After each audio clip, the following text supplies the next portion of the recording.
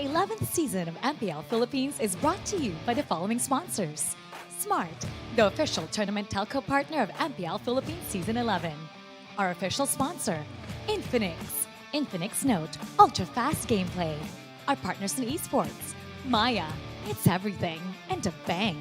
And Secret Lab, the official gaming chair of MPL Philippines. If you missed the matches and want to quickly recap what happened, visit our official website for post-match reports at ph-mpl.com/news. Don't forget to catch all of our official league content on TikTok, Facebook, Instagram, and Twitter. To ensure the quality and fairness of our games, MPL Philippines is also monitored and supervised by the Games and Amusement Board.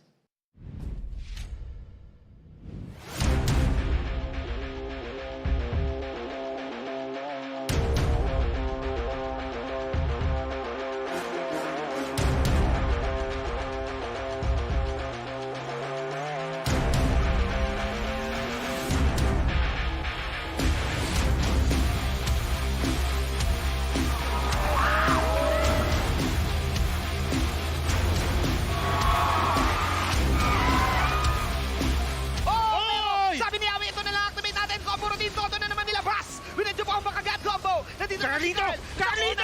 Trip nga, sabay nagkabasaan. Bigyan agad siya ng ego. Oo nga, ayan ako. Ayun naman, si David Chance. Pasok na naman si Carlito. Sabay, ayun, nagkagayway ng espada.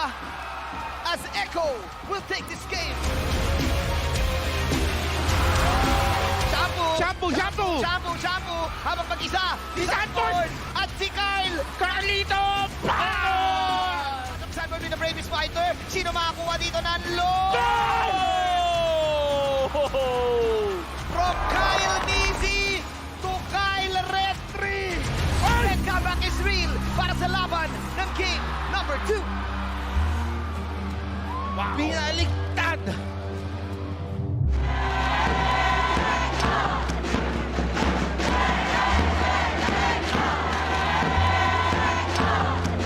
Na meron, Sanford, makakuha ba nila? Si Master Open. Wala this time si Master Open. Super Mario! Sabay, ayun na nga, yung damage shot ng Medic, hindi na talagang nanunukot at damang-dama mo. Kyle Dizzy desperately getting those minions. Saxy! Mapapanice chika na lang dahil nangyari ngayon.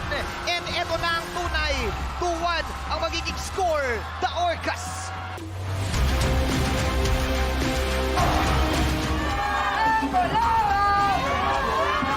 Real manipulation, pero wrong Oh my waves! Mala-Orca na nag-swimming! Si Sanji! Ready Sports, may pangalawang hatak pa! At mukhang may bonus pa nga na Black Easy! Echo will take down 4. Sanji, Jawi flicker. Black Daisy, magpapapa na penalty zone. May kinagat na naman pero mag-cancel dito. bigla, Ayun yung mga tusok-tusok. Tusok at time to celebrate! As Echo will eliminate Ready Sports and will move on sa next round!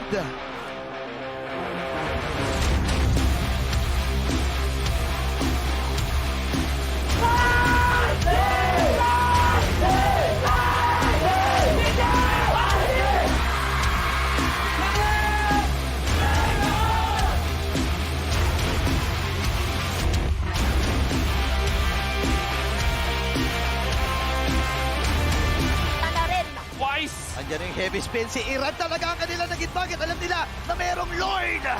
At wala ang jungler ng RSG Slate Philippines. Ngayon si May another ibit na naman para kay heavy Wise. spin si Iran naman ngayon na magiging target. Despite be it, mamamatay din si Nats. And game number 1 goes for the side of the Blackness International. Hindi na nila sinagad. Pero ngayon, medyo napasagad ata itong si Irad. Siya ay mamamabay na din back shield unit. Enter this presence. Pero Dizon, pero hindi siya umabot dun sa likod ng pader. Ore ng RSG Slate Philippines. Pwede lang mag-base lang ang Blacklist International. Puno pa yung kanilang minions dito. And 2-0.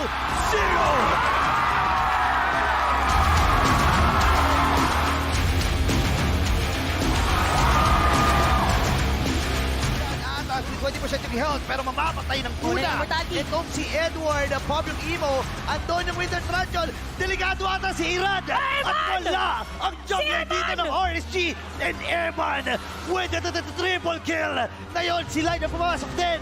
May Tyrant's Rage.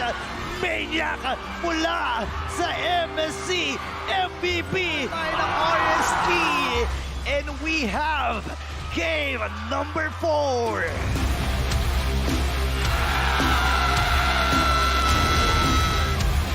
Bakit ang blacklist dito? Ubusin na natin ang RSG. Yung Lord dito ay aatras muli. Pero makakabawi si Emma na mawawala na rin siya in the process. Habang si Edward, available po yung kanyang immortality. Pero si ay mamamatay. Andito na rin si Irad. Tatamaan siya. Torn apart. Memory. Unang ticket patungong MSC ay mapupunta sa blacklist.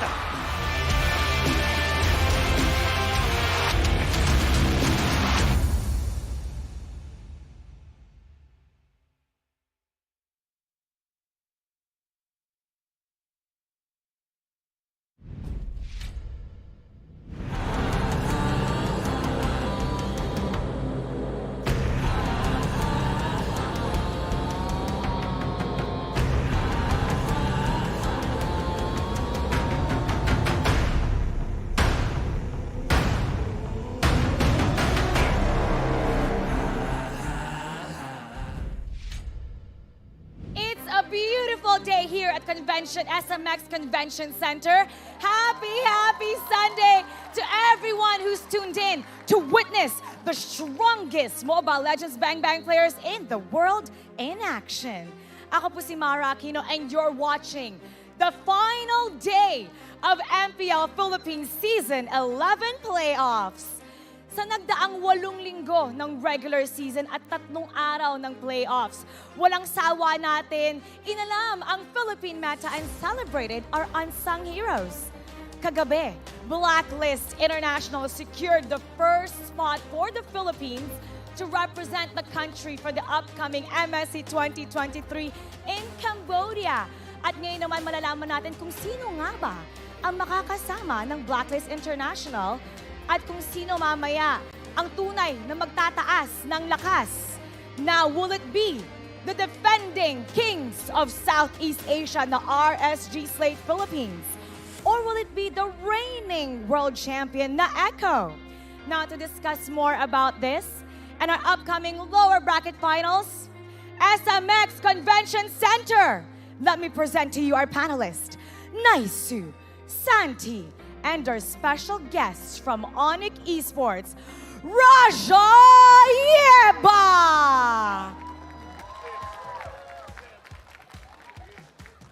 Raja Yeba! Okay, hello Coach, hello Naisu, hello Santi. Coach, quick lang, bakit nga ba binubuhat ang Raja Yeba? Before playoffs kasi yung top 1 and top 2 sa season, binuhat yung coaches, yun. So dapat ba palagi pag nasa MPL Philippines ngayon, bubuhatin ka namin? Hindi po. Guys, it's the final day of the playoffs. How are you guys feeling, Santi, Naisu? Ako, feeling kabado pero fight eh. Sure naman eh. I'll go English. Ay, Sabi English mo. pala. I was born for Ikaw this. English, ikaw Tagalog. Oh, di ba? Swap tayo. Tagalog ka muna. Okay, Tagalog muna. Go. Masaya ako. Masaya. Masaya. I'm really happy. Yeah. Oh, he's really happy, guys. Really happy. Now, thank you guys for gracing us with your presence, Raja Yeba. Pero balita ko kasi may isa pang taga-Indonesia ang nagpadala ng kanyang mensahe sa atin. So let's watch this video from Clara. Hola Malodimara! Mabuhay MPL Philippines! This is Clara from MPL Indonesia. What a great season there! And I'm thrilled to find out which team that gonna be the champion. And of course, which teams that represent Philippines in MSC. Because we are waiting for you guys. Semangat! Good luck for the battle and see you in MSC 2023. Watch out because we are ready to take this crown. Much love from Indonesia. Mahal kita. Clara, we miss you. At mahal ka namin dito. And we're really excited, actually. Especially yung representative dito. Kasama natin ngayon. Isn't it so nice na yung representative ng Indonesia? Coached by Coach Yeb and Kyrie also. Parang ano eh, yun nga yung pinag-uusapan natin ng mga Filipino fans na talagang kailangan nila ng mga Pinoy. Kailangan nila ng Pinoy. Tama ba, Coach? Ata. Ata. That actually, when we were in M4, some of us casters were talking, and that's kind of what we said. Grabe yung Onyx esports, and especially can't forget Kyrie Hayabusa play. Amazing, right? But at the same time, when we saw that Coach Yeb stepped in, sabihin ko, wow, grabe, iba yung Onyx esports na yun. So now look where they are, right? 2 championships, going off to MSC at 2023. I can't wait to watch them there. Actually, Coach, ever since pumasok kayo ni Kyrie sa Onyx Esports, walang nakatalo sa inyo sa MPL Indonesia win streak. Wow. So itong nakaraang Grand Finals pa, winalis nyo yung EVO's Legends. Big deal. So anong sekreto? Anong sekreto nyo? Pinoy blood.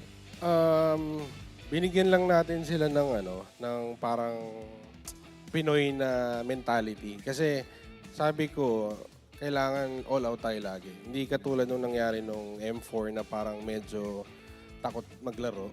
So, nung season 11, bigay talaga lahat. Wait lang, nadidistract ako habang nagsasalita si Coach Yeb kasi ang ganda naman ng singsing. Pwede bang i-close up to? Nakalagay league winner. Ito ang singsing ni Coach Yeb na nakuha niya mula sa Indonesia. Congratulations. Grabe, ang ganda. Nakaka-distract. Saktong-sakto, Coach Yeb, kahapon sa press conference, kinuwento ni Yawi na ang pinakamalaking pagkakaiba ng Pinas sa ibang bansa ay yung passion pagdating sa ML. Yung iba raw kasi, trabaho ang turing sa paglalaro at hindi talaga gutom mag-champion. Totoo ba yun? Sa Onyx Esports, hindi. Kasi Nandun ka eh. hindi ko alam, pero pare-pareho na kami ng ng mindset eh. Kumbaga si Kyrie, same na lahat ng players. So ang target talaga is mag-champion. Ita-challenge ko si Naisu. Kaya mong basahin yung sinabi ni Yawi, Naisu? Well, let me try. Yung mga ibang bansa lumabase na lang po sa kung ano po yung malakas sa Pilipinas Kung ano yung meta, taas yung mindset po sa ibang bansa, parang yung ML sa kanila trabaho lang. Try ko, sorry. Mahirapan ako. Anyway, tuloy natin to. Dito po parang passion talaga lahat dito Gutom talaga lahat mag-champion. Kaya competitive po talaga lahat dito. Grabe yon. Agree ko doon. Nice you. Mag-champion ka doon. Oh my God. So, yun nga yung nakwento din ni Yawi, right, Naisu? Yes. No, actually, jokes aside, agree ko dun because we've seen it. We've actually heard stories of that too. Hey, I actually tweeted about this. Filipinos just play differently in ML, and they take it differently because of yung passion nila, yung passion dito.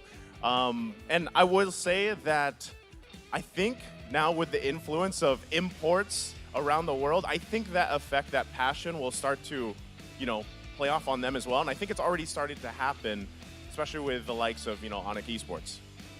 Nakita naman natin yung naging performance ng mga teams kahapon. Coach Yeb, kinuha na ng Blacklist International ang unang slot ng PH for MSC. Ngayon, 2 title holders ang maghaharap para sa huling ticket. Bilang coach ng Onyx Esports, anong masasabi mo sa possible nyong makakatapat sa MSC? Blacklist na naman. Well, sanay na naman ako na sila na naman. Masaya naman ako. Congrats sa Blacklist. Pero, syempre, this time, if ever makatapat namin sila, tatry naming manalo. At what do you think will be different this time around, Coach? Hindi kasi kami nagtapat nung M4 eh. So, mas prepared kami nun sa Blacklist eh. Kasi, nung M3, di ba? Pero, this time, syempre, mas prepared kami. Pag-usapan naman natin, Coach, itong lower bracket finals. And this is the match for today, which will also decide kung sino pa yung isang Philippine team na makakaharap nyo sa MSC. So what are your thoughts about Echo and RSG? Based on scrims namin, tingin ko Echo ako eh. Pero nung nakita ko yung drafting ng RSG ngayong playoffs, gusto ko yung pattern nila eh, na hindi mo alam kung mag-a-assassin ba sila o mag-tank jungler. So kung ma-utilize nila yon at manalo sila sa drafting, malaki yung chance. So would you say between Echo and RSG, from the regular season, from the scrims, ano yung pinagkaiba ng dalawa and who looks like they're more dangerous? Kasi may mga 2.5 week preparation for the playoffs. And nakita natin, RSG nga, ang dami nagsabi, mas cleaner, more disciplined. So, seeing the difference now and the improvement, who would you say is more dangerous? Feeling ko dun sa nakuhang momentum ng Echo ako eh. Okay. Saktong-sakto yung pag-uusapan natin kasi medyo mainit ang Sokmed dahil doon sa jungler matchup pagitan ni Irad at ni Carl TZ. Ito ang sinabi nila, Naisu, pwede bang pakibasa ulit ng quote? Ayan. Nice too. Grabe yun. Ayan. Okay. Okay, this one's a little bit shorter. Hindi naman sa pagkakaroon ng malaking ulo. They don't have a big head para sa akin kasi mas malakas ako mag-lance sa kanya. Carl TZ Ed. That's what RSG Irad said. Si Carl TZ naman, kita-kits na lang. Huling na ganyan sa akin, napapahinga. He's referring to, I believe, my boy Demon Kite. He's referring to Demon Kite? Demon Kites. Maybe? There was some heated words yesterday. Maybe. I mean, based on the social media, mga banters nung nakaraan, at fitting lang din na RSG yung sinasabihan niya. Now, dun sa sinabi niya, Coach, do you have a comment on that? Irad versus Carl TZ. Pag rookie kasi, yung playstyle niyan sobrang aggressive pa, sobrang ma-highlights. So magandang traits yun ni Irad, pero when it comes to using Lancelot, syempre pag si Carl yung gumagamit, tingin ko mas matalino na yung yung Mas galaw. experience. Oo, nag-M2 with Lancelot eh. At Santi, can we break down itong stats natin na nakalagay dito? Dito kasi natin makikita talaga yung comparison ni Carl TZ and Irad pagdating doon sa games played sa hero na Lancelot. Alam natin na talagang paborito ni Carl TZ, kaya talagang sobrang layo ng comparison natin. Pero kasi hindi natin mabibase dito yung win rate, yung KDA, most kills, and average kills ni Irad. Kasi sobrang liit nung matches niya para ikumpara doon sa napakalawak na, kumbaga, naging experience ka ni Carl TZ. Pero kasi yung pinaghuhugutan ni Irad, yung confidence niya eh. Sabi mo nga, Santi, di ba, mas konti yung laban ni Irad. Pero seeing how he's playing right now, especially in the playoffs, what do you think about Irad, Coach? Well, props to Irad kasi hindi siya takot maglaro eh. Tsaka kitang-kitang gusto niyang lumakas. Kasi actually every time lagi siyang nagtatanong sa amin ni Kyrie kung ano yung mas magandang gawin, mga tips, gano'n. Close kayo. What are the things that he reaches out to you about? Kung anong dapat gawin pag ganito yung sitwasyon, mga ganun po. At ano yung mga advice mo? Siyempre, first playoffs niya. What are the things that you tell him? Not so much in-game, pero yung mindset na dapat gawin niya. Kasi we all know na kahit regular season, kahit magaling ka pagdating sa big stage, iba na. So what are the things that you advised him? Well, kung ganitong playoffs, dapat all out ka eh. Yung tipong wala kang pagsisisihan. Kasi at the end of the day, kung hindi mo nabigay lahat, iha-hunt ka nun eh. All out at dapat no doubts para hindi ka ma-hunt. Sabi nga rin ni Wolfa, ito yung quote niya, "Mechanics make winners but shot calling makes champions." Sa muling paghaharap ni Carl TZ at Irad, what do you guys think we should expect? Naisu. For this matchup specifically, I'm hoping this time again for 5 games. And may the best team win because it could go either way in my opinion. Okay, how about you, Santi? Tingin ko, tagisan na ng mga assassin para dun sa dalawa. Para mapatunayan nga talaga ni Irad Nasabihin niya mang mas malakas siya mag-Lancelot, tingnan natin yung ibang heroes pa nila kung magtatapat. Nandyan pa yung Ling, nandyan pa yung Hayabusa, and may the best jungler win. What about you, Coach? Kung meron kang prediction sa magaganap ngayon, syempre, iba yung mind mo, iba yung nakikita mo. Kung mapapredict ka na lalabas ba sa draft, gagamitin ba nila to, or who's going to win? What's in your mind right now? Siguro it's either iba nila yung both teams yung Lancelot or mag-agawan sila. Pero pag nakuha ni Carl TZ yung mga tank junglers niya tapos damage si Sanford, yun siguro yung ingatan ni RSG. Did you guys vote kung sino yung mananalo today? Yung prediction nyo? Ako Yes. nakapredict na rin ako eh. Ano yung prediction? Ako, tingin ko Echo. Echo. Based lang dun sa momentum Pero parang it's anybody's game pa rin naman kasi. Pero Score. based sa momentum.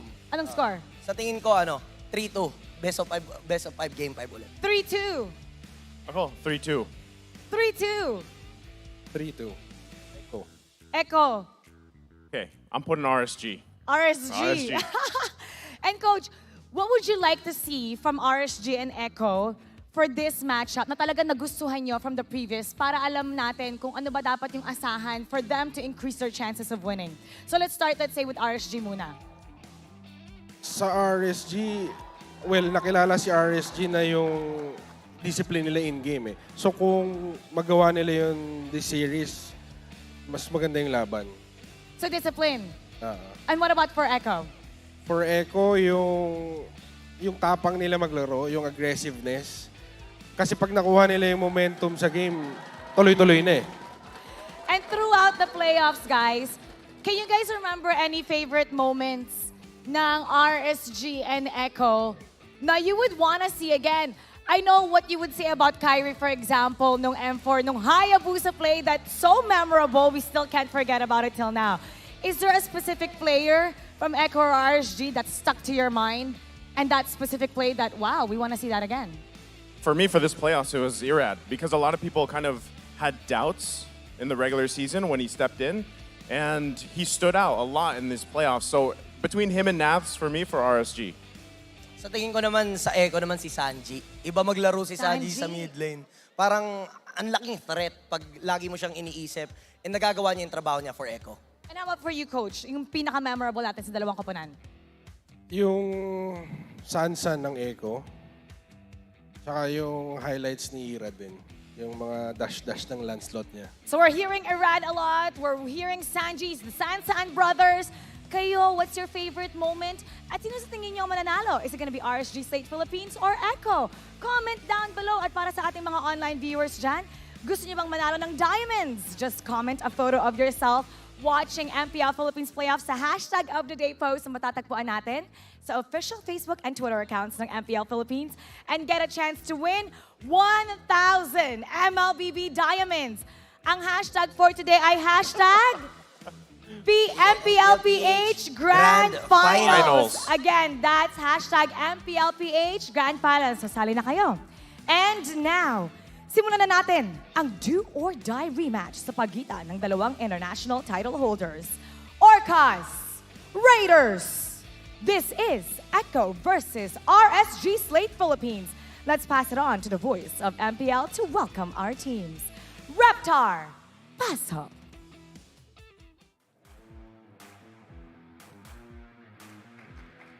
Three teams remain. Blacklist International waits in the grand finals.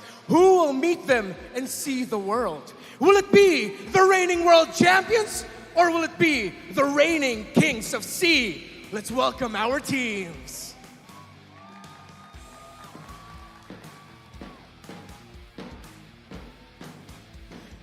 Yowie, Sanji, Sanford, Benny Cutie, and Carl Teasy. They are all in. The goal, make it back to the grand finals. Orcas, make some noise for the reigning champions of the world, Echo!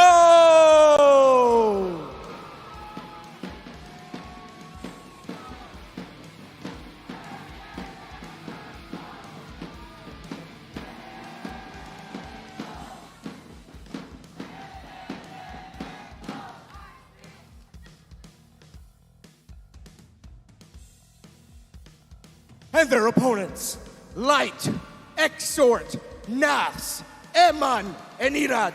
The dream of a return to MSC. The dream of winning it all again in the building where it all began. Raiders, this is your reigning champions of MSC, RSG Slate, Philippines!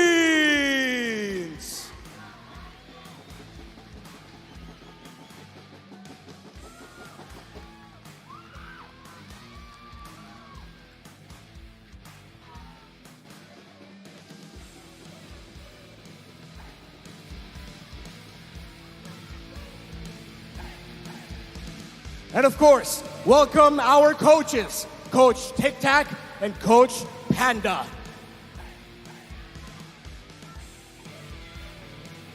We are bound to have an amazing game ahead of us. So, let's not dilly-dally and let's talk about the analysis. This Reptar from the English stream, also going to be your analyst for this series yet again. You know what? I feel like I kind of need a bit more energy. Come back up here. Come back up here. Come on. All right. Let's try this out first. Before we get the analysis, Orcas! And Raiders! Thank you. I'm not trying to stall because I've forgotten my lines. I want to talk about the lineups. We are very familiar now with our two teams, Echo and RSG Slate Philippines. One is the world champ. One is the Kings of Sea. And we saw the last time that they met here in the playoffs, 5 games, an absolute war, a draft battle, a battle of mechanics. But these two are also coming from their own respective wars. So let's look at the lineup. Benny Cutie in the gold lane, Sanford, Sanji, and Yawi, XP, mid, and Rome, and of course, the young GOAT, Carl TZ in the jungle. Kilalang kilala na natin ang Echo.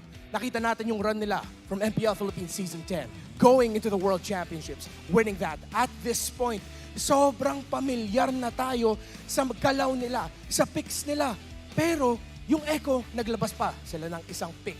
The Minsitar in the gold lane for Benny Cutie needs to be a pick that teams will watch out for, especially RSG Slate PH. Nung ginamit ng Echo yung Minsitar gold lane sa unang beses, they used it against RSG Slate, but to no avail. Kanina, na-adjust nila yung picks nila for that hero, and it worked out. RSG Slate PH naman, Nats, Exort, Light, Irad, and Eman. Now, let's be honest here, alam natin, yung hinihintay natin ay yung rematch ni Irad at saka ni Carl TZ. Coach Yeb mentioned earlier the Lancelot as one of the picks, but yes, jungle picks will be hotly contested between these two teams kasi sobrang parehas na mga jungle picks nila. Irad, yes, he leans more towards the assassins, but he's really good with the tanky jungle fighters as well. Carl TZ, lately, nakita natin more on the tanky fighter jungles, pero malupit pa rin siya naman mag-assassin. And as we look at the team head-to-head at balikan natin yung mga laban nila earlier in this season and the playoffs, these are two teams who are very similar in the terms of naghahanap sila ng mga pick-off around the roamers and they go to the side lanes. This is a team na middle to outward naman yung rotation nila. Maghahanap sila ng pick sa gitna. Maghahanap sila ng pick-offs and vision dun sa may river, sa jungle ng isa't isa, tas tutulungan nila yung side lanes. Yesterday, RSG Slate PH versus Blacklist International, nakita natin yung double XP lane start na lagi nangyayari. These two teams, I feel like, can replicate that. Echo, alam naman natin, Sanji will always start his rotations helping out Sanford once he hits level 2 para maasaran lang yung kalaban nilang XP laner and Sanford builds an early lead. Yesterday, Exort also adjusted to help out Nats in the XP lane. So that's something we have to watch out for. And of course, the execution really has to be clean. Nakita naman natin sa run ng RSG Slate PH and Echo, as much as we know these two teams, we know that they know they could do so much better in terms of cleaning up their execution. Kasi pag hindi ganun kalinis yung execution nila, that's where they have a hard time playing their game. But when it all works out, they play beautiful Mobile Legends bang bang. So, tingnan naman natin yung Infinix keys to victory. Ano ba ang kailangan gawin ng dalawang teams? For Echo, channel the lower bracket buff. It's not your first time in the lower bracket. Sanay na kayo dito. You know how to fight with your backs against the wall. You did it in the world stage. You can do it here in the Philippines. Clean up, execution, be brave. For RSG Slate PH, learn to pigil the giggle Irad. Grabe naman, yung pinaka-konyo na keys to victory sa buong season binigay talaga sa akin. Bakit? Learn to pigil the giggle Irad. We saw it yesterday. Sometimes Irad just gets a little bit too excited to continue building their lead. Mid-game power spikes, pag nag-lead yung RSG sa early game, kailangan nila respetuhin yung potential power spike comeback ng Echo. And for both teams, show each other why you're the defending international champions. The Philippines is the home of champions. RSG Slate PH and Echo are world class, undeniable. So I'm really excited to see what these two teams have in store for us. Keys to victory, very familiar. Teams, very familiar. But now they have to really play their hearts out. Clean up execution. It begins with the draft. These two teams can be very tricky with their pick orders. Just when you think that there will not be a pick that will be perfect, suddenly a last pick Esmeralda comes out. Suddenly a second phase Mincetar comes out. Ang daming kailangan tignan ng dalawang teams natin. So, come on over here. Come on over here. Let's go. One more time. Come on, SMX. I want to hear y'all make some noise. Everyone's excited, but the tension is high. So, of course, let's go on over to our casters to call the action. When you strike at a king, you must kill him. Ralph Waldo Emerson. Only one of these kings march on forward toward the throne. Only one of these kings will see the world. Welcome, Mabuhay, at your service. My name is Leo. Here at the desk with the animals, it's Wolf and OSX. Gentlemen. Love it. That's right. Panther? Kingdom Animal here, represent. What a lower bracket finals we have. Of course, the world champions going up against the Kings of Sea. If I would be anywhere on this Sunday morning, this is where it is. Yep, right here. The place to be. And you know what? We are ever so closer to either repeating what happened in Season 10 where Echo plays black, or RSG tries to get back to MSC, right? So many good histories to be made today. And with that, we are about to get into this matchup. Real quick, in case you guys are wondering, we are extending the rivalry between Carl TZ and Irad. Hot words were exchanged by these two junglers yesterday. Yeah. Yesterday and the other day, as Carl TZ won the match up against their rival again. Now they're going up against RSG, the team who put them in the lower bracket. Man, sorry, dude. Sorry, dudes. But I think that they did the production kind of pulled off a Dylan Brooks on Irad. They did. Just, like, pinning, 45 games of Lancelot to 3? Like, that. You're not that guy kind of graphic, all right? They could have done worse. Yeah, they could have done much worse. I'm sure. To the young Irad. But again, if you watch the games, it's closer than we think. Mm-hmm. It is. And now we no longer have to speculate. The action's about to begin. A real quick reminder to our MPL community. We have observed a visual bug in Diggy's lock settings and Young Again's passive ability, allowing the user to see the opponent outside its vision range. With this, Diggy will be banned globally from the tournament and, of course, all other official competition until May 16, 2023. This measure was implemented to maintain the tournament integrity, fairness, and competitive nature of all of our broadcasts. Rest assured, all teams have been informed and ahead of their respective matches. Here we go. It's Echo on the play. RSG answering back. The Kaja and the Franco already out, while RSG bans the 1-1 and another incoming. Similar also steps here for Echo on how they wanted to ban the strong picks of RSG that gave them a really hard time. Straight 5 games, the first 5 games of the playoffs. Now could possibly this be a setup for the Valentina or the Faramis for Echo, but sometimes they go for the Lancelot. Oh, but no. What? I was about to say it, but yeah. RSG said that. Well, Let's even the ball game. I think there's just a lot of pressure on the first pick hero, especially with the ban on both the Kaja and the Franco. It achieves two things, right? For Echo, it is a countermeasure against RSG, and this is what Blacklist have shown us yesterday. The way that you defeat RSG is to ban both of these heroes, then just eye and gun for the Joy or the Arlet. The second thing it achieves is that it's also a way for you to kind of freely pick up the Lancelot. That's probably why RC just straight up banned it out, knowing that there will be no other answers to the Lancelot. With two good Lancelot users, you would want to have as much free time as possible with this hero. Yeah, and for this, as they trim down the XP lane for Echo, we also might see RSG to ban off the Arlet, but that was still an open power pick here for Echo that can be chosen on the first phase. Okay. Is this Fredrin or Valentina? It is Fredrin. Then you go Eve. That's the answer. Eve Arlet. If you're RSG. But the Kadira is still open though for RSG. You pick it up last. Maybe third pick. I think, oh yeah, that's right. I think picking up the Eve might force the Kadira on the side of Echo. Probably is the reason why they picked it up. So that means it's Valentina Arlet, I would say, for RSG. Now, with those withstanding, the Arlet in the hands of Nats should be a solid pickup. And we're going to see... No! Something it's new! Different! Let's throw it back! Wow! Wow.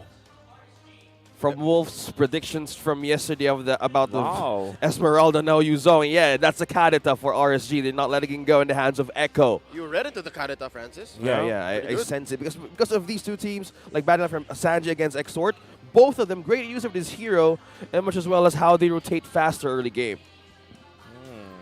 Interesting. But that means that the Valentina is open. I think it's still good for Echo, but they might just pick it up last. And they go Kufra.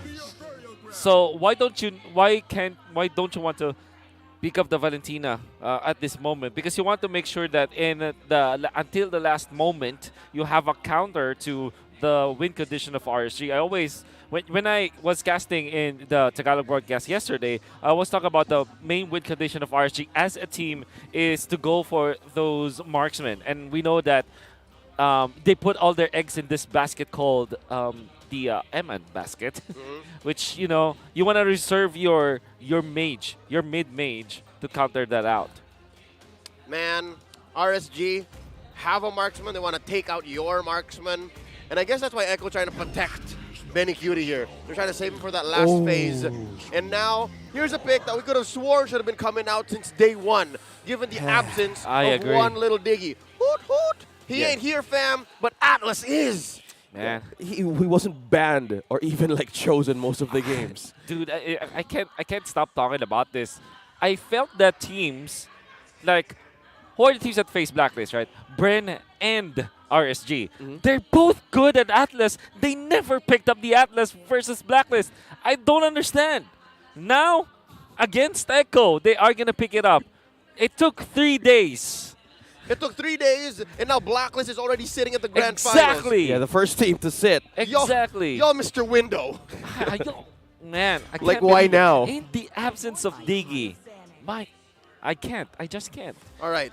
So now we've talked about its debut. What might this do to Echo? Are we going to see the mid laner and the possible marksman, maybe even mage in the gold lane, pick up a Purify? Is that going to skew the way Echo adjusts into the game? That's possible, yeah. The Lunox. Exactly. I was gonna. You read my mind. Yeah, I was gonna talk about that Lunox, which can be picked up by Echo in the gold lane or in the mid lane with Sanji. Yeah. But at some points, Echo had a successful run with the Mincetar yesterday. So the team of the Orcas are not afraid to try something that they really wanted to work on against RSG. That's not a Mincitar lineup, though. I mean, going up against the three that RSG are presenting, maybe they'll show us something new. If the Mincitar gold lane was that hot new flavor that they were debuting in the playoffs, Coach Tick, Coach Treb might be packing more. Oh, yeah. If you pack more, then why not pack everything, right? That's right. I mean, at this point, It's do or die. MSC or bust. Grand finals or bust. Everything has to be in there. Everything has to be packed up and ready to go for this lower bracket finals. There's the Faramis banned out and the Hayabusa taken away from Irad. What's Coach Panda thinking? What's Coach Theo thinking? Gonna be last picking their marksman for sure. I think they are gonna be considering their jungler right now. Martis still is a prime target for RSG. Great hero for Irad. It answers most of the heroes of Echo. And you're not that scared about the Kufra because you have iframes anyways. You have CC immunity. I think that out of all the available marksmen, it will be available junglers. It will be great. Another option might be the Grok, but I think Martis should be the top choice here for RSG. I've been waiting. Oh, picking up carry means that you can just go for Farsa easily. Oh, it's Harith. It's a little boy. Okay, not a Ludox, but this works. Okay. So jungler choices. No Fanny means Harith will have a field day. They need someone to go with the Yuzhong this time. Someone to go deep. Yeah, maybe Martis still is a good hero, I'd say. I think, yeah, they already are going deep hard enough. You already have the Atlas, Kadira, the Yuzhong. So, yeah, someone who can go in and out now. Yeah, that's right. Good re-engage potential. I'm with you on the Martis. Or, what if they go Benedetta? Jungle Benedetta. Wow. That'll just make Irad all the more follow in the footsteps of Caldeezy. Ooh. In the twilight of their Season 7 run, he was into the Benedetta, but no! No assassin, but instead, a sustained utility Baksha up against a Fredrin. He's pulling a page out of Demon Kai's book this time around. Oh, I remember Demon Kai being that Soul X-Borg / Baksha jungler. Jungling was Season 8. Yep. The young man, Jedrix Caranto, is a pioneer. The debut of Mr. Francis OSX. That's right. Season 8. Oh, wow. This is Okay. the first time I saw this, that there's an X. Care to explain, Mr. Leo? I'm not allowed. Daniel It has been Kubangay. proven that throughout the Season 11 playoffs, the way I predict affects the competition. So I believe the officials have given me word. I received the memo. Now going into the Land of Dawn, let's consider. What if nobody wins or both of them wins? Then, yeah, unlikely. Folks, watch out for the Smart Power prediction. At some point in the game, a poll will show up. You only have until the timer runs out to comment your prediction with the hashtag SmartPowersMPL-S11. One lucky commenter who guesses correctly will win a redeemable in-game code. Remember, keep an eye out for the poll. You all saw the lineup. You all know who it is. This is Game 1 in a best of 5. Let's go. Irad and Carl TZ on camera on the first second. No aid though. But on the other side, Yaoi on the... Oh, getting ready for the orange possible GTO. Hold up. Hold up. That is GTO. Nope, he's just setting it up. They're just watching him. One thing I do note, Wolf, RSG taking a page out of Blacklist page. See that double XP start? Exactly. I kept talking about that the entirety of the upper bracket finals. There is something that Blacklist International have figured out, and something about picking up early experience for your mid laner. Oh. First skill onto Sanji with the aid of Bouncy Ball onto Yaoi. Extort was too deep, having trouble rising up from the water. That's ironic. Kadira, too deep. Mermaid. Get it? Oh, another jump in. Wolf, check it out. Did we not talk about this? Did we not say that the mid laner and the gold laner are going to pick up Purifies? Yeah, the Purify, of course, super duper important versus the Atlas. And not only that, you also have the Kedida. So this aquatic lineup from RSG, perfect for their H2s and their Aqua players, you know? Oh, yeah. This is their ode to their old players. But kidding aside, this is going to be very important. Like, having Purify available means that you can counter the Atlas. At the same time, if RSG forces that those Purifies on both Sanji and Benecutie, like, imagine if there will be a mid-game team fight, they force out those Purifies, wait for a little bit longer, then re-engage once again. That is how these two teams will operate. So, not until there is Purify available for Echo, RSG will just take it slowly. Speaking of being slowly, Irad trying to ion for a red tree battle, but now he secures the first turtle of the game. Now, one knock up onto Sanford, onto 3. Who's going to be surviving this? It's going to be Irad taking that kill. Now, Echo just backing away. and the first casualty goes to RSG. Ain't that poetic justice? Wolf and I were just discussing the dynamics of the Purify, and suddenly it doesn't come into play at all. Not at all. We can see that RSG wanted to take advantage of this fast jungling Baxia. Fredrin already is a fast jungler, we know for sure, and a great way to secure those neutral objectives. But Irad has been showing off a lot of mechanics as of late, and he knows that he can take advantage of the shield unity coming out from the Baxia, which means that you can transfer from lane to lane faster than the Fredrin would have. And this means that Irad also has the license to go to the mid lane. Yo. Mid lane trying to be poked in. Carl TZ saying come here. Now Feather Airstrike trying to burst down one. Appraiser's Wrath won't be the answer, but now two! Fatally Scats captured by Light onto the turret. Now Irad secures the kill. Another from Sanji trying to eye on Irad's death, but now Sanji still going to go away without Wings by Wings. 2 down from Echo. So we're starting to see the chinks in the chains of the armor of Echo. Yes, they do have the answer with the Purify, but when you make the Purify a non-factor, you can't even clap back. Exactly. I like the aggression, but of course, Light, man, this guy just knows the Atlas. Man, I don't want to repeat what I said earlier, but how come you wait for day number 4 to bring this up?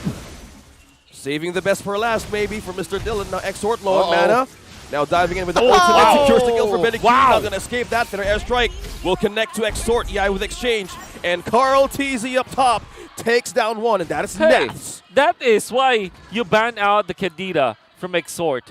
That is why teams ban out this hero, because Exort knows a lot of stuff about the Kadita. He can be very crafty. He waited for a different combo. Another hug from Yawi. Eman is lowing. No. Low on health. Sanji secures that one. Light.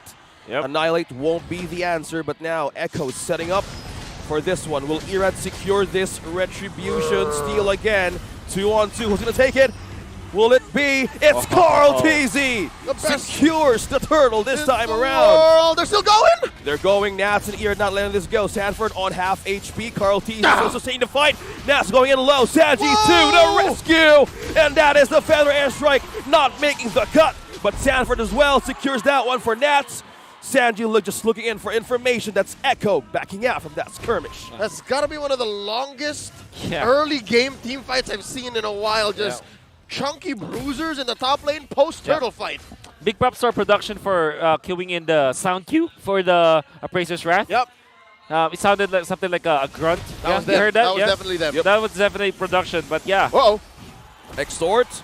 Oh, wow. We have... See that guy? Synchrofician trying to catch him in, but Exort is so slippery. Man. Yeah, Wolf, you were about to get into those out of the ordinary combos that Exort knows. He does. I mean, he's very crafty.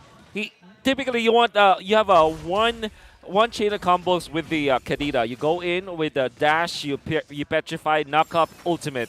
But sometimes Exort, like in that moment, you would know that he will not have a knock up anymore, but he did out of nowhere. Then he utilized the retraction of the waves from the Rav waves after the first ultimate usage. Then he uses that to kill people. Still, man, Exort just knows Kadita more than anyone else. You could have sworn his Kadita had like 6 buttons. Yeah, I'm sure. In a custom setting up your UI, could be. Just for the young Dexter Martinez. Yeah, that's right. Oh, Lane lane sees between on the death push. Jungler and the XP laner. Interesting angle that Light found about a minute ago. I think this is an amazing adjustment from RSG. The fact that they can take these engagements, but they choose not to. Yeah, it was a possible steal from the Fatal Links from that point. It was just a pixel he can pull in the mid lane. Yeah. Oh, Yawi. Being cancelled out by Irad. Carl TZ. Stop poking the Lord. Oh, what? It's a reset. It's a reset for this objective. Now Light is trying to look for an angle. Yawi's getting prepared for that jump. Gonna miss. But Irad, though, who's gonna take this? Turtle's gonna be Carl TZ secured this one again. Benedict taking down that turret. Now it's gonna be 3 against 3. Now with the stun. Fatal Links catching 2. Feather Airstrike. That magic damage will suffice. Irad now trying to escape the wrath of Benedict, but no, where the TP's coming in, and that is a kill for Benedict, and that's an objective stolen by Echo. 2 for 1, plus a turtle on the way out. Echo now 3K ahead.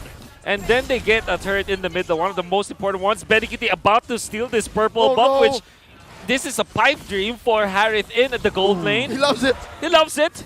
Benikiti, it's Christmas for Echo after taking all of those important kills and that neutral objective. Now they take away an important buff. Gonna be leading by a lot. In the next 2 minutes, Echo is on a different power level compared to RSG. And even if we're talking about just the items, interestingly, an early Bloodlust Axe for Sanford. And this is an item that you typically get when you're a damage dealing kind of explainer or damage dealing Lapu-Lapu. Be wary if you're RSG. Sanford is gonna pack up a punch. Yeah, knockups from the bravest fighter. They engage the start, but now Echo is just letting this go. First turret that RSG destroyed is down bottom. Now they're gonna eye on for a push from top to mid. Ooh. So far, the map is blue, and RSG unable to find the success that they have in the opening minutes of this game 1. I wonder, is there a mid-game or like a late-game power spike that RSG is looking for, or is that just a clutch play? I think it's not about the mid-game or the late game. All parts of the game, they will have a power spike, but it is dependent on a window. So it's not about a game phase kind of power spike. It's a window power spike. So they have to make it for them. Exactly. And that window simply is not having the Purify on both Sanji and Benikiti. Whenever they find that opening, if they make that window happen, right, that will be the way for them to come back from this game. First Lord of the game, will the overload strategy work? Well, RSG. At this point, I'm pretty sure RSG knows that both Sanji and Benny have their Purifies, so what is it, Exhort or Light? Who's going to pop it first? Carl going to be pulling this Lord over to Echo's side of the map. Irad can only watch. It's interesting how these players aren't even hiding in the bushes. Like, they know that this is a clearly a Lord dance. honest to goodness. Yeah. And they just don't care. And they're just waiting for the right moment. Just purely mastery on Echo and RSG. Oh, Sanford. 40. Who's going to make it? Who's going to take it? Feather actually being used by the cutie. Takes down Exhort. Now Carl Teasy secures the first Lord. Now Eman is on a run. Sanford trying to back out too, but Benikita takes 2. Oh! That's the line falling down. Sanford makes another one. Eman is falling and just fall down. It's Echo. No casualty at all. Mr. Vinuya introduced the tip of his blade to the members of RSG. We were talking about how painful it could be to face up against the Lapu-Lapu with this itemization, and you saw how strong he was against RSG. And unfortunately, we were just talking about the fact that RSG needs to find a window when all of the doors are open. My goodness, this honest-to-goodness approach of RSG will never work. They have to be sneaky. And it's not a single Purify used up, and that's exactly why. The honest approach. So far not working. You have to be cheeky about it. Yeah. You need to be sneaky and spooky how Light does it with the Lolita. But now knock up onto one. Now another one. Bites it for the fatal legs, but won't make it. But now Eman secures 1 kill. That's Yai, but Benikudi secures the turret. Now falling down for Appraiser's Wrath. Benikudi makes another mega kill. And now they're eyeing for the base. That takes down Sanford. But on the other hand, Echo is trying to get back. Waiting for the front line. Irad trying to hold him and box him out, but you're not letting go. Zaman Force. Panic at a disco. It's Benikudi securing that one. Exhort won't be enough to hold the line, but that's again making it a double.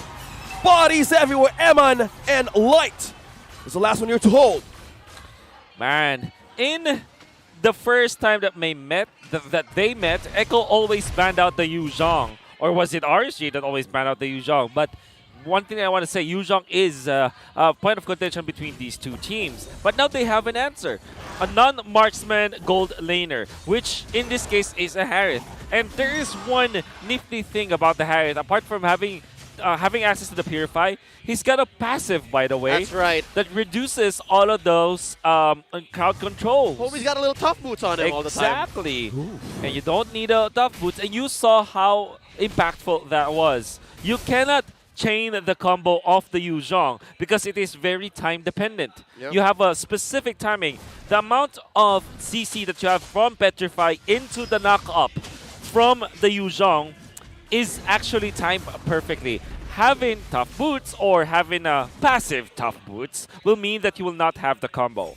What's the best case scenario, right? You get your combo in as a Yu Zhong, somebody's out for 3 or 4 seconds. Yeah. Against Harith, you're getting 3 at best, given his Exactly. passive. So this is throwing off RSG's approach. It is. And that's what's put Echo here. Almost 9K ahead. 12 minutes, 30 seconds in. Yeah.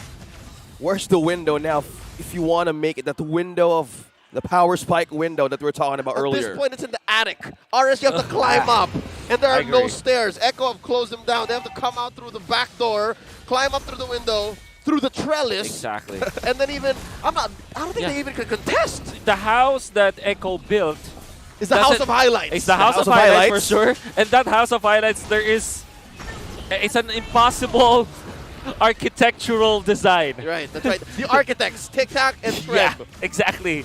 It's not great for people to live in, but it's great for Echo to live in. Great for winning world championships. Exactly. Yeah, look at that. 4 of them Yeah. on top of the house. House of Highlights, the Prodigies, the TZs and TPs. Oh, here we go. Exort going 1v1 with Yaoi. This is Oh, look at that. dangerous. He's just bouncing no! in. That is the hug. And Sanji finishes the job with a feathered airstrike. Oh. And it took 2 bouncing balls to force him out. Yaoi missed his old teammate too much. Oh, yes, just saying hi. 4-man defense here for RSG. 2 sustaining heroes, but Yaoi here trying to pull them out.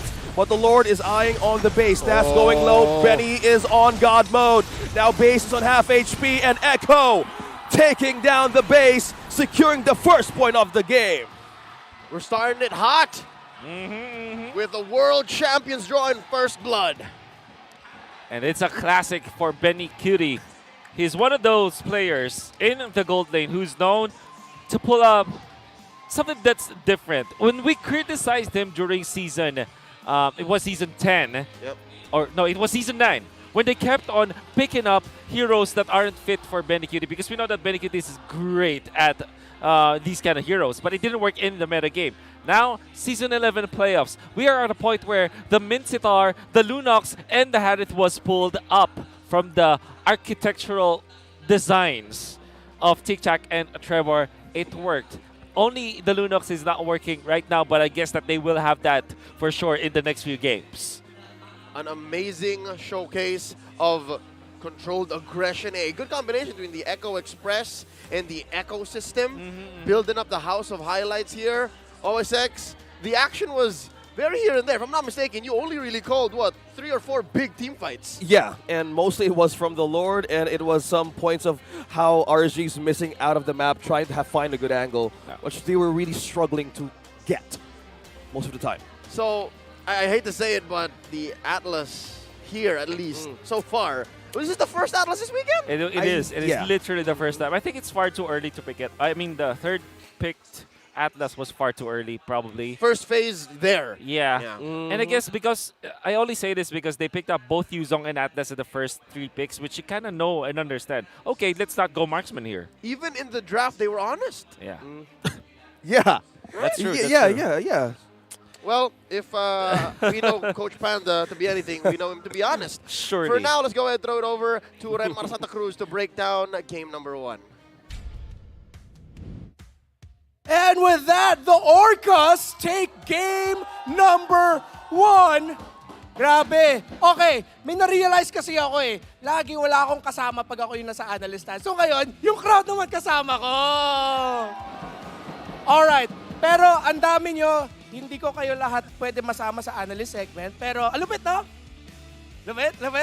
Oh, it's all good. Let's start with the discussion about the draft though. Because the last 2 picks of Echo, picking 2 heroes that will use the Purify dahil nga ang lakas ng setup ng RSG Slate Philippines, well, that threw off the drafting of RSG Slate because what ended up happening was that Echo ended up with a lineup that, yes, is great for fighting, and yes, we want to think about fights, we want to think about clashes, but when it got to the point where it was third turtle, where it was already down to the major objectives like the Lord, what RSG Slate PH lacked was faster wave clear. Mas mabilis yung wave clear dito ng Echo. Kaya pag abot sa point na nag-ikot na sila as 4, as 5, mas mabilis yung umpisa ng Echo. Sila yung nauuna. Sa early game, okay lang naman. That's why nakita natin na madalas nagtitrade-trade lang sila ng kills. Echo will start, RSG will counter. At yun yung strength ng isang lineup na merong Atlas, the way that RSG Slate built it along with the Kadita. Kung hindi sila yung nagpipick off, malakas sila mag-counter-engage. But the counter-engage relies on getting that burst and making sure that Eman is there. But again, going back to the principle of dahil nga mas maganda yung wave clear dito ng Echo, mas madali ang buhay nila with managing the minion waves, dun humahabol yung RSG, and that's why slowly, little by little, nag-build yung lead ng Echo. We have to go back to some of the key happenings in that game. Of course, the first blood by onto Exort, picked off in the mid lane. That was something that would eventually get cleaned up quickly by RSG. Pagkatapos nangyari nun, parang sinabi ni Exort, sorry guys, akin. And then, they improved their team fighting after that and their minion wave clearing. First turtle went to RSG. The steal by Irad has to be commended, and Sanford got punished. But then, in the mid lane, RSG also got to counter-engage with the Atlas. So yung mga key moments na yun, nakita natin yung strengths ng dalawang lineups. But there was something that Echo did after the counter-engage in the mid, wherein RSG Slate got to secure 2 kills. Nag-double side split pick sila. In the bottom lane, Exort went after Benecutie, got that, but they punished Exort for that, and they continued the sequence in the bottom lane to make sure na hindi sila masyado mawalan ng control doon. And then in the top lane naman, doon pumunta si Carl Tizzy to help out Sanford take down Nats. That's what we call the double side split pick. And after that, that was such a good play by Echo kasi nabalanse nila yung control in the map. Over and over again, good engages, over and over again, making sure Benecutie, the MVP of the game, 7-1 and 2 on the Harith, makes space. Ilang beses na natin sinabi, Benecutie, sobrang masterful niya sa paghintay ng perfect opportunity to enter. And because of the lead that Echo got to build for themselves, well, ang sakit na nung Harith, and they couldn't delay his build-up. Once he gets the Feather of Heaven, once he gets the Calamity Reaper, mahirap talaga pag kumakain ka lang ng mga Synchro Fissions ng galing sa isang Harith. Of course, we have to talk about the triple kill that he got nung nagsisiege yung Echo, at nung nahanap na ng Echo, yung lead nila, hindi na nila binitawan kasi yun nga, RSG always had to have their eye on another part of the map. When you're up against Echo, ang hirap pag yung lineup nyo ay medyo kulang sa wave clear or hindi lamang sa wave clear. Alam natin na yung Echo sobrang paboritong play nila yung pag-split push eh. So even though hindi nila iniisip na mag-split sila, kailangan mo pa rin mag-ingat. Kasi hinahanap mo si Benecutie. Kasi wala kayong info, kasi nakatago lang si Benecutie, and then he'll come in and join the fight. Well-deserved MVP for him, and once Echo realized after the early game, kahit ang lakas lumaban ng RSG with the trades, even though at some point it got to 5-5 kills, 8-8 kills, and then eventually nagballoon lang yung lead ng Echo pagkatapos ng First Lord, Echo realized that at some point, mahirapan na nga yung RSG Slate PH at tinuloy nila yung pagka-agresibo nila. Hindi sila naging overcautious, hindi sila na, okay, sige, minion muna. They really just look for fights, they look for picks. Kasi alam nila, once they find the Atlas, or if they get down Exort, dahil nga behind si Eman, they're gonna be lacking the damage. They're gonna be lacking longer sustained team fights habang wala yung carry. Of course, look at this play by the Storm, by Benecutie. It was a double kill, apparently, in the siege. He ended it with a godlike. Echo, finding their lead in the mid-game, said, we're not gonna let go of it. And that's how you play these kinds of lineups. That's how you play against RSG Slate PH. Hindi ako masusurpresa if for the next games coming up after this, ganito lang yung mga makita natin. Ganito lang yung mga mangyari.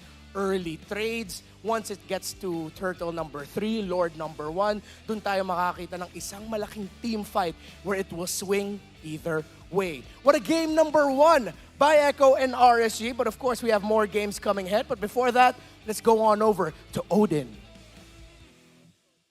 Magandang hapon, Pilipinas! And of course, sa buong mundo, dahil for sure, nanunood sa atin ng buong mundo dahil ito ang tahanan ng pinakamalalakas na players ng Mobile Legends at kasama ko ngayon ang students ng MPL Battle Trips. This is your very own Odin at kilalanin natin kung sino nga ba ang mga katabi ko dito. Pakilala na muna kayo. Ako po si Jay Quezon ng Bikibel. Ako po si Cedric from Free Education School, Southeast Asian Institute of Technology! Yun!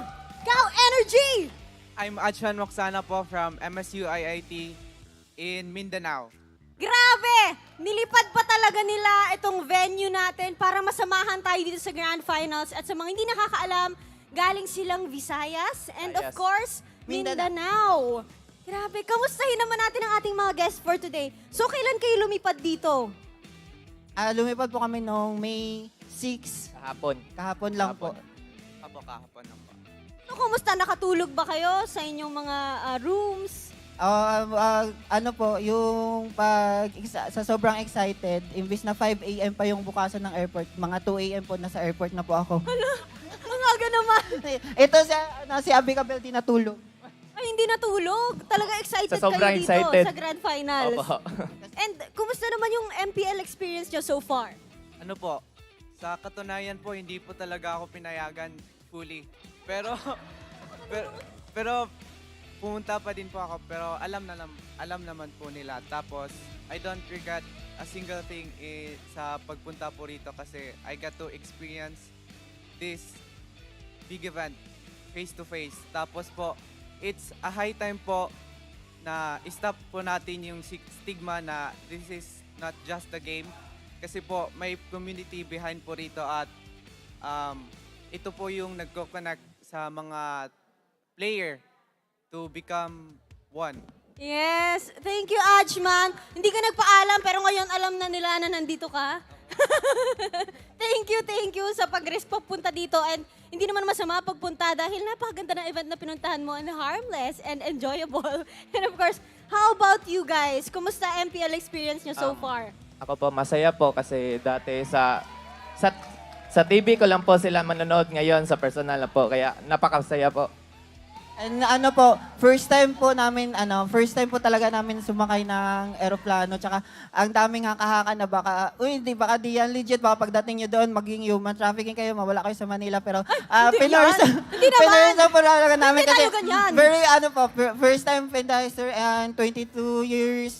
First time po makasana ng eroplano, tsaka first time po sa MPL lipat. And then hindi po talaga kami nagsisi na pumunta kami kasi pag na lang sa airport, mula sa eroplano, di talaga halos ako pumipilok, tingin-tingin ng clouds, and then pagdating po dito, nakamit ko sila, and then ang pinaka-memorable po kahapon is na-meet po namin yung mga casters, and then super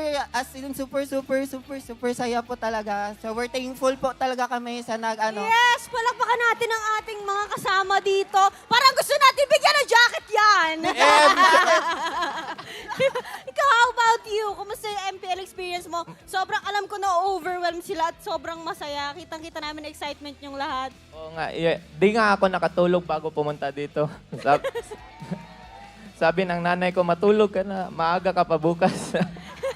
And bago tayo mag-end, can you tell us more about MPL Battle Trips? Last na. Ang MPL Battle Trips po is binigyan kami ng chance to make a video na answering the question bakit namin deserve yung Battle Trips.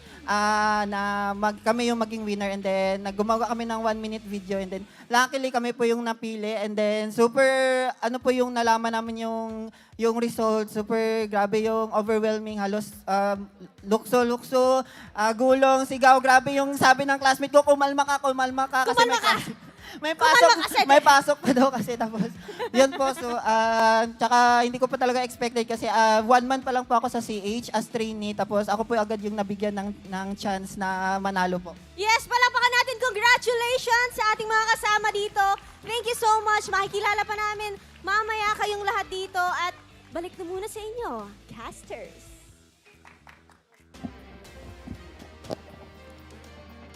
Good to see folks from all over the country come in from far and wide to enjoy our beloved sport. Welcome back to the desk. At your service, my name is Leo. It's us, the animals on desk.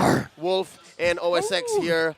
We're in the middle of a best of 5 and Echo draws first blood. Yep. I I hate to say it, but there wasn't very much put on the board by RSG in that game, despite having spicy picks like the double Petrify lineup and, of course, their calculated aggression that they tried to bring out. More on that in just a bit. Real quick, I'd like to remind everyone, there's more time to register your Smart and TNT SIM because the deadline has been extended to July 25th. Register now. And you can make sure that your SIM will never be dead because, again, a reminder, this is the final deadline. Keep your number and stay connected with Smart. Mag-SIM reg para hindi SIM dead. Register now on smart.ph/SIM REGTL. Hashtag Smart SIM Reg. Now, let's talk about it. What could RSG have done a little much better? A little much. I was better. expecting more surprise with Light being in the Atlas form again. And he waited like on the last day to use it. I was some sort of expecting like how he does it with the Lolita, with the Kufra, with the Franco. Yeah. So something's a bit of changing for RSG today. Yeah, I think that if you want to approach Echo, surely you won against them in day number 2 of the MPL playoffs. It should not be the same approach. And the fact that the Yuzhong was open, it doesn't mean that it's free for the taking. And also, what I wanted to say for RSG Slate is that they cannot be totally honest in here. They have to be more crafty. Surely, the Kadita, the Yuzhong, and of course, the Atlas, they were all spicy picks, right? But they gonna have to time it. They have to wait for a while. I double. Whoa, wait, what? Down and ditto. Wait, yeah. What's going on? Early ban? Okay. Wow, is this? Are they expecting Carl to use the Akai? Okay, there are two things that I see where they're coming from. First is this is the Fredrin counter. So if RSG eventually first picks the Fredrin, they wanna what? No way! They ban out the Fred. Wait, what? Okay, so no Joy. Great ban from Echo, by the way, because there definitely will be Franco or Kaja in this game. So, wow. I think you just ban out something like a Valentina here if you're RSG. Fair enough. Because if they let that go, they might prioritize their jungler pick or the EXP lane, and Echo might get it on their first 2 picks.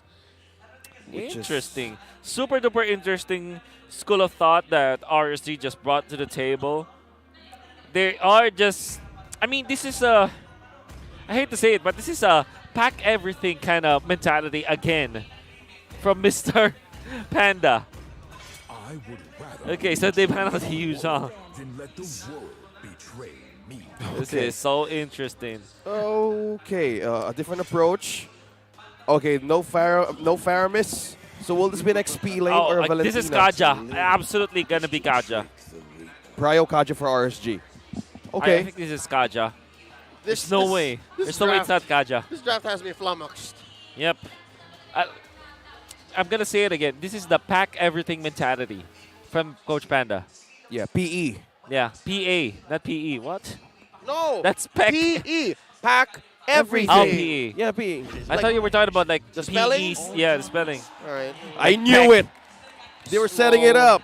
Small misunderstanding there, but there are no misunderstandings here. Yeah, they're not as honest as they were before because they're not sticking to the meta, but is this not a statement? It definitely 100% of a statement.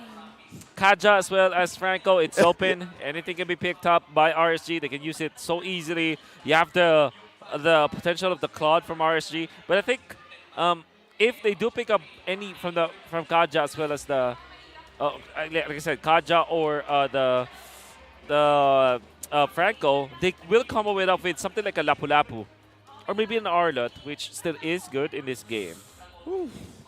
Arlot was totally snubbed last game, by the way. That's Yeah, right. not banned, not That even doesn't- chosen. Totally. Doesn't feel right. That's weird. We live in a different world now. The thing is, if you pick up the Arlot, if you're RSG, that gives a lot of merit for Echo to just pick up the Mincetar third pick. So it's Arlot Kaja. There you go. You know what's the answer? Mincetar. Oh, it's Franco. Yeah, of course. They can keep the Mincetar for later. Yeah, for sure. They can be, again, cheeky about it. The use of that word will always mean just slightly off kilter. Yeah, for sure. I think you ban the Beatrix or the carry or both. if you're RSG.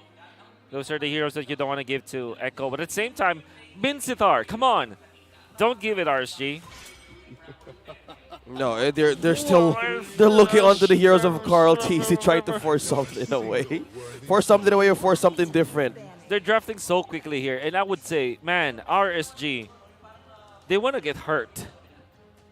Not banning the Martis instead of something like a Minsithar or Beatrix or Carry means that Echo will have a field day. There's the There you go. Minsithar, at least. There you go. There you go. So you go Carry or Beatrix. Or Carry. Ouch. Oh, what? You added 2 letters, Karina. Yeah. Oh, that's right. So is this Carl Dizzy's panic response? He was smiling earlier when Irad took it. Are there other heroes left besides the Karina? There's so many. Like, Baksha's there. Arguably, oh no Martis. Hayabusa is still there, by the way. Just, we know that Kautis can play that. But yeah, Karina is the best of both worlds. Can be played tanky, can be played like an assassin, which means RSG, you need damage. You cannot go Claude. I think you snag the Beatrix. Harith, once Stolen. again. Wow. I think you go Kagura. Or what else? Lunox, maybe? Is there room for a mid Harith in this metagame? No, I don't think so. Valentino, of course. All right, keep it closer to the chest. All right. It's been years since we last saw mid Harith. Very, very quick picks. Well, they still pick up the carry, so there's that. Still good. Not that confident about the composition of RSG. Of course, Eman, it's undoubted that he can play the Harith for sure. Of course. And if you think about it, there's plenty of lockdown from Echo. You have the Franco Flicker ulti. You have the glue for the lockdown as well. Both heroes can set up for a chain stun combo with the Kadira. So unlike the previous game where it's only the Yu Zhong to lock him down, that is combo dependent. I'm sure there's Atlas and Kadita, right? But in this case, you have a hard lockdown that cannot be countered by the passive of the Harith.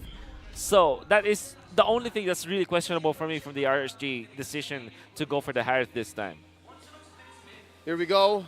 Another look at what RSG Slate and Echo are bringing into game number 2. A suppress on each side. Both actually want to skirmish quite a bit. That's an interesting early to mid game, I think. I don't know who has the advantage here.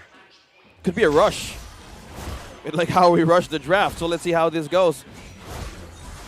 Okay, Karina or Carl TZ on the other hand. Light has a way of trying to delay the purple and just getting information. On the other hand, we have Yawi and Sanford just to get on the other side of camp, which is the purple as well. Oh, they thought Irad was there. Oh, they were messing with Irad's buff.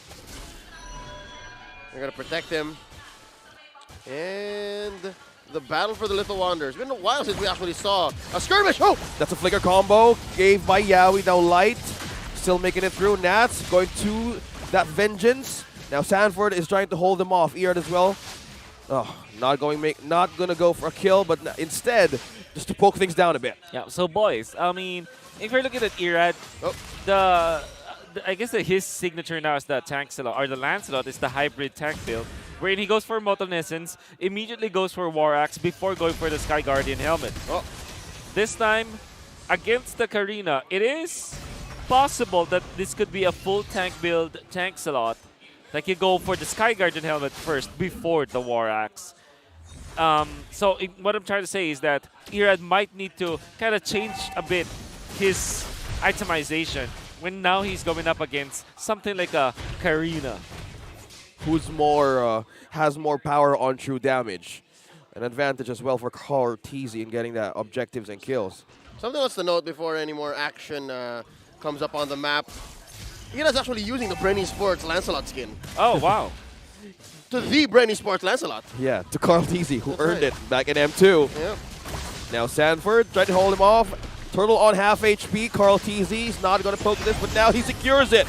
Retribution for Echo. Now Yawi onto the Iron Hook. And on the Bloody Hand. Sanju with a burst. Now Light is going to try to escape here with a knockup from... And Yawi and Cortese secures that one.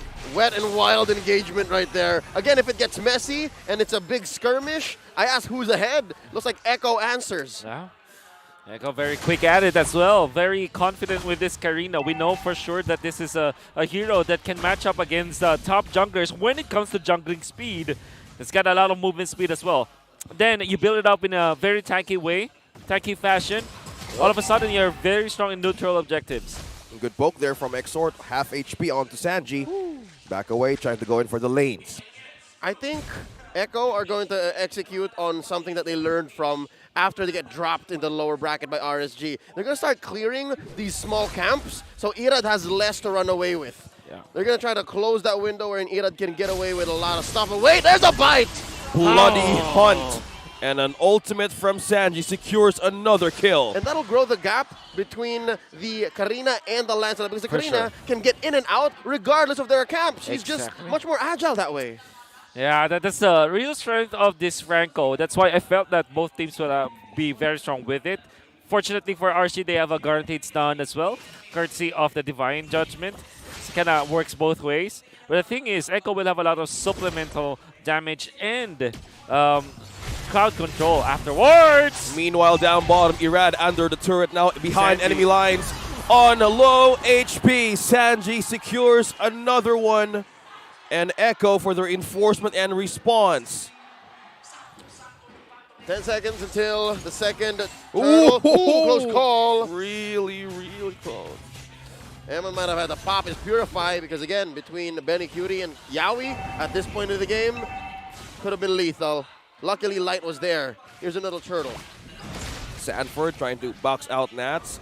Meanwhile, Yawi and Sanji looking on who's going to make or step in their border of control, but Carl Teasy, no sweat, secures this objective. Wow.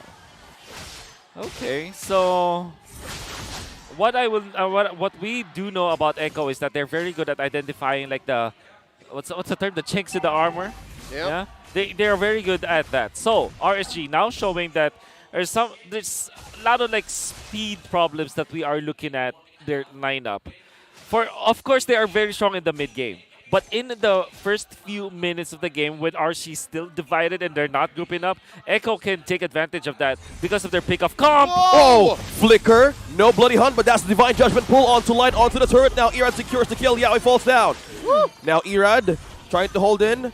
Synchro Fission trying to catch Sanji, but Yaoi missed that bite. Yep, and he spent his flicker to get in there, and it looks like Echo's looking for more. They're still out mad, though.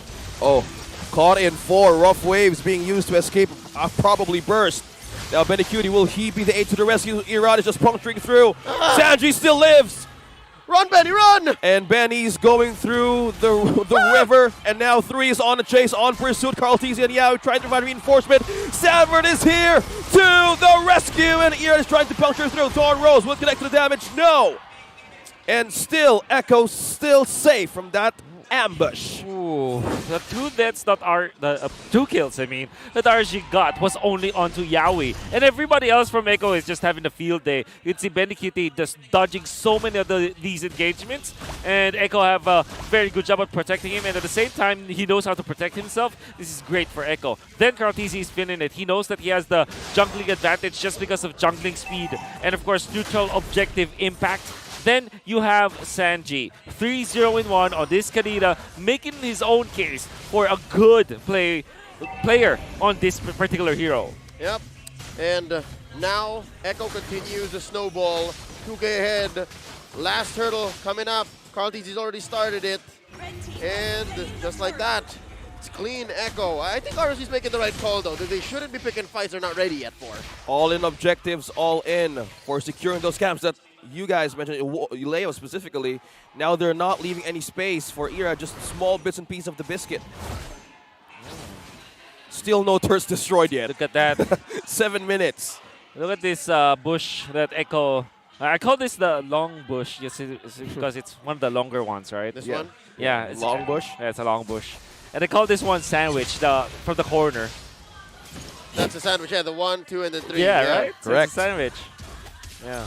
Perfect. From the long bush, Echo just revealed themselves in RSG. Irad, he uses almost the Thorn Rose to check on who's on the bush. Carl Teasy trying to escape some possible pull there from Light, but now they could be in trouble. Rough wave, Sanji just unleashed Splash, burst, island onto RSG. Light falls down.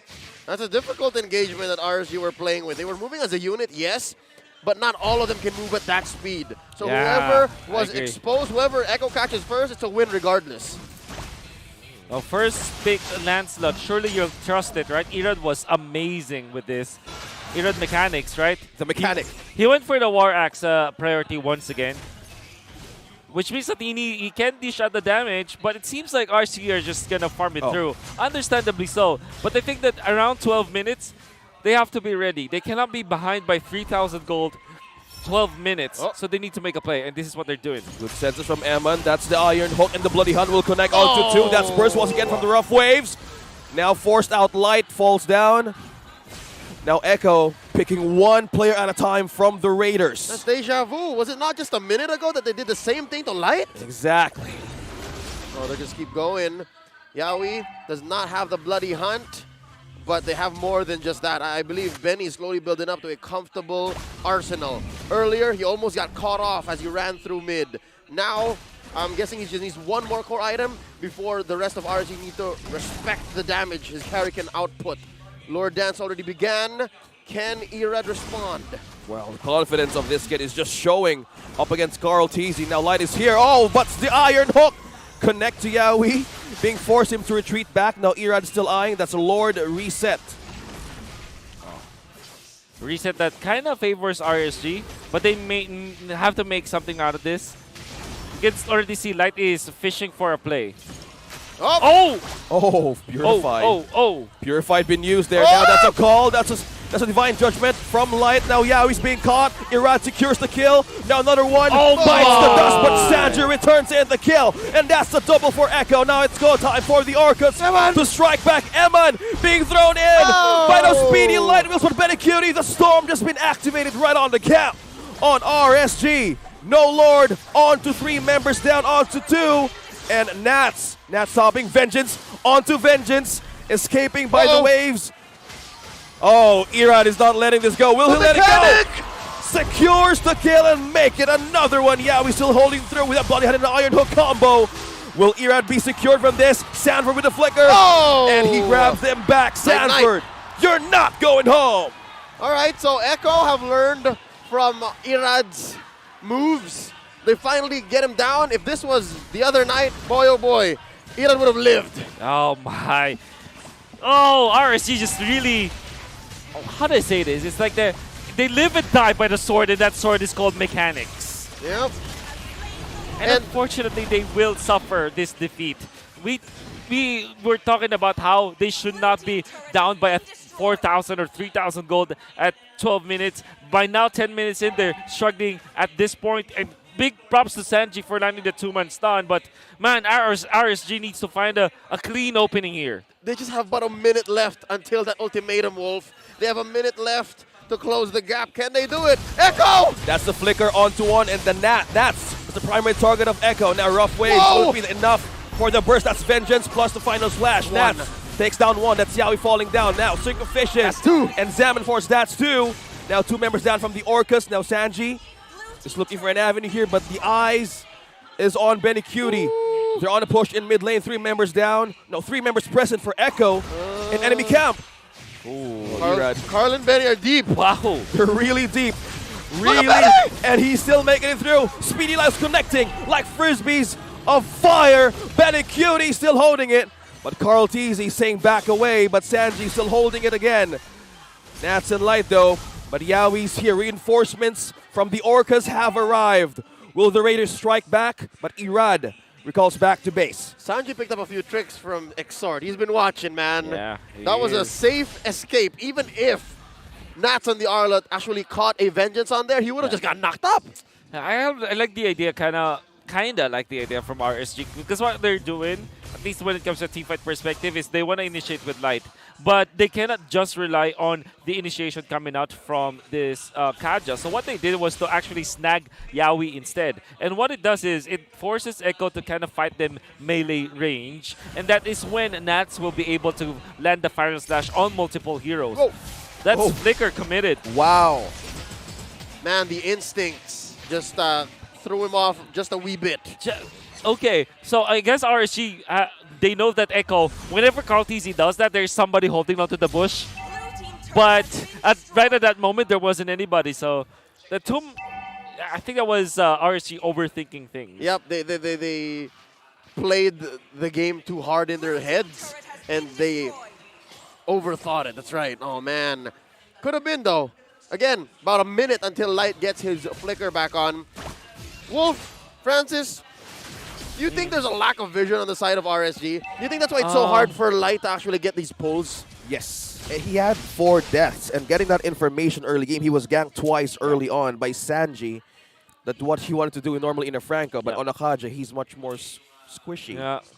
And the reason is because they went for the Lancelot with prioritizing the damage, right? So I think the lack of vision is more of them just not just playing differently from the other teams. Like, for example, they have this Lancelot. If this is a tank slot, you can be the one to be the first one in, and then Light goes in with the flicker. Yeah. Or even Nats. Like, they're actually saving Nats for a counter engage. But here's a fight! That's a flicker plus the combo. That's the pull onto Light. 2 roamers with a showdown. Now, who's going to make the perfect set? Now, Nats trying to go in for the mid lane, for the mid strike rather, but now Sanford trying to box out 4, 5 members. Saying not go near Carl TZ's food. That's the Lord. Now, Thorn Rose trying to poke and damage the Lord, but Sanji's here. Oh, just trying to get busy, splashing the waves. Boxing out 4 and 3 members of RSG. Irad, look at that. It's just Carl T's just standing. Okay, just do it. Oh, that's my skin, boy. Thorn Rose in my face. He's showing the posterior. Like, I don't even want to look at the Lord right now. Interesting that they actually poked Light even when Light already committed the ultimate. Oh, Yowie. My oh my, Irad. He's just so self-aware. At this point, he's not dragging his map. He knew that it could be a potential, so he was just looking at his own unit.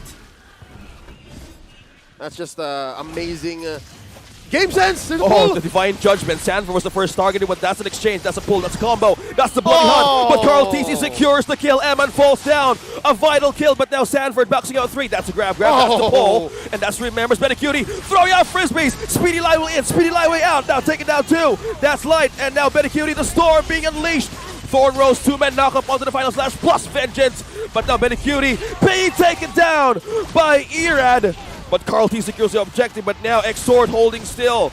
2 members on to their last 2 turns, but Carl Teasy making it a double. Nobody's going on safe. Will this Vengeance final just make it through? Amazing knockup, but 2 members on vital health. Can they survive? Nats! He's going! He wants more! Nats is not giving up!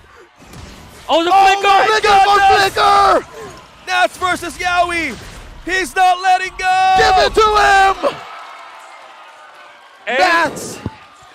A recall in between Nats 3-0-7 in his series versus Blacklist International. He was struggling badly, but this time against Echo, he's woken up. 3-0-7 with the tenacity means that he can be aggressive now with the damage output, with the tank ability that he has with the Radiant Armor, Dominance Eyes, and Thunder Belt. There's a lot of combinations that he can use, and this means that RSG can now rally behind their X-Laner. Oh, ladies and gentlemen, this is the Grand Finals MVP from Season 9 when he won that title for RSG. He is reintroducing himself to the MPL universe! Oh, with a flicker, trying to pull in Carl Teasy. Sanford onto the back lines, but Benecutie throwing light wheels again. Nats be the first start, but Carl Teasy dropping low. Carl Teasy dropping low, but Benecutie secures the kill. Irad takes down Carl Teasy now. On target, on Sanford. 4 members of Raiders still present. Knock up from the rough waves. Will it make the cut? Will it make the cut? The burst. Still not enough. Better trade for Echo, for RSG. I mean, they took out Cartesi in exchange for their Valentina. Fortunately, though, for Echo, the Lord is not going to be respawning up until a minute from now, but they cannot afford those kind of mistakes. Even when RSG is behind like this, they should be wary of the potential of that retribution from RSG. But unfortunately, Carl was sitting on 5 kills. Well, so that's quite a bit of bank. They made bank, for sure. So they shrank the gold lead, which I actually lost track of, folks. Yeah. But now it's down about 2.5K, which is where they were sitting at about the 10-minute, 9-minute mark. Well, is this the window that we're talking about now? But it's the ultra possible entry for the ultra late game. Yeah, is it better late than never? Is that what RSG is going off of? Yes, Because that's what I think the Raiders are thinking. Since game number 1, yeah, from the Atlas, being all honest to goodness. Yeah. Yeah. Ooh, was that Blood Wings picked up by Eman? Eman, yeah. Yes. He knows that he's the target. He needs the protection. Yeah, it's very tanky now. Feather of Heaven to go with the Calamity Reaper. So you have the damage already. CC resistance with your passive, and of course, the Blood Wings. Knows that he needs to tank up. And I think that they might have just weathered the storm. I think this is even when they're behind by 3K, I think this is a much doable match for RSG. And this is just because of Nats just popping off. Yep, that one moment. That one moment was all that RSG needed to actually present the threat of a comeback. Yeah. So from going off of about a dozen of steps, now maybe just 2 or 3 steps, but with this Luminous Lord, rather an evolved Lord, Echo just grows it. Yeah, no, we were just talking about like, whoa. Wow. And also, no turrets destroyed from Echo. Look at that bottom turret. Yeah, bottom turret, just a little bit, right? Just held together by glue. Exactly. I'm actually surprised that there wasn't some part of contention, and Echo, big props to them for identifying that certain window wherein they have the carry, which is a very, very quick way to take out the Lord. Now it's on the base. There's a siege. Siege coming in. Echo. What is the plan? What is the pull? 2 roamers might set up the fight here. Who's it going to be? Sanford being in front. Lord will be melted down by RSG. But on the other hand, bottom lane turret has been destroyed. 1 turret left for RSG's base. What a defense by RSG Slate. No one going down. All the waves clearly managed. I mean, inhibitors do get cracked, but this throws back to yesterday in their upper bracket bout. Remember Kufra on light? That defense almost solo, actually literally solo, against an inevitable finish. So I think RSG holding on.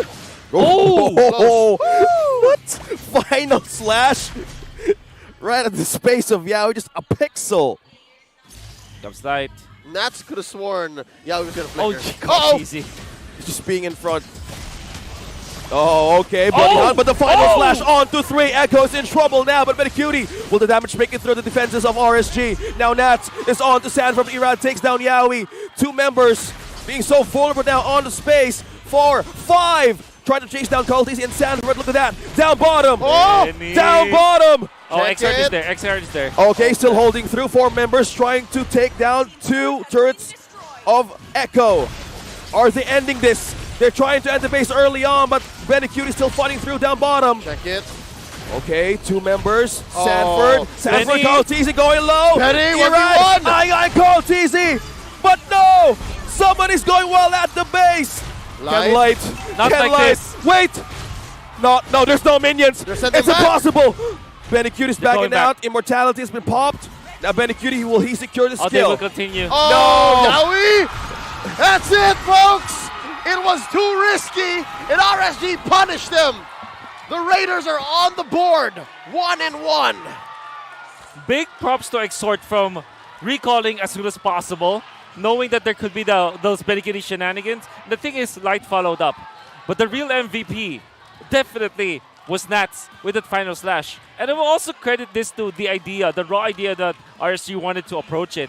Light, although it is a good and a guaranteed stun and a confirmed kill, what they did is just to treat it like smokes and mirrors. It's just a distraction. The real team fighting tool is the final slash. So you go in first with the flicker play coming out from Light, but it was all to invite our Echo to go on to that Kaja. Whenever that's possible, you'll land the final slash. And boy, oh boy, he did what, 4-man final slash or a 3-man final slash? Yeah, that was 3. Talk about the final slash. Did he not just flub it right before? And it just came off cooldown at the right time. Exactly. Yeah, he used it up against Yaoi, right? Yeah, and then that's when he thought Yaoi was going to flicker in. But, man, that's just picture perfect. That's serendipity. Yeah. And Beniccutie was the only one to give damage from the back line. Yep, and they spaced out Benny because, again, without any peel, by compromising Yaoi and Carl Sanji. And Sanji couldn't even respond. No, it was very quick. That just gave the signal to Ben, like, yo, this is not my fight.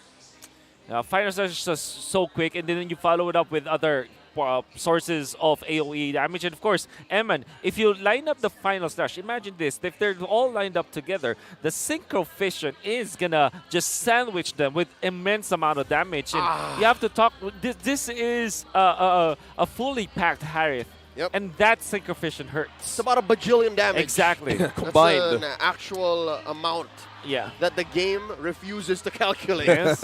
And that's what led to this victory, a comeback victory from our MSC champions. For now, let's go ahead and throw it over to our analyst, Raymond Santa Cruz. He'll be talking about how RSG came back here in game number 2. Yeah.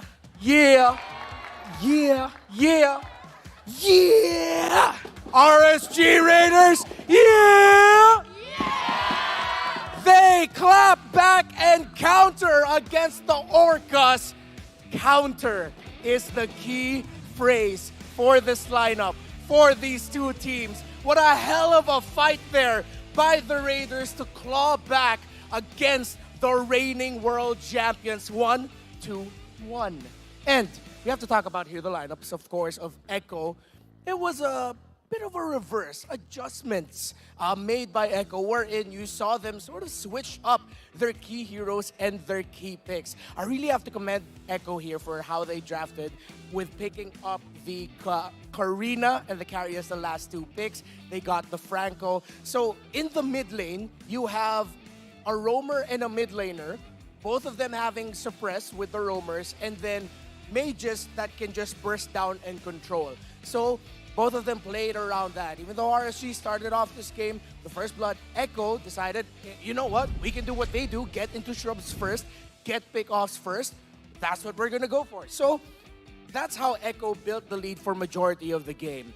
They were brave, and they just kept going, looking around for pickoffs that they can go for. They have a Karina with an ultimate that can be refreshed, high for damage, and just take down. And because even though they will slightly struggle in the laning phase, katulad nga ng sinabi ni Midnight, the Harith over the carry, Echo did the right calls to make sure Benny Cutie would be able to farm up comfortably. And even in some scenarios, kung saan nakita natin yung RSG Slate Philippines, gusto nila mag-gank into the gold lane, Echo responded really well. So early on, RSG were a little bit overzealous in terms of wanting to get their picks, but of course, they needed to be like that. They have the lineup for it, but ito yung mga signature things you have to look out for when you're up against a Karina and a Kadita is ang lakas nila mag-counter-engage. And Echo counter-engaged, Echo initiated, they took control for most of the game.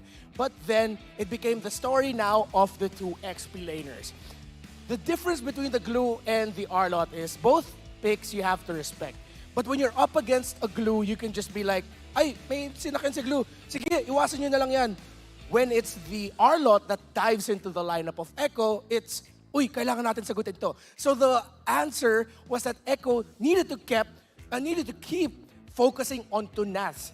Every time na magdadive siya, every time na magdadamage siya, kailangan nila sagutin si Nats. Pag magdadive naman si Sanford as the Glue, even though gusto niya, ginagawa niyang kailangan gawin na sa Glue, mag-disrupt ng team fight, the impact of the Arlot was just higher than the impact of the Glue because RSG can just avoid the Glue. Echo needs to answer Nats and his Arlot.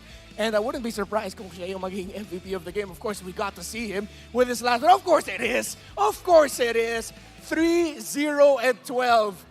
Arlot, Nas Entertainment, Nasty as we call him on the English broadcast. Ang lupit ng pinakita niya dito. Parang umabot sa point na na-realize ni Nats, na-realize ng RSG, pre, parang wala silang sagot sa akin Okay, so sabayan natin yung dive natin, Irad. Arlot and the Lancelot together diving the backline, diving Benny Cutie, even though you saw how Echo would try to create space for him because Echo was in the lead, sila yung nag-i-initiate. They will use their petrifies, they use the combos on the Kadita, they blow their ultimates. But if Echo don't get the start they want, don't get the kills that they want in the team fight, RSG, they adjusted their play style. They said, guys, mag-conserve muna tayo ng mga key abilities natin, mga ultimates natin. Pag nakita na natin wala ng abilities, mga Kadita, nagamit na ng Karina yung ultimate niya, at meron tayong vision kay Benny Cutie, that is when we go in and dive. And that's how RSG turned this game around. Again, keyword natin para sa laban na to, counter. Initiation, counter. And both lineups have picks that can achieve that. It's just that because Echo built up their lead, they played with a lot of confidence. Of course, they'll initiate in those scenarios. RSG countered them. By the way, that double kill there by Sanji in the first Lord of the game was one of the reasons as to why Echo were able to get that first Lord. Even though RSG, nakita natin nag-counter na sila, they decided to go forward. Yaoi was on fire with the hooks and with the ultimate catches and the responses. And in the scenarios wherein Echo survived the team fight long enough, nakita din naman natin na gaano kakagulo si Sanford against RSG. But this was the turnaround here. The mistaken dive up top into the lane of Nas. Kung nakuha yun ng Echo, that would have been a much bigger lead. But kudos to RSG's lane and Nas on that R-lot for surviving long enough para makarespond yung RSG. Yes, we saw Echo eventually get more kills. Yes, we saw Echo push out into the map and then get the lead eventually. But RSG found a turnaround at natapos yung laban with a base race. Light saving the game for RSG, stopping the minion waves just in time. Nasa labas ng range ng base, ng turret, ng base mismo. Yung mga minions na kailangan ni Benny Cutie para matapos yung laban niya. And as you see here, Light with the save, no more minions. And in the end, RSG just said, ay wala pala yung marksman nila. Sige, pwes na lang tayo at tapusin na natin yung laban.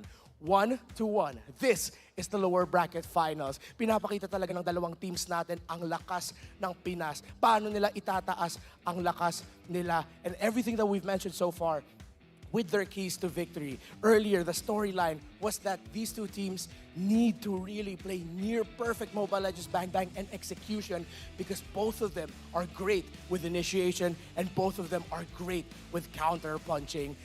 We might be on the way to another 5-game series, but we still have a lot more to watch out for. And I think our friends Mara and Odin are with some very special friends of ours.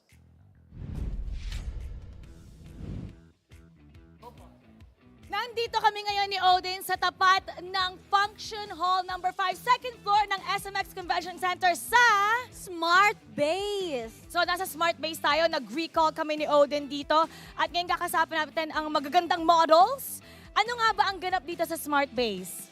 Hi, so here in Smart Base po, we're giving out freebies and 50 diamonds. Uy, I like freebies. But first, ina-ask po muna namin sila if they are, of course, a Smart subscribers, if they're using Smart or Talk and Text SIM card. And then, of course, after that, i-invite po namin sila for the registration sa aming Giga Arena. So what's in Giga Arena? In Giga Arena, we have arcade games such as classic games, Bato Topic and Pop Up the Balloon. And they can get also free diamond, 50 diamonds, which is here. Ang mapakadali lang po na, kailangan lang po nila kasi i-download i-register ang kanilang number sa Giga Arena. And then, they can choose a promo with Power All 99. Just top up the 100 pesos for Power All 99. They can get 2 free tickets for Giga Arena. And then, this is the price. Aside from that, ayun po, meron po tayong tournament. So, which is hindi na po natin siya maano kasi ongoing na siya. Yan po. Ay, di ba may nagkaroon kayo ng meet and greet? Yun po, we have meet and greet po. For those lucky players who participate our grand raffle po. Here in Smart Omega po, nagbibigay din po kasi kami ng premium items po for those winner sa grand raffle po. I love premium items. Ano yung mga premium items nyo? Yung premium items po namin is such as yung lace po or yung jersey or yung jackets din po natin. Uy, jersey! Yes. Jacket na nanalo? Ng Smart Omega. Tapos pwede rin mag-meet and greet kung sila sa ang ating nanalo. pro player po, yes po. Pwede nyong ma-meet ang Barangay Omega. Paano ulit makukuha yung 50 diamonds? Sa 50 diamonds po, only, ang kailangan nyo po gawin is mag-load po kayo ng 100 pesos sa number nyo and then register to Power All 99 to have 2 free Giga tickets. And then, yun, you can play na po siya sa, ano po, sa our platform po. Tapos may nakita kami dito. Yes, Punta we have tayo. booth po para May sa booth. mga nag-participate din po. May Here po. booth para sa mga nag-participate. Ay, may nakita din ako dito. Kasi, Cosplayer. Sino to? Freya. Si Freya. Wow. Freya, patingin nga ng pinaka-Freya pose mo. Wow. Ayun, dito, anong gagawin dito? Freya, punta muna kami dito, Freya. Huwag mo akong tusukin. Anong ganap dito? Ayan, so here po sa side ng photo booth natin, so makikita nyo we have here a cosplayer, si Freya. So ang gagawin lang po nila, since they register na po sila with the Giga Arena, they are entitled to have a free photo printed na Polaroid copy. Free so photo that's for printed. free. Yeah, that's part of our premium items. For free? Yeah, that's for free. Can we get somebody from the MPL community, from the battle trips right here? Community leader. Hello. Okay. Hello po. Siyempre may Odin, di ba? May special treatment ang ating mga community leader. What's your name? Hello po, I'm Harvard Dave V. Barrido from West Visayas State University Student Leader. Student leader. Visayas pa. Visayas. May kilala tayo taga Iloilo. Meron, syempre. Sino yon? Si Santi. Kilala mo ba si Santi? Yes po, siya po yung senior ko. Same course po kami, Tourism Management. Same course? Nag-meet na ba kayo kanina? Yes po. Okay, alam mo ba, pinag-uusapan natin ngayon, Smart Giga Arena. Sikat ba yon sa Iloilo? Ay, super po. Everybody knows about the Smart Smart Giga Arena? Smart Giga Arena po. Ano nga ba yung Smart Giga Arena? Pwede ba, can you tell us a little bit more about it? Everyone can join po. You can invite your friends, even your mga cousins, and yung families nyo po na maglaro ng Mobile Legends and mag-register doon sa Smart Giga Arena. Okay, punta na kayo dito. Alam mo, Odin, yung Smart Giga Arena nagiging more popular na ngayon. Pero wait, habang inaano natin, mag-picture muna tayo kasi Kasi picture dinayo muna mo pa tayo. kami. Oo. Picture naman kami. Picture tayo para makita natin yung printed Polaroid. Okay, can we take a photo? And everybody who registers can get this. Dito sa second floor ng SMX Convention Center. Post muna tayo.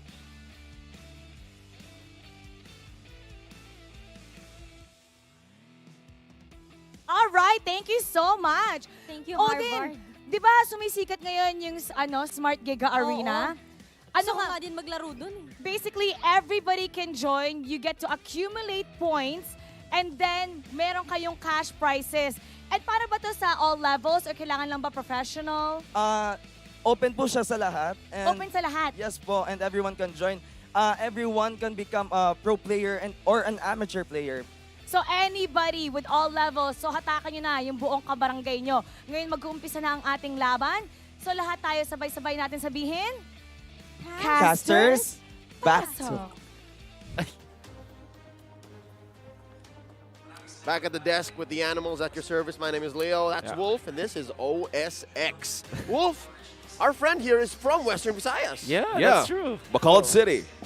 No, you're not. I think you're Is it from... Bacolod? Yeah. It's not. I think you're from Tacloban, right?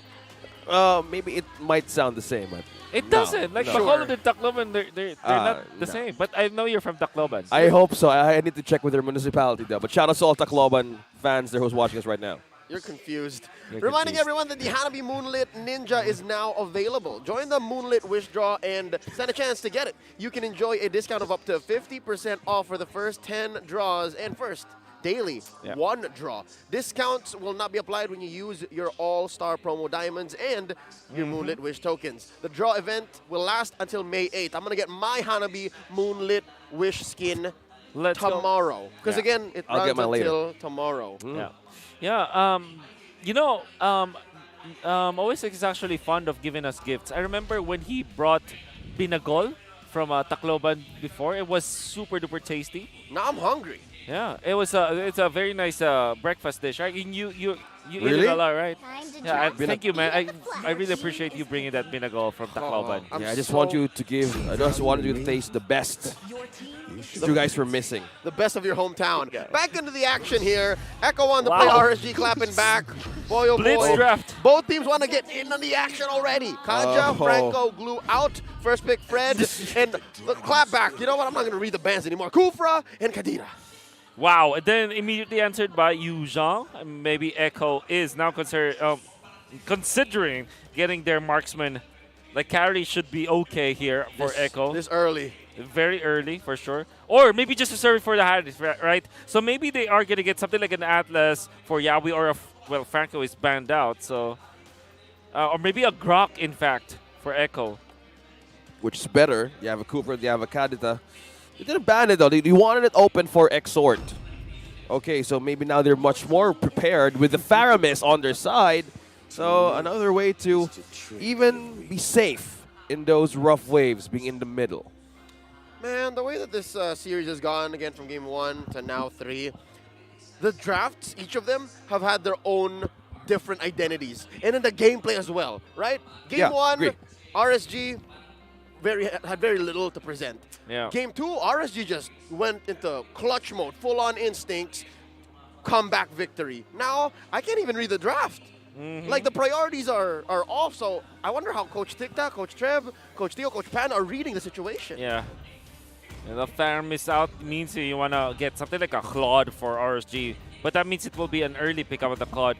Honestly, Lapu Lapu looks okay for RSG. Either of those two heroes. But instead they go Melissa. Same vein as with the Claude. You deal AoE damage anyways and you have like shred damage to kind of whittle through that Faramis ultimate. Surely this Melissa can at least last through the combo of the Yuzhong as well. So there's that. I think RSG, you after that heat check from game number 1, you might want to consider banning out something like a Harith as well. But Atlas and Grok may be also the choices for RSG. I like the priority on the Atlas ban because at this point, Echo's possibly best choice here is to overload the go away because right now, that's a great defense for the go away, right? The Faramis has to really get in there to actually burst down the Melissa. Other than that, Echo just has to hope that they find Eman out off guard. Like that's the only way you can get that Melissa. Man, this Blitz draft, to me, we can't even think. But yeah, we did confirm that that's the Harith going to be banned out by RSG. There it is. Maybe I think Lapu Lapu still is good for RSG along the way. Then just last pick your Erod hero for good measure. Like Akai is still available. You see the Mart is also available. Overall, Grok should be the pick for Echo, but at least for RSG, Lapu Lapu still is a good hero in the X-Plane. Also, the Arlet. That is true. And that it wasn't is true. Wasn't banned. Wasn't even prioritized by Echo. Well, that's the Yuzong. But for Nats, will he take it now though? Yeah, surely. And there's the Akai that we're talking about. Y'all called it. Yep. Man, again, for those who are just catching up, right? Just a couple nights ago, Irad said he's a better Lancelot than Carl Teasy, right? Yeah. I think I'm paraphrasing. But what about in the realm of utility junglers? Who's got it? We'll see. I don't know the answer to that. So finally, we are going to see like a Fredrin v Akai. So that's a utility jungler showdown. And we'll find our answer later on. I think Echo, you see this Akai picked up. I think the Grok still is a good pick. Maybe you consider something like a Valentina. And there's the Claude. Oh, perfect and combo. Eve. Oh. Faromis? Yeah, it's a Faromis. On Yawi? Oh. Yeah. When was the last time we saw this? I can't even remember, man.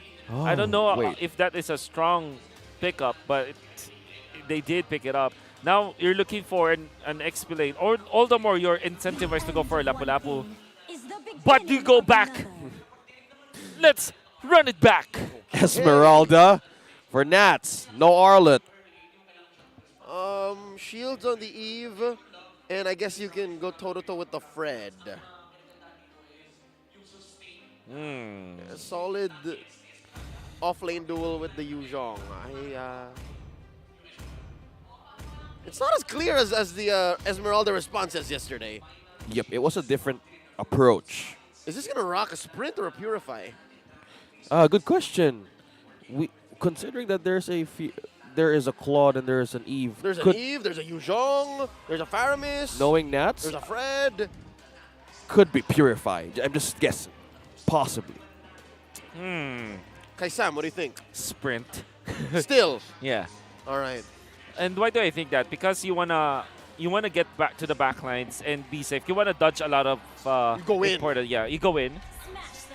And we'll see. But yeah, I do feel that there's a lot of like incentive if you Well, you went for Purify. You guys are right. Okay. Okay. You guys are smarter than me. Hey, that's not the case, man. We were just presenting an alternative, and Nats was thinking the same. Yeah. This is a very rare occurrence, folks. We are very rarely more correct than Wolf. He has a stats that he climbs up every game. So. The surprises this weekend, man, they just keep coming. Yeah. What's the prediction percent now? Well, going back on the game, Erad is being disturbed by Yawi. I believe that Yawi on this hero requires like more buttons to press. Yeah, that too. The Pharym is Yawi. This is a different adjustment. Man, I woke up today, I didn't expect to see Yawi play a Pharamis. And he's rocking Pull Yourself Together, so he's going to play the way a lot of Roam Pharamis do. Yeah. It's you spam your ultimates, right?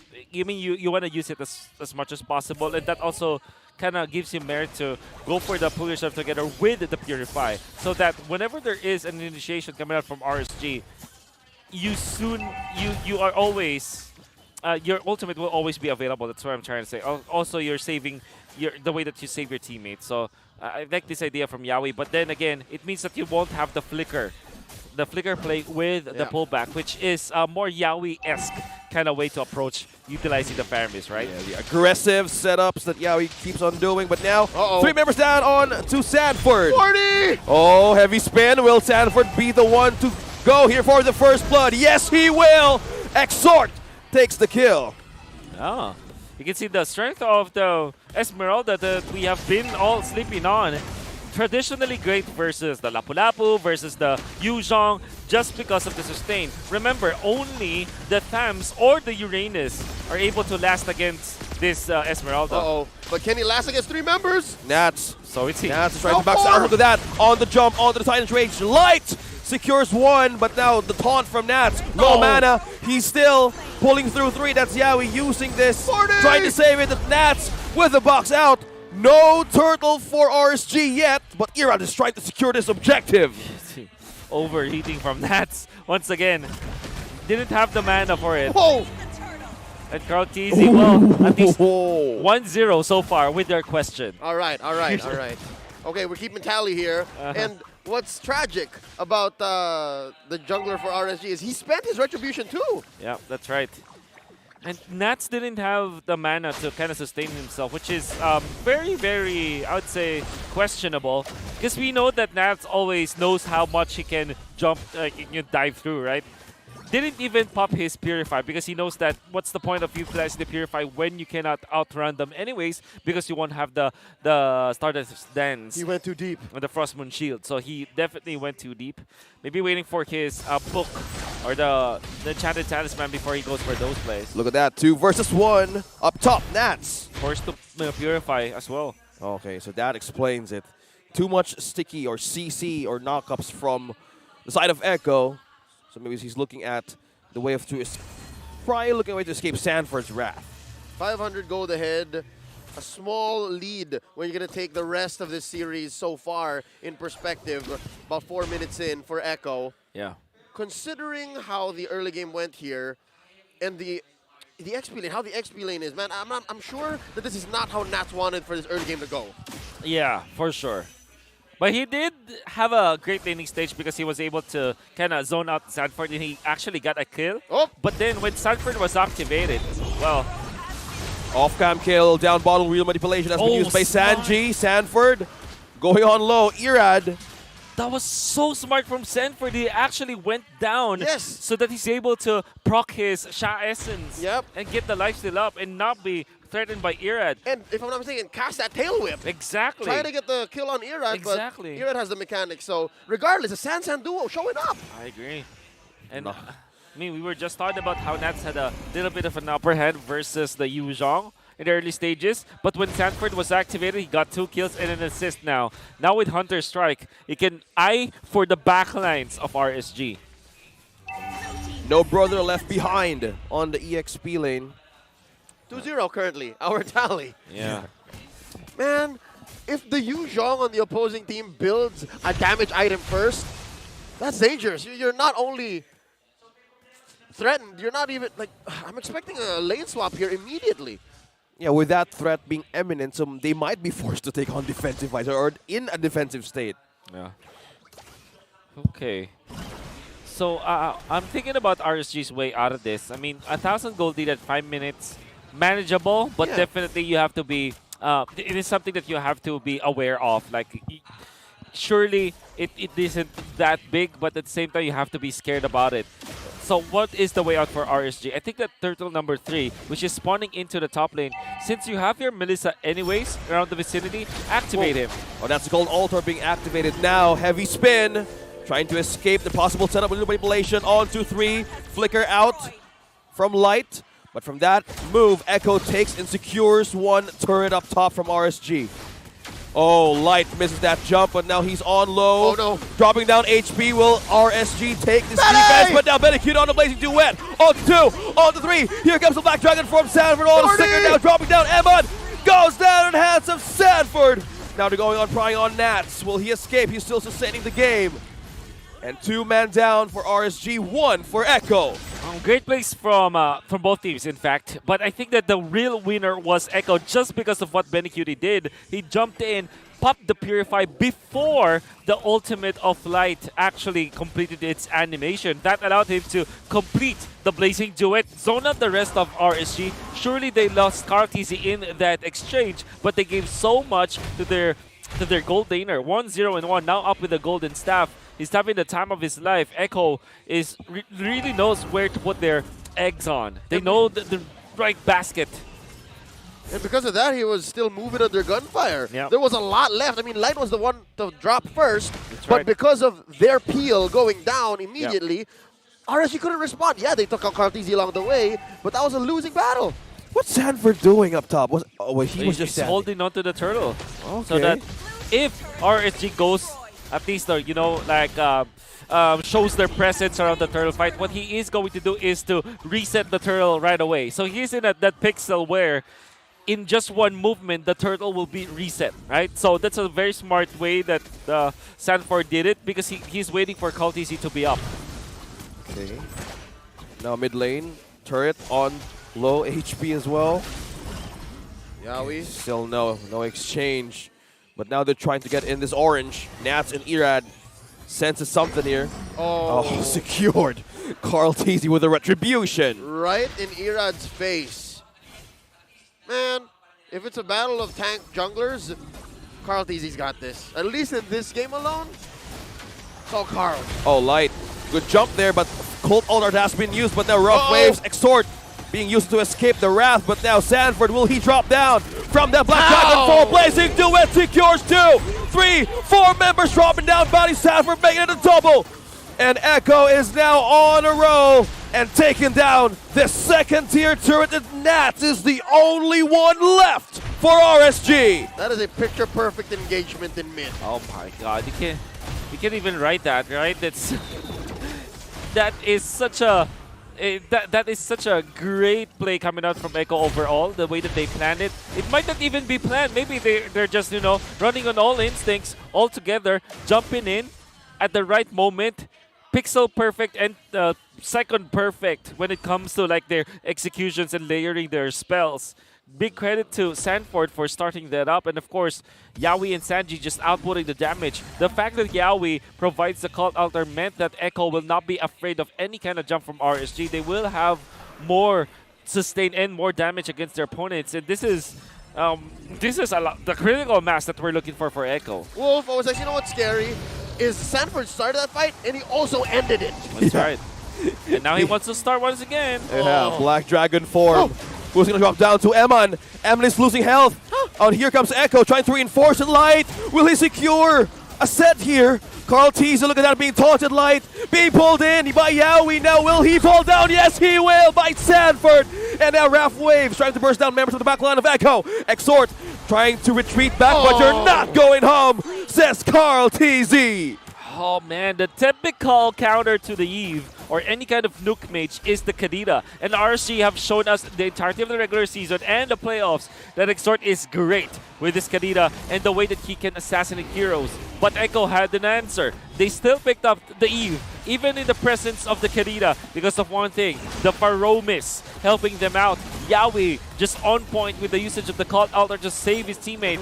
And that exposes Exhort that gave them presence around the Lord once again. And this means that Echo is going to be inflating their lead over RSG. Yep, it's a clean take on the first Lord of this game. 7K ahead, 10 minutes, 30 seconds in. Interesting to say that because, yeah, the Foromus not only saved Sanji's Eve, but also it denied that amazing angle that Exort found. Mechanically, yes, pound for pound, Exort is possibly the best Kadena in the world. Yes. But he found that angle. That's an impossible angle almost to find when you're losing, right? Yeah. And he still didn't get the kill. Faro Mizyawi is not so bad. Not so bad at all. I like it. I'm here for it. Okay. And the thing, it's not even Flicker. It's Purify. It's Purify, but he... Purify. Well, that's the idea, right? He's not... maybe he's thinking, oh, I don't need my Purify at all. Surely it's great, but man, if he had the Flicker, it would have even more impact. Just because of the fact that RC is not finding an opening. Oh, Irad. He's now forced back to get his HP back. Exort. That. Rough waves. Will he make it through the burst to defender base? Now the base of RSG dropping down their defenses. Cutie blazing to it. And they make out the defense down from RSG. And Echo secures the win. And they're on match point. The Orcas are just one game away. One game away from their second international tournament this year. Yeah.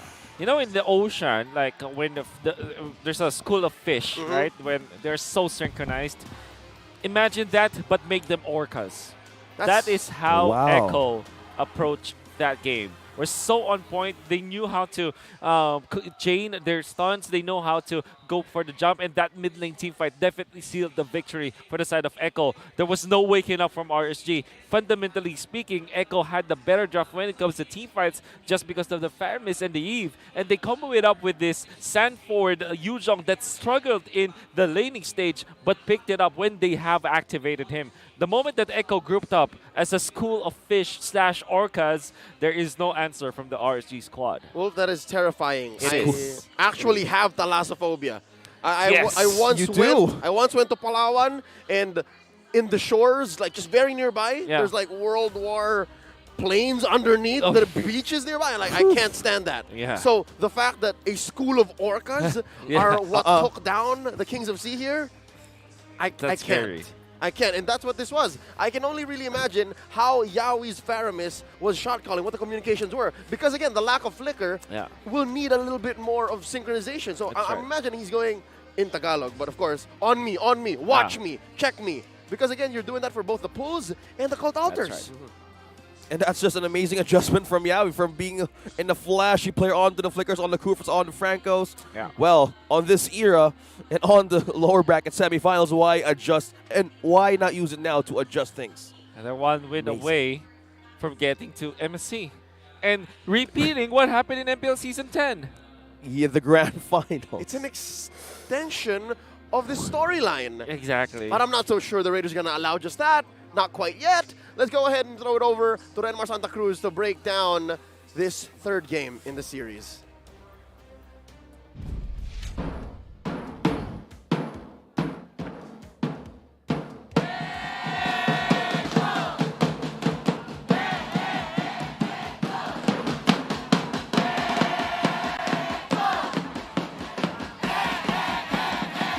Takes game number 3. It is now 2-1 match point for the Orcas, and it is a tale again of two team fights. Two play styles, one for pick-off burst, but they can extend it if the Melissa stays alive, and the lineup that is built for longer team fights based off of two heroes. Of course, we know the Claude, Benny Cutie, but the Yu Zhong, late entries from the Black Dragon form, at saka yung real-world manipulation. Compare two ultimates, two mages, a Kadita, who of course we know combo, knock-up, burst, good, will have to basic attack. Kadita doesn't have great basic attacks until the abilities are back. Meanwhile, the Eve, because of her quick cooldown with her first skill, that little burst that she can dish out, na pag meron na siyang mga items ay ang sakit, doon natin nakikita yung difference ng dalawang teams. The Faramis pick up as well for Yawi as the roamer against a lineup with great pick-off burst was really great. A fantastic move, draft move there by Echo. And Echo just ended up playing to their strengths. Now, one of the key things that Yawi did here in the early game is to make sure that the tendency of Melissa's sending back their opponent in the first or second minion wave first is stopped. Ginawa ni Yawi is tinulungan niya si Benny Cutie muna doon sa gold lane, and in turn, because Echo also understands that Light will want to help Eman build that early lead. It's a very small factor with bigger consequence. In a way, yung ginawa dito ng Echo is binilisan na unti yung farm up ni Benny Cutie because nirespeto talaga nila yung pick ni Eman on the Melissa, who, by the way, going into the playoffs rather, undefeated yung Melissa ni Eman. Sobrang comfort to ng RSG, hence why they picked it up in the third pick. But Echo responded really well, and they drafted a lineup that puts a lot of pressure into two factors. Number one, kailangan talaga tamaan ng RSG yung mga combos nila, that pick-off burst that they would want to get. And at the same time, have a lineup that will continue to put the pressure onto the Melissa even in an extended team fight because you have a late entry from the Yuzhong. Nakita na natin because of the kills that Sanford was getting. Ang sakit na ng combo niya.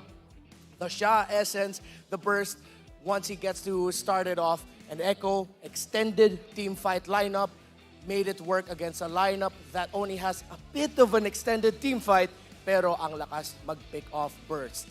The Esmeralda here of Nats Midnight, and I'm sure Wolf also did it on the English stream, pointed it out. 2 early deaths at around 4 minutes and 30 seconds para sa Esmeralda ng RSG Slate PH means it will take some time until the Esmeralda hurts. And of course, we talked about it, the X factor of the draft. One of the X factors was Sanford's Yuzhong, 6, 1, and 3.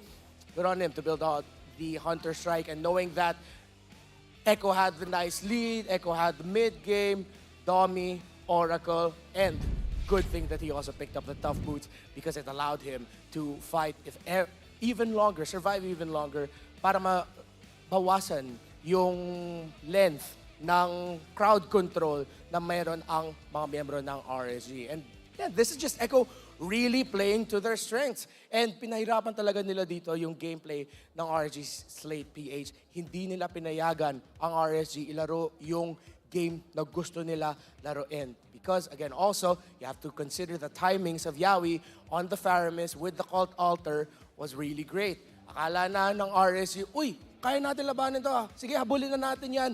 Suddenly, out of nowhere, a Cult Altar will come in from Yawi. And even when RSG Slate would get a pick-off burst, Yawi would be very clutch with the Cult Altar as well para makalaban pa yung Echo. You saw there multiple times how RSG wanted to continue the fight, but because of plays such as this from Sanford, diving under tower, late entry, that is what you expect kung kalaban nyo yung Yuzhong, and hence why mid-season, week 4, day number 3, RSG Slate said, I think isa sa mga keys natin na kailangan natin gawin pagkalaban natin ang Echo ay tanggalin yung Yuzhong against Echo.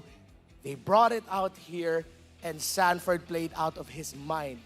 Parang na-remind yung RSG Slate PH kung bakit nga nila pinaban yung Yuzhong, and just Echo drafting really well around their lineup. Parang going into this match, going into this game, alam na nila yung mga tendencies ng RSG. What they need to do para ganahin yung gameplay nila, and they did that perfectly with this draft. We are now at match point, and I'm sure the entire world is watching at the edge of their seats. Who will it be? Who will see the world? Who will be the second grand finalist? Will it be Echo or RSG? But we're going to have to wait just a bit longer because we're going to go on a very quick break. The MPL Philippines Season 11 Playoffs Lower Bracket Finals. We'll be right back.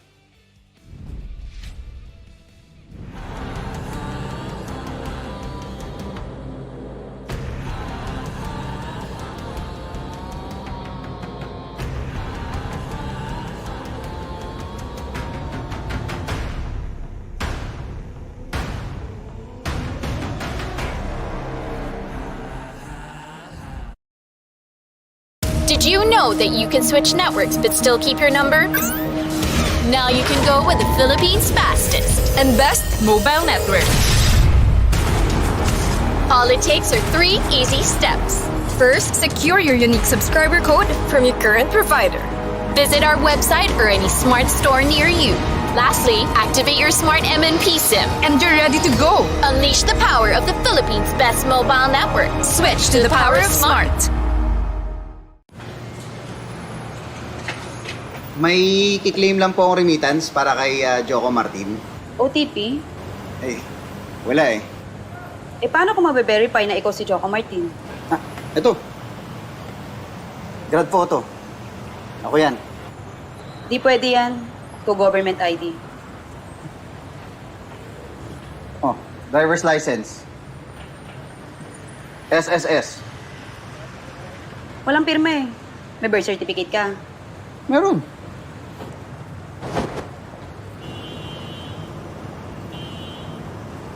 Sige, pa-xerox mo muna. 2 copies.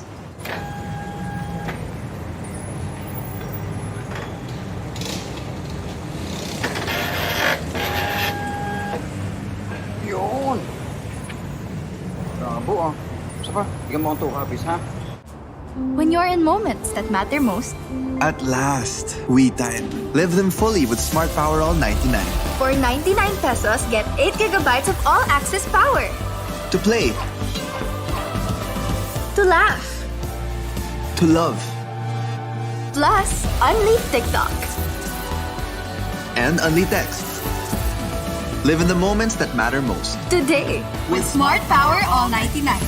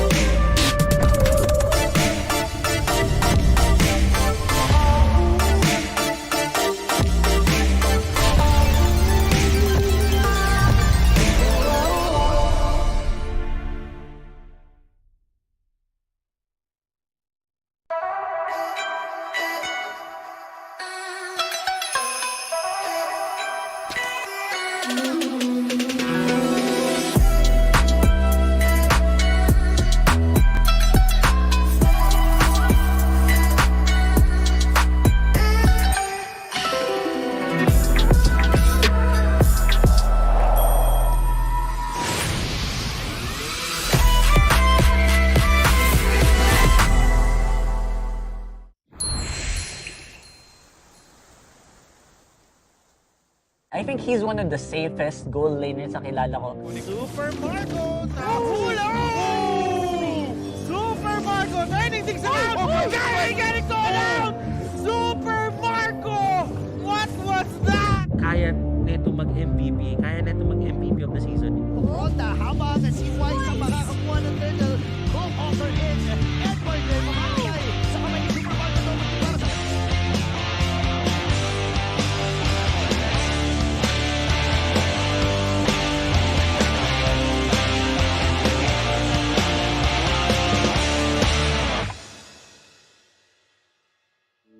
Nung nalaman ng magulang ko naglalaro ko ng Mobile Legends, ayan, nagagalit kasi nung time na yun, porsigido pa talaga ako mag-aral. Tapos tuwing nagpupuyat ako, kahit in-game ako, kinukuha nila cellphone ko para matulog ng maaga.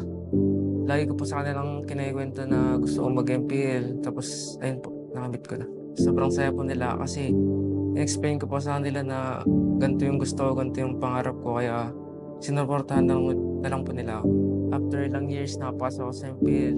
Ang nag-scout sa akin para makapasok sa MPL, ayan, si Coach Daki. Sinabi niya sa akin na lagi niya akong pinapanood sa mga tournaments like UC Legends. Yung unang nakilala ko si Super Marco, ano siya, nakakukulangan kami dun sa type na na di siya nagsasalita. Parang ano lang siya, loner sa gilid na naglalaro lang ng ML, ganun. Wala namang problema sa akin sa amin. Nag-a-adjust naman kami sa mga teammates namin, sa ugali nila, sa playstyle nila. So, sobrang napapahanga niya ako kasi nabubuhat niya kami kapag pag binibigyan namin siya ng space, parang sobrang laki na nakukuha niyang gold, tapos kaya niyang i-translate sa damage niya late game, gano'n. Nabubuhat niya talaga kami. Maingat siya sa lane, constant farming, tsaka nakikita niya yung advantage niya sa kalaban. I think Super Marco ay isang disiplinadong gold laner para sa Bren Esports. Tingin ko very calculated siyang gumalaw. Given na rin yung micromechanics, pero pansin ko disiplinado talaga. Bago pa siya maging meta is siya nang gumagamit noon and he wins a lot with it. He's laser focused because he's very quiet and he really does the job for the team when needed. He was ahead of his time. Gumagamit siya ng mga heroes like Carry, gumagamit siya ng heroes na hindi mo talaga maiisip na gagamitin ng isang player nung Season 10. Pero looking at M4 World Championship, yung mga ginamit niyang heroes noong mga panahon na yon, nung Season 10, ginamit bigla.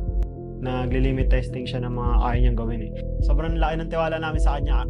Kaya kahit apat kami na tagabigay lang ng space para sa kanya, yung tipong late game wala na kaming damage, pero mabigyan lang namin siya ng space, parang sobrang ganda na para sa amin. Ganun kalaki yung tiwala namin sa kanya. Yung pinakamahirap sa pagiging gold laner, ayan, expect mo lagi may kalaban sa'yo. Tapos malaki expectation sa'yo ng kampi mo kasi marksman ka, kailangan mo mag-deal ng damage, kailangan mo magbuhat. Para sa akin yung nadadala ni Super Marco na wala sa ibang gold laners, yung pagiging consistent niya sa laro. Tapos yung kahit sobrang lugi na namin, kayang-kaya niya pa rin gumawa ng paraan late game para may bawi kami. I really think that most of the runs na ginawa ng Bren Esports nung Season 10 ay nag-rely talaga doon sa carrying potential na meron si Super Marco on the gold lane. At nakikita naman natin na once nabigyan mo siya ng onting oras para makapag-farm siya, definitely kaya niyang mag-produce or mag-give out ng damage doon sa kalaban. But when you really want to carry and you really want to be involved with the team. So parang yun yung gusto ko talaga makita dito kay Super Marco, kung paano niya babaguhin yung pacing niya this time around ng Season 11, na parang dati kailangan pa niya umabot ng late game, ngayon meron bang impact ng early to mid? Ang gusto ko lang makita kay Super Marco this coming playoffs, maging siya, playoffs MVP, tsaka may labas niya yung full potential niya against dun sa mga team na makakatapat namin. Ang gusto ko makita sa Super Marco sa dadating na playoffs is maging mas consistent ka sa buong playoffs run natin. Huwag ka mawala ng pag-asa pag nalugi kami early, tapos huwag ka rin kakabahan. Super Marco, huwag kang kabahan sa playoffs, tsaka kukunin natin yung championship sa MPL Season 11. Lalo ko pang gagalingan, lalo ko pang bibilisan mag-farm, at malalaman nyo kung bakit may super sa Super Marco.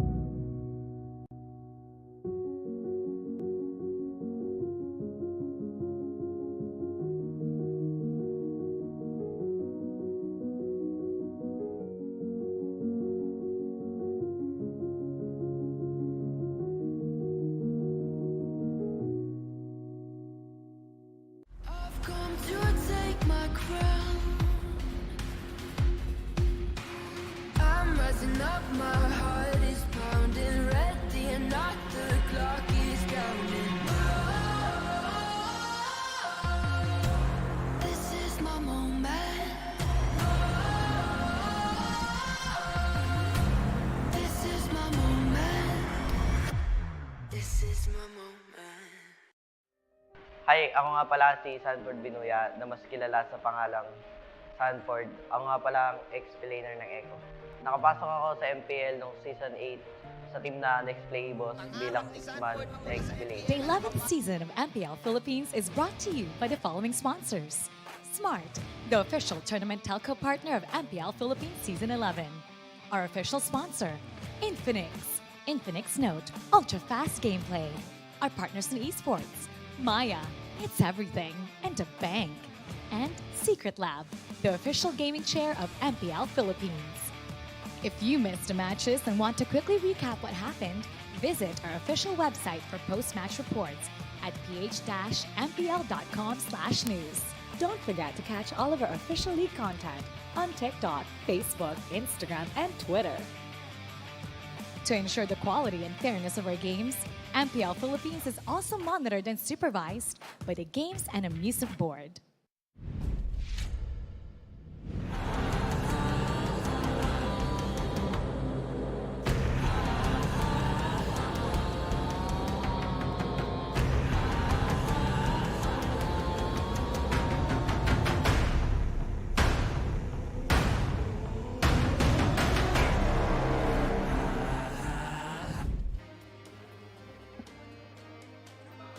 Welcome back to the desk. At your service, my name is Leo. Here with the animals, it's Wolf and OSX.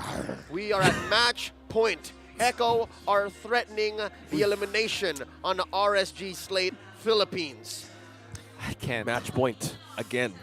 Man, I could have sworn that there's a lot of like sound cues, like audibles in here, right? Especially with what he is doing. Were you the one who actually sounded off the Appraiser's Wrath? Was it you? That's him. Yeah, I he was. did it, right? Yeah. He has the uncanny talent to call the match and as well as the sound sounds. effect, He's yeah. perfected it through the years. Yeah, it's my way of So healing what up my animal is voice. OSX? I don't know. A lot of people are asking right now on social Yeah. media. I would be a grizzly bear. Yeah, you bet you would. I would be. Real recap again of what's going on so far.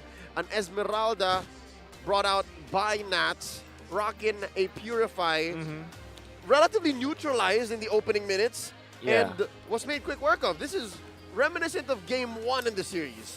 Yeah, there's some draft solutions. Well, I just want to clarify. It wasn't an outdraft whatsoever from Echo's side. Not at all. It was just that Echo found some openings with the draft that they had. For example, utilizing the Faramis to kind of counter what the Kirita does to an Eve, right? Typically, you don't want to pick up Eve when there's already a Kirita on the opposite end. But having that roam Faramis aided them for that cause. There's a lot of sustain that we saw from Echo, a lot of saves. And even when there's a lot of dive coming out and pick off coming out of RSG, they kind of fended it off. And I guess that this is because of the fact that the Yowie's just calculated. There's a day where Yowie wakes up, I want to be a set of tank. There's a day where he wants to be a utility kind of medic for his team. And that was the day. That was the day. For the latter.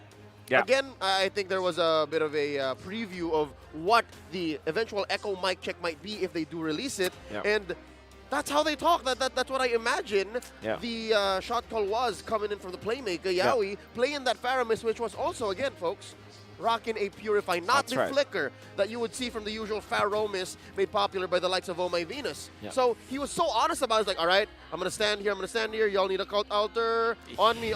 Pull. That's how you gather as a group. It's a similar from like an Ube thing, Yeah. but Yowie being nerfed with no like, oh, I'm gonna jump. Could I get this one? Like it's all like for his team on the back line. This is Shadow Stampede. Gotcha. Yeah. Whew. I'm excited to see what the draft can be brought. Like, imagine, because in game number 3, there was a lot of changes between the two teams. Like, imagine a first band Akai and Fredrin in, I think, game number 2. And then game number 3, you saw the priority on the Fredrin, then the Yu Zhong. Yep. So, I guess that this probably is the first time in the playoffs there will be a lot of changes between the drafting patterns of the teams. No, I think you've already mentioned it, Wolf. Already from game 1, 2, and 3, the drafting is already quite varied. Yeah, exactly. There were games where in the glue, the Franco and the Kaja were out. There are Exactly. games where They're they're both totally open. off. There are games where, all right, try to choke Cartesian. Yeah, There are games where yeah. it's like, Whatever. Let's Whatever. let him have whatever. Yeah, And- open, And being this is true a blitz to honest draft. things. You know, typically we see blitz draft from Omega versus I believe it was Omega or Black. Omega and Echo, right? From the previous days, previous seasons. Now it's Echo and RSG. So Echo, Tic Tac and Trevor, are they the blitz draft masters?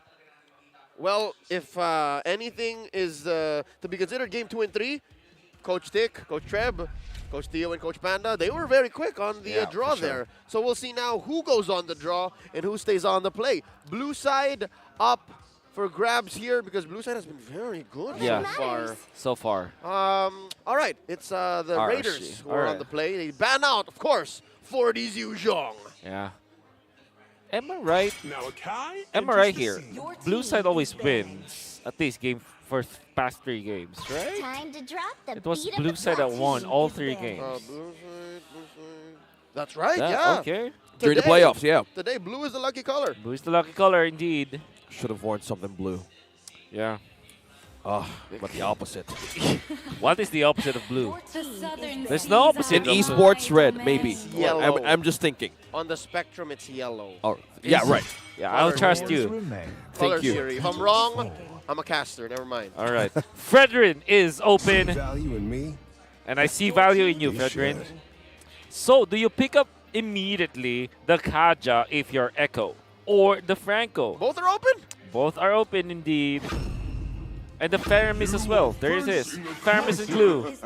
Immediate answers. RSG. Arlot and Kaja, I think, is the pick. I think it just makes a lot of sense. This could be still Faromis, right? It is. They can flex it. Among the planes Oh, no. exists the Okay. Eat Kaja. Come on. Kajiv. I was Kajiv. made for. Yeah. Or Claude. Kajiv, come on.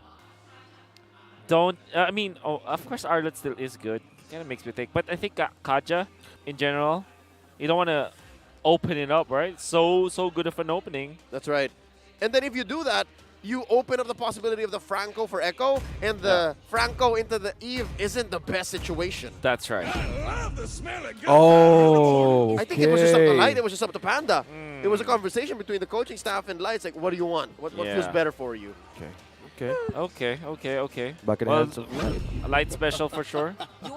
Immediate Martis coming out from Echo to answer the Martis. And not a single worthy All right. foe. What's your Blitz command? draft, here we Oh, go. man. A game of inches. That little bit of, disruption that a Martis gives at the Fredrin Yeah. gives it that edge. Yeah, for sure. And you kind of complement it with a glue wherein you come in together. And then you are going to wait for a Nook Mage from Echo or maybe a long-range marksman along the way.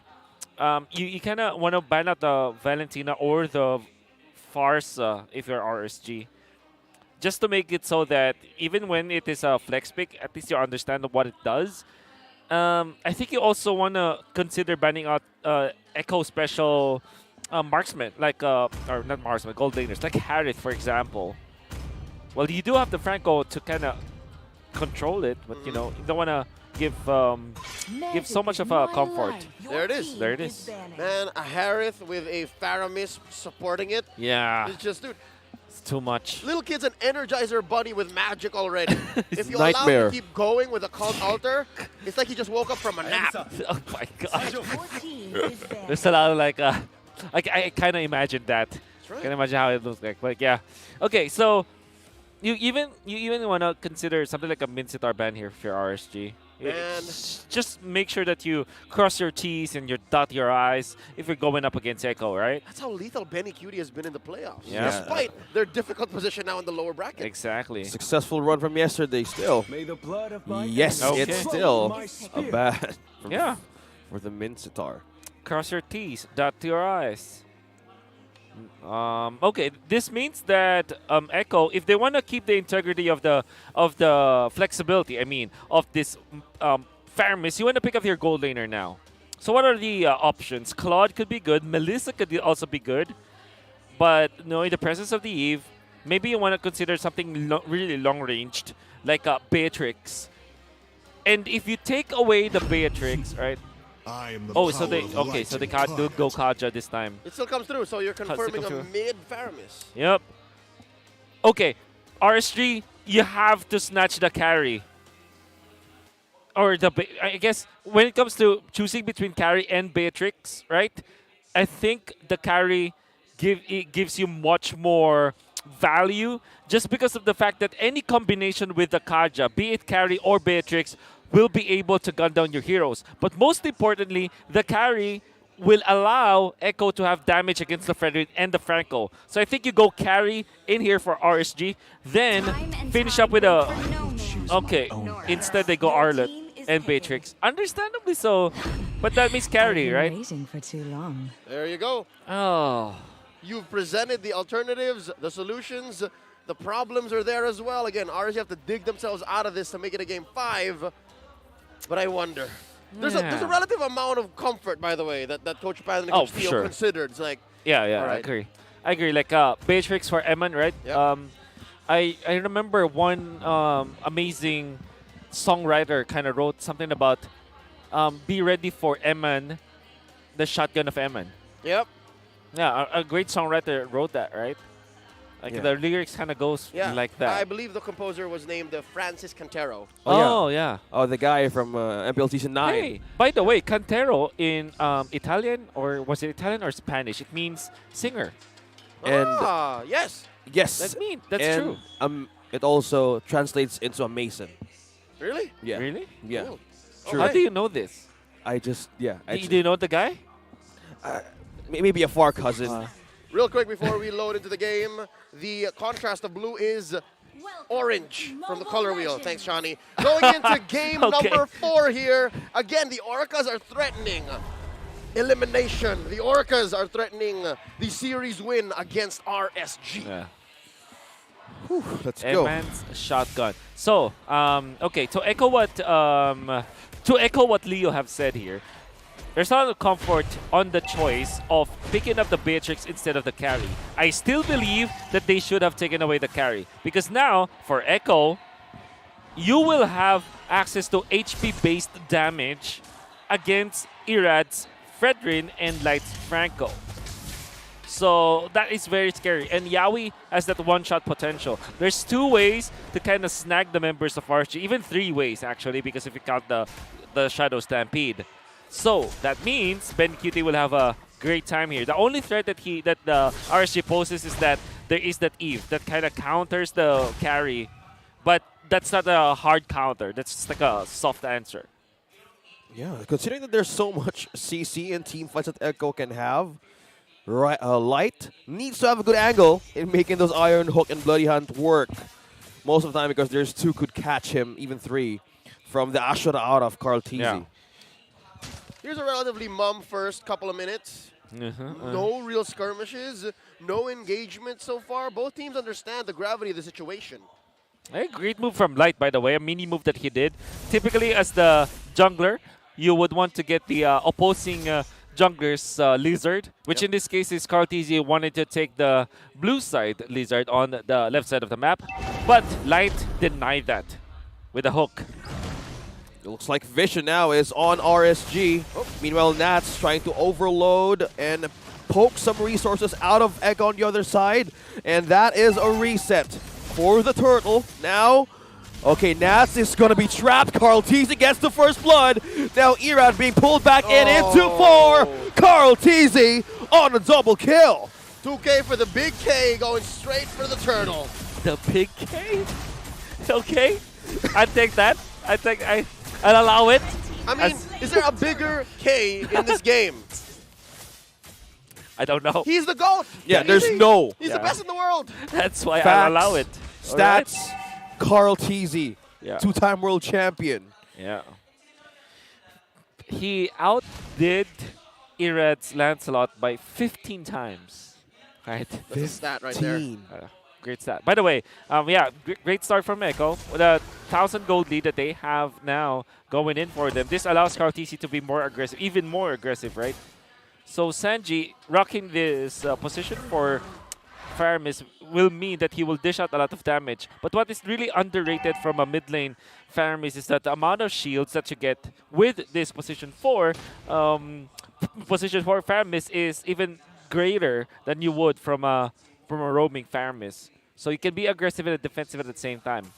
And Echo can rally behind that. Like I said, the choice that they did, third picking this Martis, allows them to have more dive potential. Someone to go with the Kaja and the glue. Ooh. So you have to be really careful with your RC. Oh, Mortal Coil has been connected. Forced out a flicker. That's the bite. Carl Teasy falling down, making 3 kills onto the GOAT. That's a lot of stops that RSG needs to make now. 2.3k. And the fact that Eman is taken out. Oh man, really, the decision from RSG, the first 3 picks that they did was great, right? The draft that they are doing. It's just that in the last 2 picks, they decided to go for an Arlet instead of something like a Lapu Lapu so that they can man fight in the early stages. And then they also opted to go for the Beatrix instead of the carry. You can argue that the Beatrix in the early stages is a much more farm dependent compared to a carry. Yeah, and now this opens up good news, bad news, right? You already laid out the bad news. There's a lot of it. Overweight. Okay, Yawi has been trapped. Iron Hook plus Railroad Manipulation. Eman secures the kill, and that's 1 for their marksman. But Benicudi throwing out some light wheels here, but Sanji to the rescue. Okay. All right, good news. Like that. RSG actually has a pretty solid box. When RSG says, we want this, and it's up to their tempo, and again, we know that up to the late game, Nats is capable of forcing such responses. Ooh. Nice use of the iframe. Then yeah, it's not all doom and gloom for RSG, despite this almost 3k gold lead at 5 minutes. They have massive team fight and pickoff. They have to really rally behind their pickoff potential from the Bennett's Rage and Light. I think they're waiting for the Blade of Despair, which is now available for Eman to go with the boots. He rushed for that Blade of Despair. And despite having the death, in fact, you can argue that he's got a decent time. Well, speaking of decent time, looks like Echo is up top there. Yeah. Trying to pressure in the marksman of RSG. Eman, on the other hand, would need aid for this one. Yeah. That is going to be the Radiant Armor picked up by Nats, which is actually, if you think about it, there's not much magic threat. He's afraid of Sanji, Yawi, and Sanford. I don't know, man. I think Carl Teasy's a real threat at this point. But I agree. I was just about to say that the real threat here is Carl Teasy. That is interesting decision from Nats. We'll see how it pays off. Yeah. Because again, he's also very active.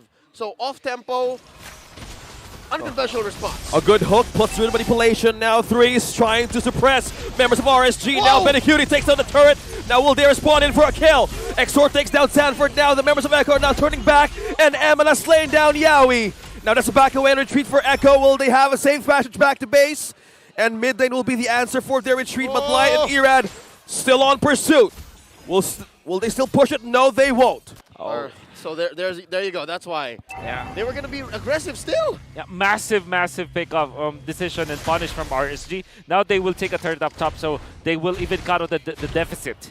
The fact that they are able to last through that just because of their good team playing and great landing of spells that allows them to have more impact in this mid-game. But Echo, right at the get-go, will take out the turtle. Well, speaking of going with the go, Carl Teasy secures the last turtle of the game. Echo on the lead, 2.8k. Here's what's scary. Irad, he himself knows how scary a Martis is that's on fire. Yeah. And that's what Carl Teasy is right now. He's sitting at 3-0-0. And he's building up very well. Yeah. He's going to be going for the casual items, right? Casual leg blades, casual multi-essence, brute force breastplate. We know that the Martis spams a lot of skills. That means that you're more incentivized to have more impact. Now, this is an impactful Radiant Armor. Yeah, we picking it up means that he can last through Exhort's initiations, right? Because that's the only threat now. And it allows them to kind of, for lack of a better term, like neuter the damage output of Exhort. Oh, that's the Mortal Coil. Will it still connect? Yawi, that's the Ring of Order. Now, will they get a catch? No, they're just poking them out, forcing them back on their turret's defense. Yep. forcing a flicker out of light. So Echo knows that for the next, minute and a half, they can't be engaged on. That's the flicker plus the Ring of Order, then make it on a Divine Judgment onto Nats. Falling down, but now that's the Iron Hook and Bloody Out combo. Carl TC being saved by the ultimate of Sanji. Now they're going back to face Sanford. The Jelly Man is trying to catch out one. Light dropping in low, but Carl TC will he secure the kill? But Sanford takes that one down. But Echo will now fall back. Void Crystal gonna hurt and gonna peel something out. Sanji forcing them back to base. RSG on a retreat back. The Jelly Man cutting the line straight through RSG. If he wasn't there, if 40 couldn't do what exactly he was doing, then that could have been a deja vu moment from top lane. And what did we say? The real threat is Carl TZ. 3-0-1, damage output is there. No armor from the entirety of RSG. No We're looking just the items. Dominance eyes surely on Franco, but there's really not much when it comes to frontlining against the damage output of Echo. So an interesting decision from RSG. By the way, big props to Sanji not even having to commit his flicker to save his mate after getting pulled back by the hook. That is how good his positioning is. Well, speaking of positioning, Carl TZ has eyes on Light. Will they take down the row of RSG? Real manipulation is going to be set up. Here's Carl TZ takes down Light. There's no Iron Hook combo set up for RSG. Echo has a clear eyes on this Lord. They're at a 4 man members. advantage. Oh my. Can they force it?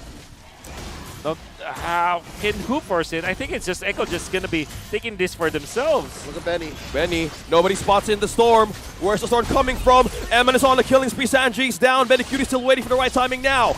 Lord is on dropping down health. Echo remains on 3, but here comes Benny Cutie on the spinning line. Will he make it? Will he make it to the drams as Era taking down the buff? Now Yaoi trying to hold on and defend Benny Cutie, but that's Emin shutting down Carl TC. Making it 3. Bodies dropping down Echo, and that's taking down the storm as well. Benny Cutie's down, and RSG's just drawing a clap back from that objective. The Raiders are alive, and they are here. Wolf Echo may have taken a little too much time. Definitely. Really, too much time that they were staying outside of the range of RSG. And now Eman is threatening. Does have the sniper. Isn't showing his shotgun just yet? As the great Francis Cantero would have written that script. Maybe this time he is going to be relying on the Bennett. What is Bennett? It's a grenade launcher, right? Is it a grenade launcher or a... Yeah, let me check that out. Let me see. It's a grenade launcher. Yeah, yes, it's a grenade launcher. All right. And, yep. Everybody who's using Beatrix properly now has learned to use this gun to its strengths. Yeah, for and sure. They're threatening a penetration up top. Is this a deja vu on the upper bracket? Are they forcing a game number 4? The Raiders final slash has caught one. Sanford dropping his HP low. He still survives. Jellyman bouncing onto base. They will melt this Lord, but they traded out for a turret up top. Now, the fact that they got a turret after the first Lord and now they're leading by 2,000 gold, that is massive for RSG, who was trailing 3,000 gold behind. And all it took was one team fight where Echo really made the un-Echo kind of strategy, wherein Benny Cutie just waited for so much time. Yeah, what was it, a minute? It was probably a minute. A Lord dance, and then he Exactly. was waiting and waiting, and then RSG said, you know what, let's just pull the trigger. And that's what caused us to be here now, about, 3 or 4 minutes later. Exactly. Ooh. Conceal play could be potential. Ooh. It's not going to be the case. Spot it. Spot it. Like this. Spot it. Now this is Oh, different conceal play. tricky situation. Yeah, no, Echo is unaware of this massive rotation that RSG is doing. And Echo, being unaware, just want to group themselves up. Want to make sure that Sanji's in the vicinity. Make sure that they get the buffs. Now they're trailing behind. I still think that Echo can have a teamfight damage for this one. They're now on the opposing side. That's the initiation coming in from Nats. Final slash. Now Benny Cutie's being saved, but ultimate Sanji will the cold Alder be the answer here. Benny Cutie taking down Nats. Now the remanipulation will be sticking now for the solution of Echo. What is B? What is the target here? It's Era trying to get front line of Pracer's Rat. Still sustained by Sanford. Now Sanji. Oh, the hook! Taken by X-Sword plus the hook. Now they're on a roll. Sanford is now backing down.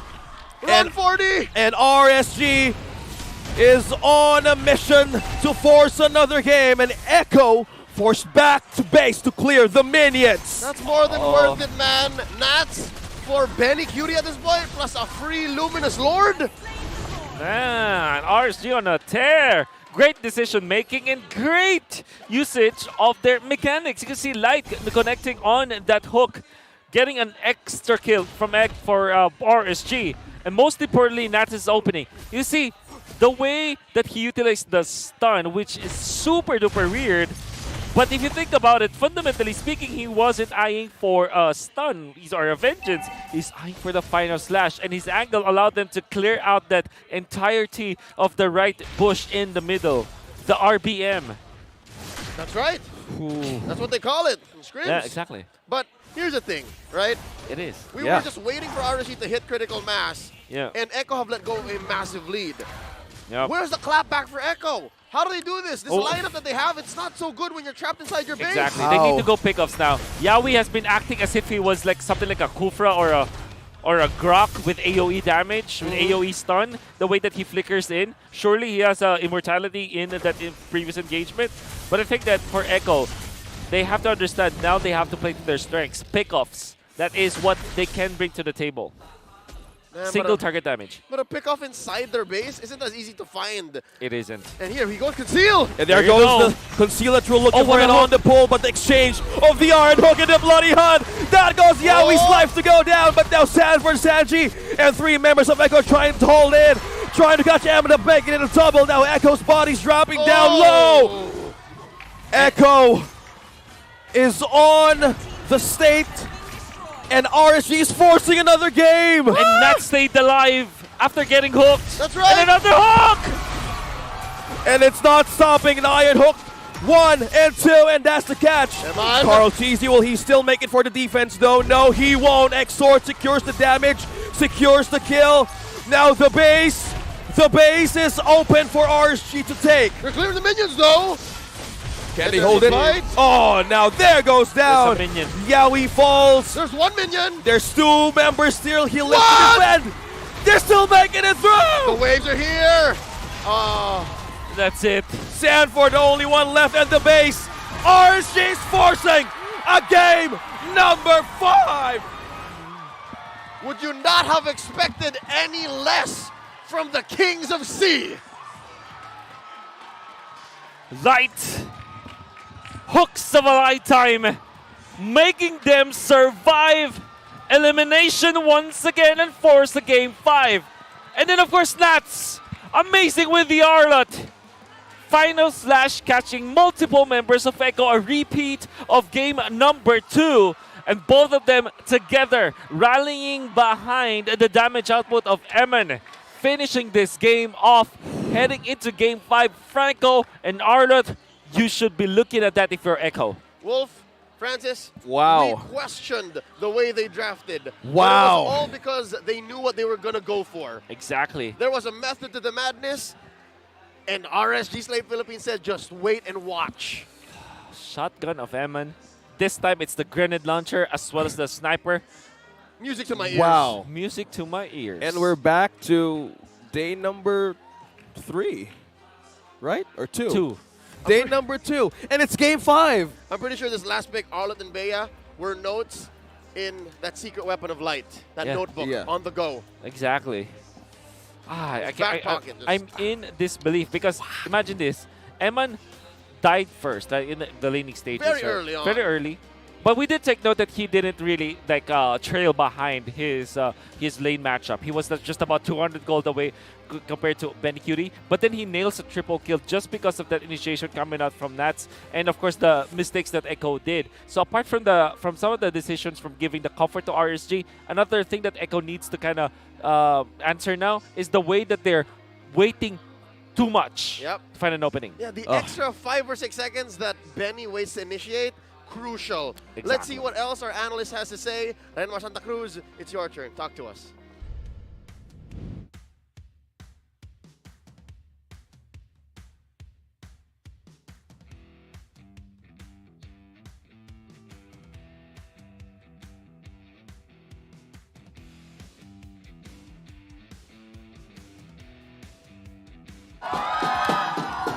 Yo, there we go. Game 5.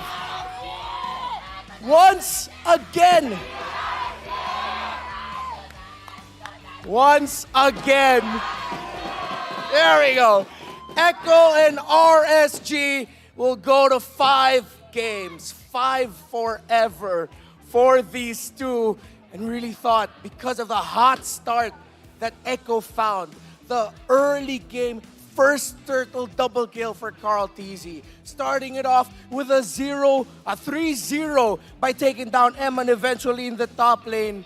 It really looked like it was Echo's time. It was Echo's game. Pero yung classic statement ng never underestimate the heart of a champion, pinakita ng RSG Slate Philippines.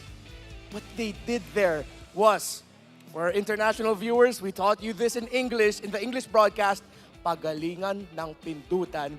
It was just RSG Slate finding the right opportunities, saving the skills, and maximizing the right skills at exactly the right time. We have to talk about, again, yung crucial start ng Echo. Why RSG had to claw this back is because of the early double kills onto a Martis. And Martis is one of the things we have to focus on here because dahil nga sa lead na nahanap ng Echo and RSG clawing from behind, nang iba yung team fight approach ng RSG.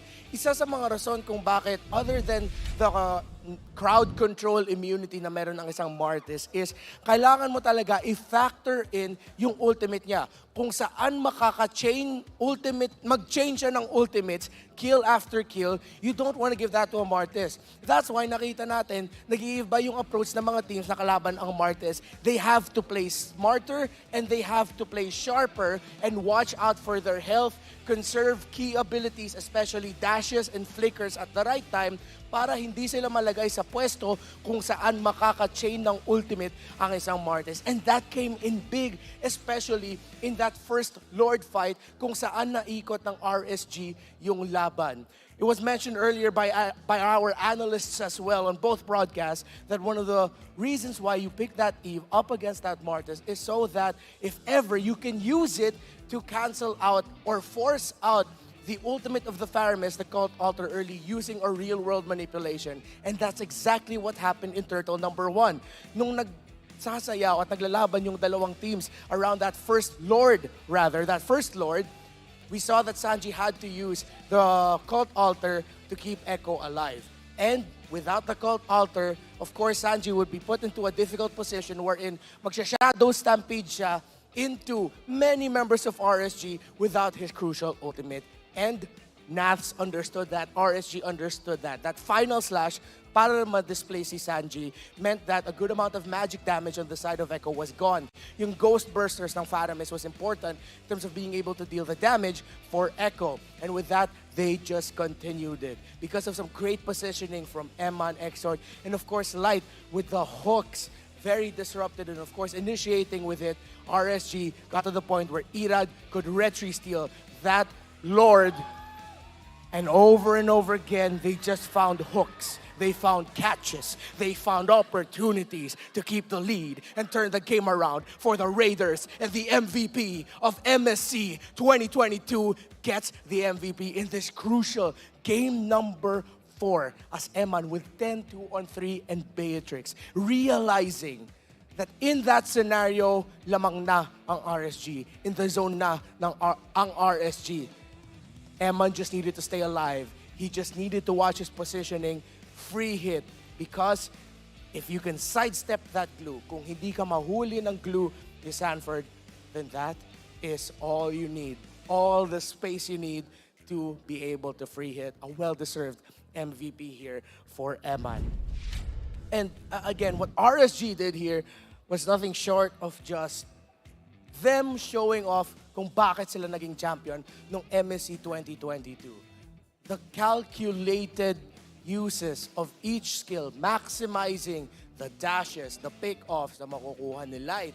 Early on, that's how they kept this game relatively closer, even though Echo were going. But as Echo were going, they'd keep walking into hooks, they'd keep walking into the Nibiru's Passion Ultimate ng Beatrix, even though ang ganda ng umpisa ng Echo, RSG showed Echo na kaya pa nila lumaban na makaka-counter engage sila. And again, these two teams, the entire series, actually, yung storya ng buong rivalry nila dito sa playoffs, it just boils down to if it's a draft where both teams mukhang kaya naman nilang dalawa, walang clear, obvious winner sa drafting, pagalingan na lang ng pindutan.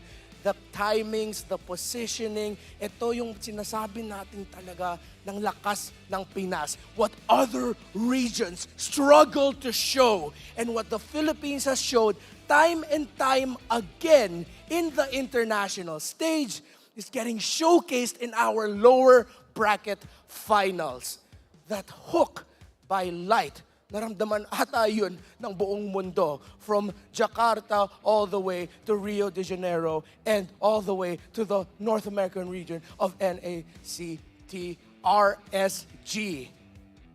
RSG says, you think that the story is for Echo, we will dispute that. We are the reigning kings of sea. You are the reigning world champs. Gagawin namin ang lahat to force a game number 5, and they do. So, once again, as we are in a crucial position in our playoffs, I want to hear SMX make some noise!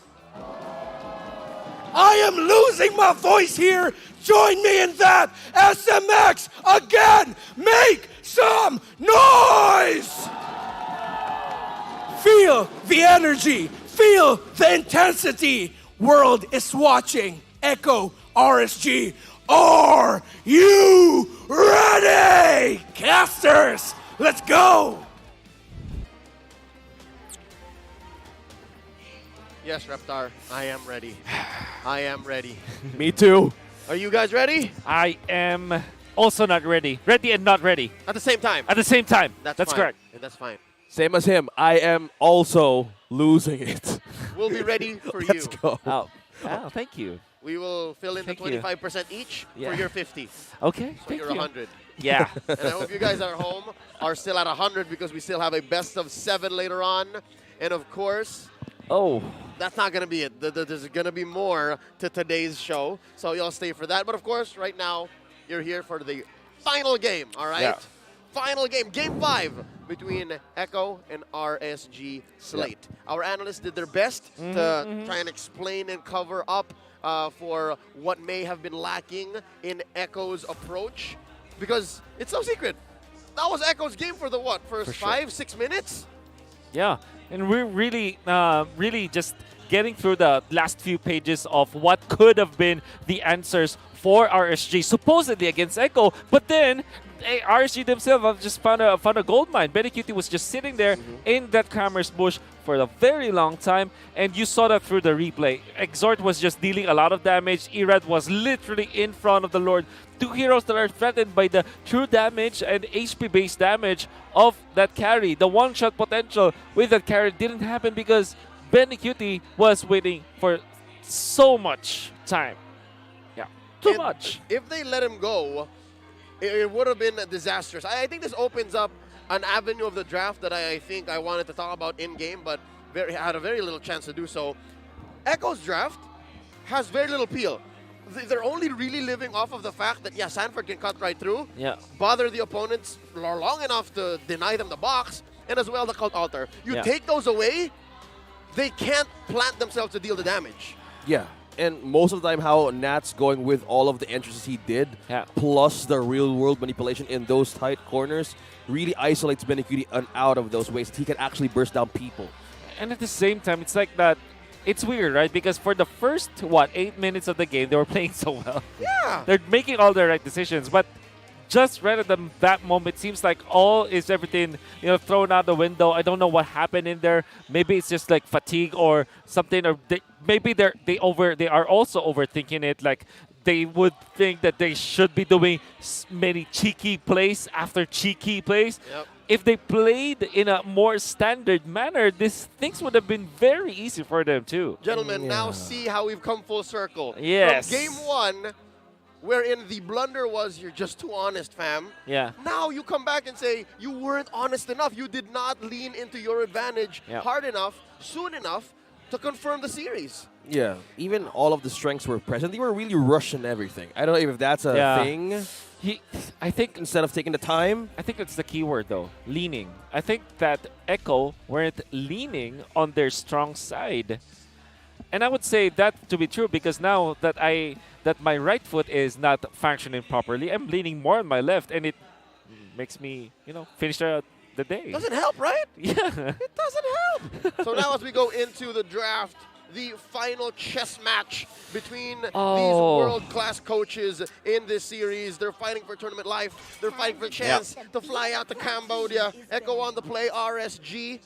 Answering back, there goes the Franco, the Glue, and the Kanja for Echo. RSG ban out the 1-1 and the Joy. Yep. So far, blue side has always been winning. Right, for 4 games now. 100%. 100%. I just wish, though, that this will not be a blitz draft. Fredrin is available. Please. Echo can take that. Instead, they go Lancelot. No Kaja, no Franco means that you have free Lancelot. Arlot is open for RSG to take, as so is the Eve.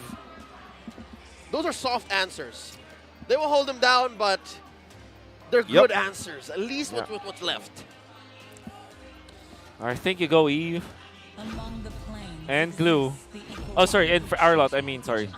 There it is. Oh, okay. So do you go Kadira if you're Echo?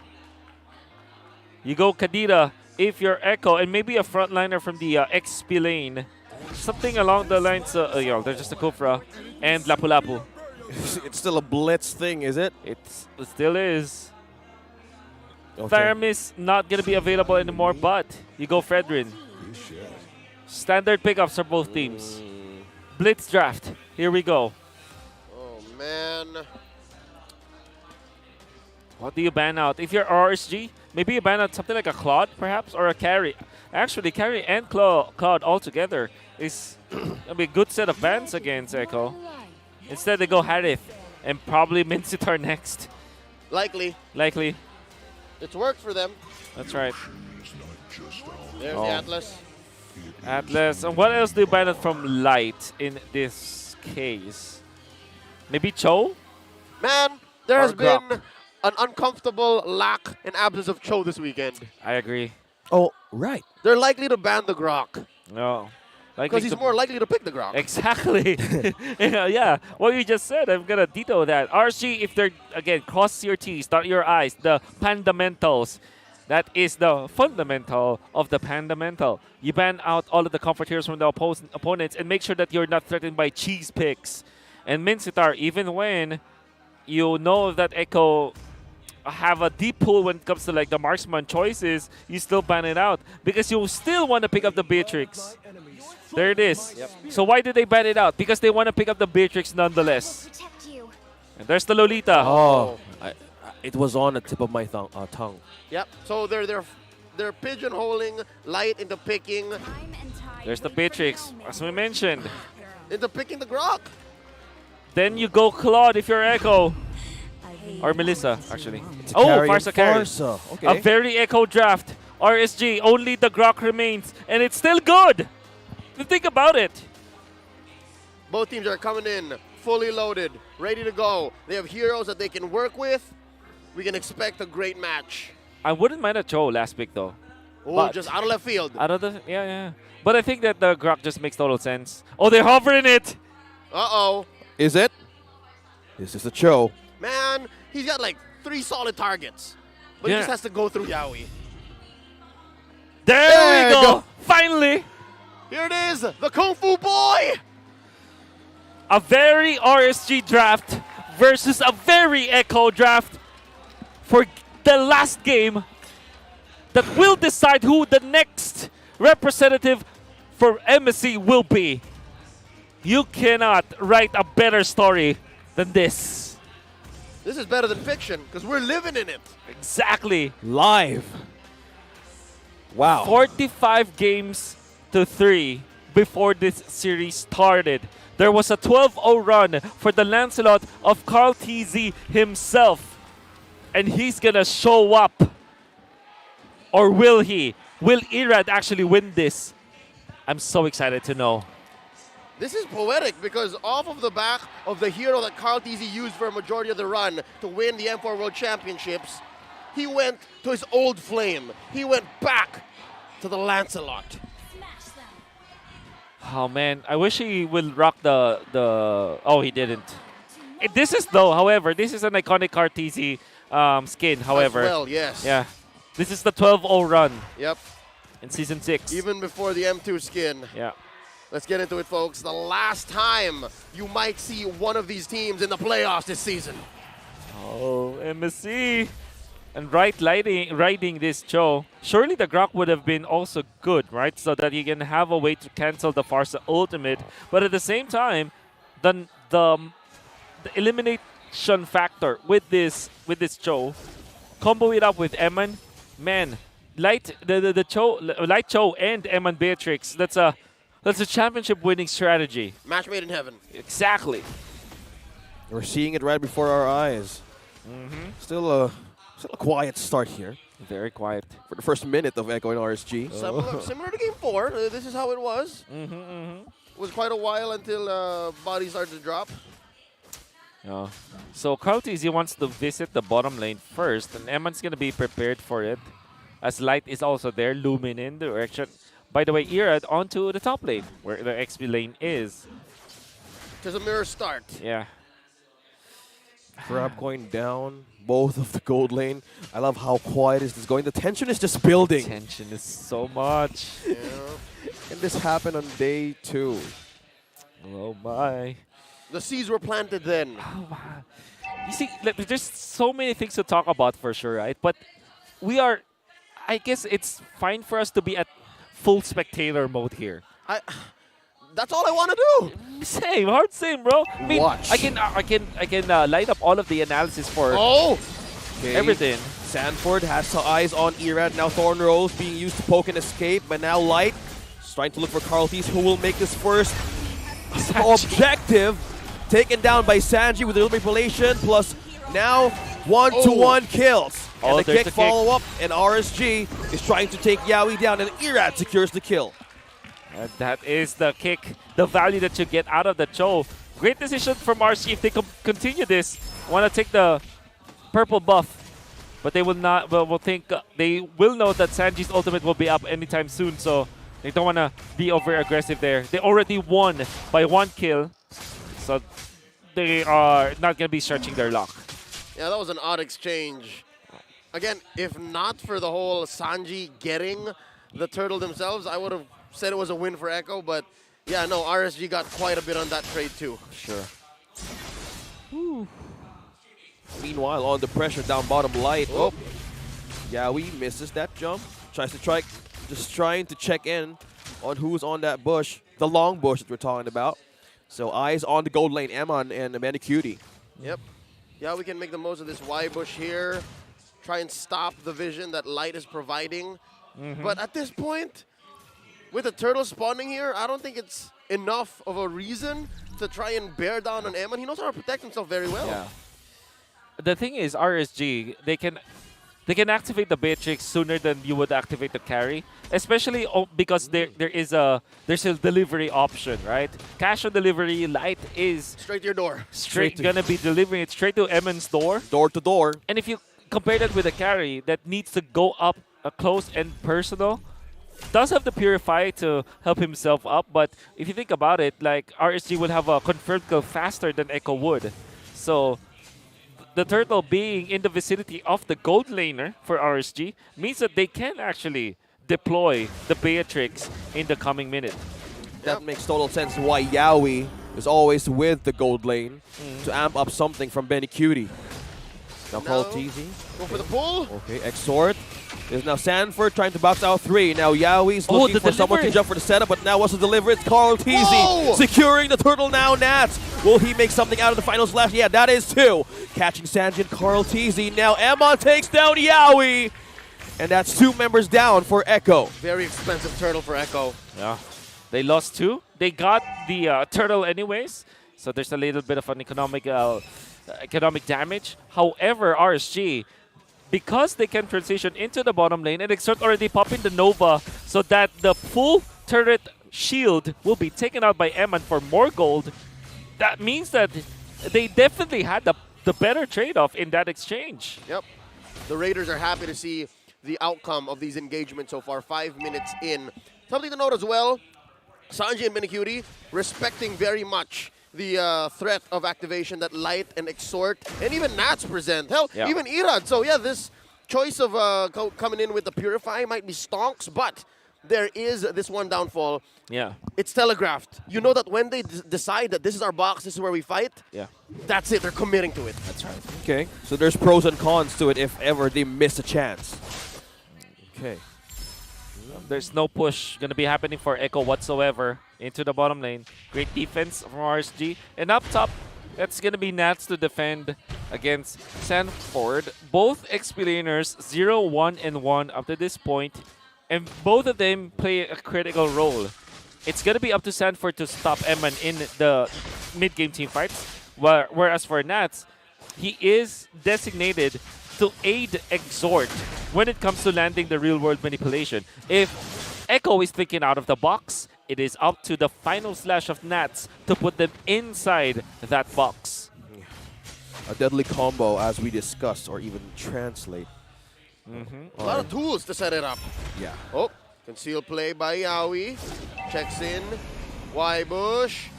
Jumping on Irad. Now he catches one, now commits the ultimate. Fellow airstrike now being used on 3. Now Eman, he's still freeing it onto the back lines, but now he's being stunned. Bravest fighter connecting onto 1. Sanford secures the kill, and Light now with a follow-up onto the turret. Sanford's now trapped in the defenses of RSG, and Yawi secures that one. And Echo is still now biting back. 3 members down for RSG. 40 lives. They take the turtle. They take the turret. Trade it off for Nats pushing up top. Oh my, the tug of war that Echo and RSG are just pulling through. The moment that RSG let go and showed some signs of weakness, Echo just pulled it back heavily. They took the turtle, they took the mid, they took the bottom lane turret, and they took a kill onto Eman. And it's all because of Sanford's opening. The moment that we said that his role is so critical, he is the designated killer on to Eman's Beatrix, he delivered. Bloodlust axe to keep himself alive and made sure that he was on point with the timing to take out the Beatrix of RSG. Man, you could have sworn his bravest fighter is longer than most, about 4 or 5 inches. I agree. Oh! No, they're committing. 5 on 1! They're committing to 1! To just take down Sanford. Oh, Kaltisi can cancel all of this. Oh, can cancel. Nats recall has been cancelled. Now Irad. And that means a push up top. Oh, look at that. Benicudi is just doing business up top. He's trying to split the attention of RSG. That's the Thorn Rose onto the goat. That's the push. Delaying everybody to go home. Dude, Sanford for 2 turrets? Stonks. Oh my god. Echo with Mitch as the manager. She's taught everybody from Echo how to manage their expenses. And, you know, the trades are so good for Echo. Miss Mitch Liwanag, a veteran of years in the esports industry. She was once a player back in the day. And boy, oh boy, has she whipped these boys into shape. That's true. Great combination of tough love and not tough love. No, she understands exactly what they're going through. Exactly. The true and good parenting stuff. That's a hell of a combo. That's why they're world champions, no doubt. So guys, what you're saying earlier about that how the setup of RWM will work. Oh, are they forcing it? Okay. Ultimate from Light. Now they cage in 1. Well, Eman is trying to be isolated down. Look at that, Nats run into the middle, but now the damage of Benicudi is too much for Nats Entertainment, and he falls down. Sanford survives with a slither of health, and Echo is here, still taking this Lord. Light will not go home just yet, but Irad here face off with Carl Teasy, a showdown on who might get this, but no, it's not the Lord. It's 3 members. Oh my God, peeling them back to their own base. Signed, sealed, and delivered. Carl Teasy gave him an autograph. Oh, what was that? I think Manjin mentioned something along the lines of When you were still playing Mia, I'm already a legendary Lancelot. That is the translation. And by the way, Carl TC, before that fight started, he was 3 levels ahead of Irad. And this is a combination of Echo activating Carl TC with 5 assists and the fact that RC are grouping up together. Carl TC had a lot of fire for his own, which meant that he will have more EXP compared to Irad, who had to group up for his team. The fact that RC aren't converting into kills meant that there will be no bonus for Irad to join those fights. And in that Lord fight that we saw, when Nats went in and went for the final slash to go with a combination of the real-world manipulation, Echo's decision was, okay, let's punish Nats as soon as possible. So far, Echo's game plan, what they're going to do with this 6K gold lead about 10 minutes, 40 seconds in, is to choke out RSG. They're not letting him out of the base. No, nobody's going home. Nobody's going out, rather. But there's a push up top, though. The clear of Echo right now is keeping RSG Slate Philippines busy on what to do. It's just 11 minutes. Yep, and here's Carl TZ's tempo. We keep noting when Irad builds that War Axe, this is where Carl TZ gets his. Yeah. Great hold from RSG, not losing one of their inhibitors. Solid defense. Very important at this point in the match. If there's one thing that we know for RSG, if they haven't found their opening, they can come back. That is what we saw in games number 3 and 2. Even when they're trailing behind, they can find an opening. This time, it's much needed for the RSG squad. That's right. It's not impossible that with this lineup, with the tools that they have drafted themselves with, that they get a comeback. We've seen it happen in this very series. Raiders hold out. Your team knows exactly what they're doing here. Okay, Echo is still on the lead by just looking at the items on our screen. The only that they can depend on damage here is Eman. Is the one richest goal that's been earned in RSG. Now, who could be the possible second player here that could add more to that damage? At this point, I'd say it's Exort. Oh, but wait. Wait. Way of the Dragon being served in fresh and hot to RSG. Irad secures the kill. Was Yowie in too deep and getting information? Too deep. Absolutely too deep. Yeah, Echo got nothing from that. Yeah. Fortunately for Echo, Lorde is going to be 26 seconds. And Yahweh will be just in time for that one, but they cannot afford those kind of blunders. That's right. It was a misstep. They didn't trip, not completely. They didn't face plant themselves, but they could have done without it. Yeah. One con because of that exchange, or rather give for RSG Slate, is that Yowie can't position himself that's true. optimally. Yeah, he That's won't be true. able to find the right bush to protect his lineup from the Cho. I completely agree with that. No flicker has been used, though. But Carl TC having 2 levels ahead of Irad kind of makes them very comfortable. This is a... Oh! He actually went for the War Axe first. That's right, yeah. And Irad... yeah, he's putting up an Irad. Oh, that's the catch. Yowie catches 2, and Echo is going running and wild. Benecutie coming up the back line. Irad is the right target to Eman to face off. Oh my goodness, Eman versus Benecutie. He takes down 2. And now RSG is now going back to their base, and now Carl TC secures 1 more kill, and that is Echo is running hot and wild with this Luminous Lord. Yeah, say what you will about Benny dying there, but he lived much, much longer and took down more than he should have. Exactly, I definitely agree with you on that. No marksman, but they do have Carl TC who's signing this one. The kings of the world are now in the base of the kings of the sea, and they're saying, we are going to the grand finals. And the Orcas have also locked themselves in for MSC.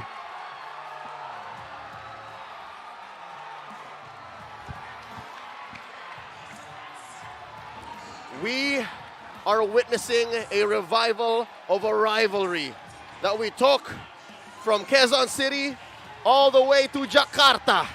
Folks, it's going to be Blacklist International going up against Echo once again.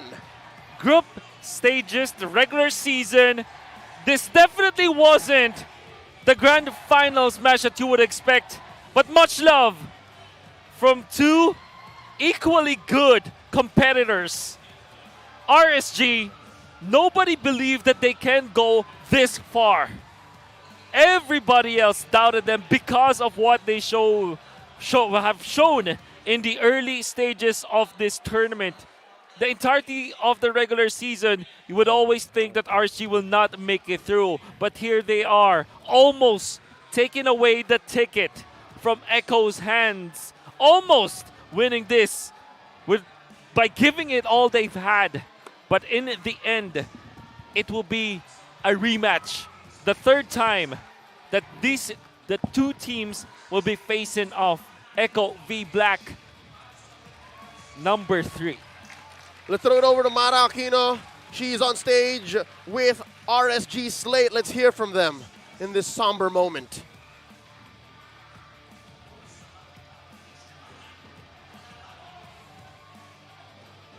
You can see emotions are high. Coaches know that they put their best foot forward. And I can only imagine what's going on in their hearts and their minds. And now it's Mara Aquino's turn to talk to them.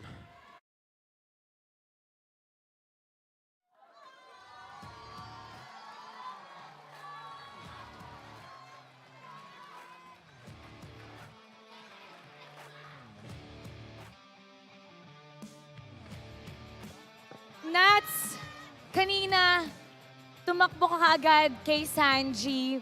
Ano yung pinag-usapan nyo kanina, may sinabi ka sa kanya? And tell us your relationship with Sanji. Nag-nice game lang po. Nag-nice game lang po kasi tinalo ulit kami. Nag-congrats po kasi siya po yung pinaka-close ko pag sa Echo po. Nice game po, nice game Echo. Galing sa MSC. Great sportsmanship. Coach, it's been a great run. I know this was a heartbreaking loss, but you know you have so many Raiders supporting you, continuously cheering for you. What do you have to say to everybody? And tell us about the entire journey and how happy you are with it. Totoo lang, hindi ko expect na abot kami sa top 3. Kasi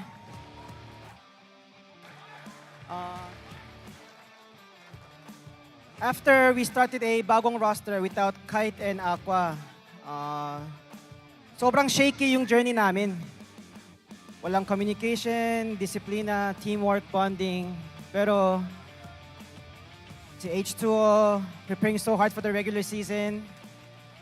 Tapos si Irad stepping in to help. And then the team overall helped each other and then created magic. I'm really happy of our result today. Walang regrets. Because sabi ko, winning is just a bonus. Ayoko lang yung may regrets sa dulo. And today, I'm very happy for Echo that won today. Echo, congrats and good luck sa MSC. Please represent Philippines and get that championship with Blacklist. So, that's all I want to say. Thank you, guys. Thank you so much. Once again, everybody, GG! You may now take your final bow. RSG Slate Philippines. They've had a great run, and you could see the sportsmanship between the two teams. We're expecting you to come back even stronger next season. Once again, everybody, GG! GG! And now, it's time to call our grand finalist, Echo!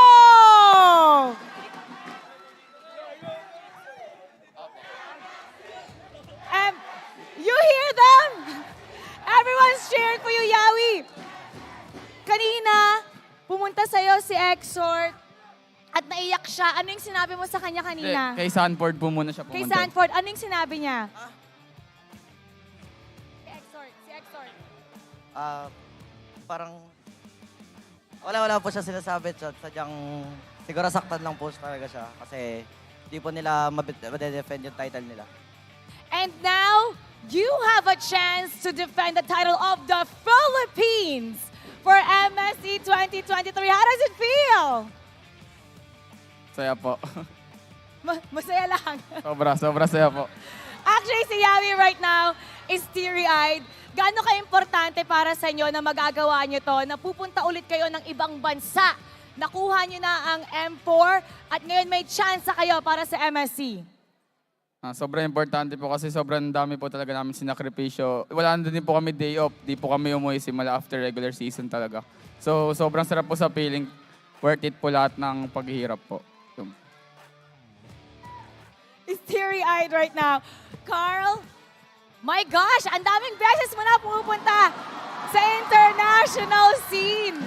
Now, ang next na kalaban nyo, it's gonna be very, very tough. Even though kayo yung nag-champ, matalo nyo sila sa M4, sila pa rin ang defending champs ng MPL Philippines, which they say is the hardest region to beat. Sabi nga ni Edward, babawian daw nila kayo, kaya kayo ang gusto nilang makatapat. Now, what do you have to say to Edward at ano yung ma-expect mo sa next match? Edward, try mo lang kami bawian, ready lang kami. Tapos, pakitaan natin ng magandang laban, fans. And we're all looking forward to that. Once again, Echo Loud! Congratulations, Echo! You may now take your bow and take your walk of victory. We are so excited for our grand finalists. Now Echo will get to represent the country to see the world in Cambodia for MSC 2023. We're gonna be talking more about that match. So balikan na natin ang ating casters. Pasok! GG, well played, and again, thank you to our defending MSC champions, RSG Slate Philippines. But for this season, they'll have to bow out. And congratulations to Echo for locking in that last slot in MSC. Imagine how many times have we been represented by both VYs and Carl Tizzy, right? Yeah. And generational talent is hard to, to find, but it seems that we have, what, 3 at least here in the Philippines, and we even have more for sure. I mean, I already mentioned here in the Tagalog broadcast yesterday, like, teams in the MSC should be scared of Blacklist International already, right? Of course. And now there's also Echo. Oh, no. Right? That's 2. I can't Now imagine. what? Now what? Right? You mentioned amazing names like Oh My Venus, Wise, Carl Tizzy, Edward. It might seem like generational talent grows on trees in the Philippines. Yeah, but yeah, they don't. sure. But they don't. But to other countries and other regions, it might as well be. Because again, imports are growing, and with this showing, that's very true. With this showing, who knows, right? I can't believe they're going to have to take this third chapter in the rivalry to another country, another city. But for now, let's throw it over to Renmar Santa Cruz. He's going to break down the whole series in Game 5.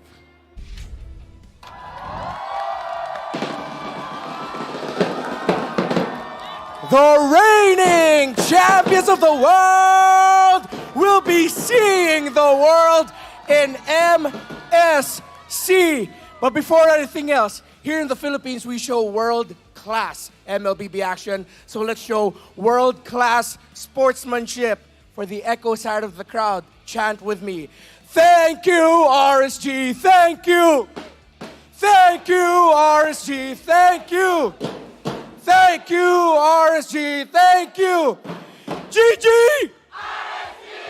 World class from the crowd. Thank you, Orcas, and thank you, MPL fans. But now we have to talk about what happened there. It seemed like a little bit of a trip to the past, a reminder of why the Lancelot is such a crucial and iconic pick for Carl Tizzy. But in a game where we saw the Lancelot getting first pick, in a game where everyone cheered Carl Tusok, the GOAT, has his pick, at the end of the day, it was still teamwork, communication, execution as 5. Well, if you want to be specific, as 1, as 3, as 4, and then as 5, based on how the roamers would start things out. That's how Echo trumped RSG here. there is a tendency for teams that face off in Game 5, they will probably draft lineups that are strong with objective taking. That's why we saw here, this ended up becoming a war between the Farsa and the Eve. At the end of the day, pagalingan na lang ng objective taking, showing how well you fight for turtles, how well you fight for lords. Both lineups had that in spades. That's why they also even drafted the Cho. Even up against a Kufra, RSG said, Light, we need you in a comfort, we need you in a Cho. Something that could potentially disrupt this Lancelot, but there was nothing disrupting Carl TZ, nothing disrupting the flow of Echo. RSG, they were getting trades. That's how they were able to control this game, somewhat delaying the inevitable by winning trades. Nakakuha sila ng mga kills sa mga panahon na si Echo, nakukuha naman nila yung mga turtles. But everything just boiled over in the First Lord. And that's when we saw the World Championship form Echo and how they team fight. The layering of crowd control abilities and the timing. Yawi's Tyrant's Revenges on the Kufra combined with Sanji's Feathered Airstrikes. Doon nahirapan ang mga miyembro ng RSG and Echo didn't wait. Echo didn't allow RSG to find the perfect time to position para makalaban sila na maayos sa mga Lords at sa mga Turtles. And Echo, knowing that they had the lead, that Benny Cutie was relatively farmed up well, yes, they were still respecting Emon's pick. Exort had great real-world manipulations, but it seemed like time and time again, it was Echo setting the tempo, rotating a little bit faster, getting to the crucial areas first. But this is how RSU played the game really well, knowing na meron silang Cho, na minsan kung hindi sila yung una makakapunta sa mga objectives sa kailangan na pwestuhan na lugar, well, at least makaka-counter sila. And they tried to counter. But we are reminded yet again why this is such a signature pick of Carl Tusok, the young GOAT himself, 1-1-6 on this Lancelot, pulling off some crazy highlights. Hinahabol siya ng mga miyembro ng RSG, maximizing the dashes to get away, being able to win the objective retribution battles. The first turtle going to the side of Echo. Both junglers got the retributions off in time, but then ito yung mga tendency na nakita natin throughout the season where you will either be the mid laner or the XP laner that somehow sila yung makukuha ng last hit sa turtle and being able to secure it. But as a team fight, as the game went on, with Echo understanding the tempo that RSG wants to play, considering that they both won a set, they said, okay, pagdating sa mga objectives, pag nakita na natin si Irat, i-go na natin si Irat, and that's what Yawi and Sanji were doing so well. Sanford chasing after this, and watch out, Yawi, he's gonna enter, no, we don't get to say it, but Yawi got a really good Tyrant's Revenge entry in there. Meron din isang play kung saan ang Echo, they were pushing top lane as 2-3, Carl TZ went to the bottom lane kung saan nag-gank ang isang miyembro ng Echo doon by 5 members of RSG at hindi pinigilan naman ni Carl TZ ang pag-recall ng mga miyembro ng RSG. Because of the second turret in the top lane going down way earlier than expected, that was extra hassle for RSG, extra work for RSG to deal with para ma-manage nila yung minion waves at para makakontrol sila sa mapa. Then, because Echo had the lead, Echo were in the zone, just world-class execution, key targeting. Knowing that, once you get the combos off, knowing that we have the lead, as long as meron silang mabawasan na isa kagad, take one out of the fight, most likely, Echo will be the one to win it all. And now, we find ourselves in this moment. In the 11th season of the MPL Philippines, we have yet another grand finals. And it's a replay, a rematch. Blacklist International and Echo taking the rivalry formed from Season 10, taking the rivalry continued in M4. Now here we are in the grand finals of Season 11. The keys to victory brought to you by Infinix. There, all the conditions met and checked. And so here we are, just a little bit, just a few more moments, we're going to be seeing another epic grand finals as Echo sees the world. Seats are filling up here. Day is not done yet. So SMX, how y'all feeling? You guys good? Everybody good? All right. I'm not feeling it. Come on. All right, just a little bit. The world is watching here. SMX, make some noise! This is Lakas ng Pinas. Itaas ang lakas. In just a bit, we will be back. We have a special part of the program coming up, a special awarding ceremony. And of course, our very special guests, and Allison Shore and Jessica Sanchez, will be having their performance later on. This is the MPL Philippines Season 11 final day. Grand Finals coming up. My name is Reptar. I'll see y'all later. We'll be right back.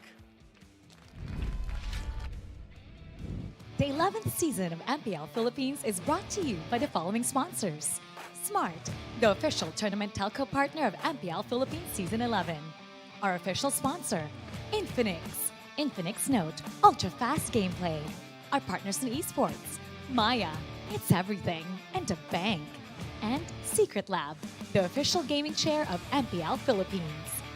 If you missed the matches and want to quickly recap what happened, visit our official website for post-match reports at ph-mpl.com/news. Don't forget to catch all of our official league content on TikTok, Facebook, Instagram, and Twitter. To ensure the quality and fairness of our games, MPL Philippines is also monitored and supervised by the Games and Amusement Board.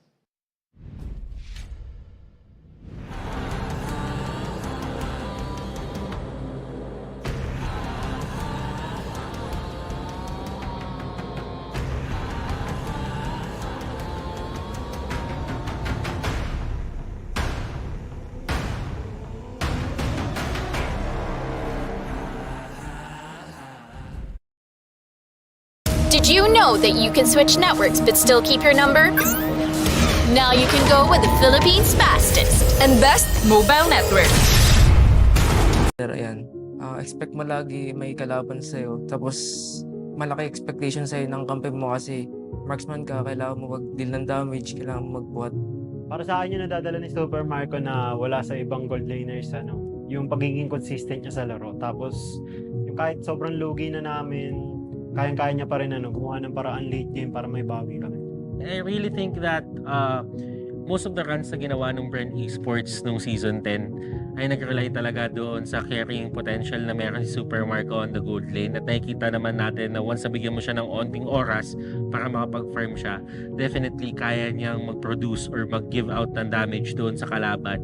But when you really want to carry and you really want to be involved with the team. So parang yun yung gusto ko talaga makita dito kay Super Marco. Kung paano niya babaguhin yung pacing niya this time around ng Season 11. Na parang dati kailangan pa niya umabot ng late game. Ngayon, meron bang impact ng early to mid?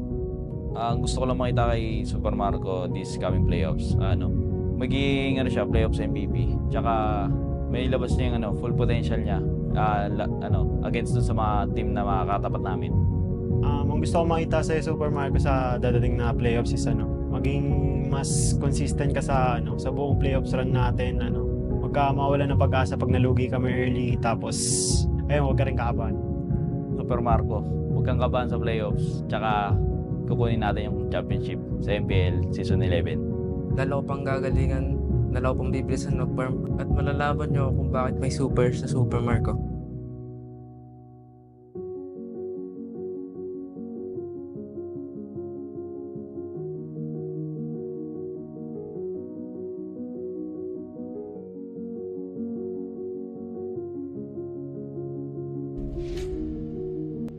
The 11th season of MPL Philippines is brought to you by the following sponsors. Smart, the official tournament telco partner of MPL Philippines Season 11. Our official sponsor, Infinix Note, ultra-fast gameplay. Our partners in esports, Maya, it's everything, and a bank. And Secret Lab, the official gaming chair of MPL Philippines. If you missed the matches and want to quickly recap what happened, visit our official website for post-match reports at ph-mpl.com/news. Don't forget to catch all of our official league content on TikTok, Facebook, Instagram, and Twitter. To ensure the quality and fairness of our games, MPL Philippines is also monitored and supervised by the Games and Amusement Board.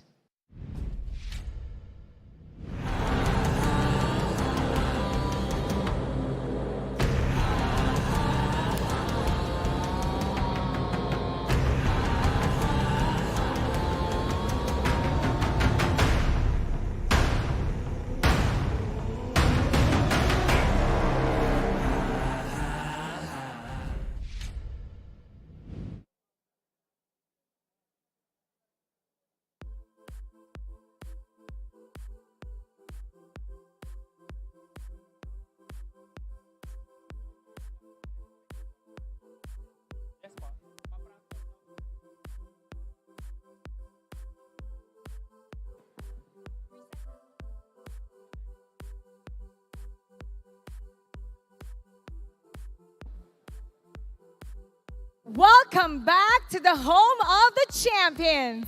You're still watching MPL Philippines Season 11 playoffs.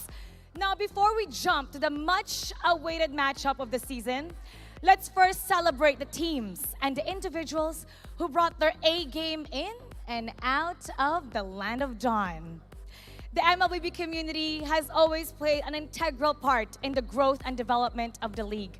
And none of this would have been possible if not for everyone who religiously tuned in to the strongest Mobile Legends Bang Bang players in the world in action. Now, as a way to pay back for everything you've given us, we listen to your voices. Now, ladies and gentlemen, let me take the honor to present to you the MPL Philippine Fan Awards. For the first fan award, the MPL Philippines Season 11 Freshest Face Award goes to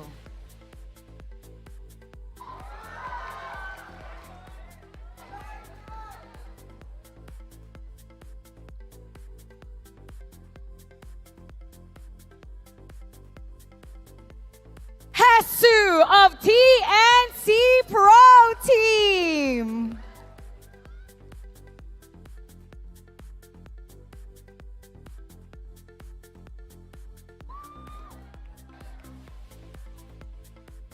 Hesu is the MPL player that displayed the most well-groomed presentation of oneself throughout the regular season. Let's give it up once again to Hesu of TNC Pro Team.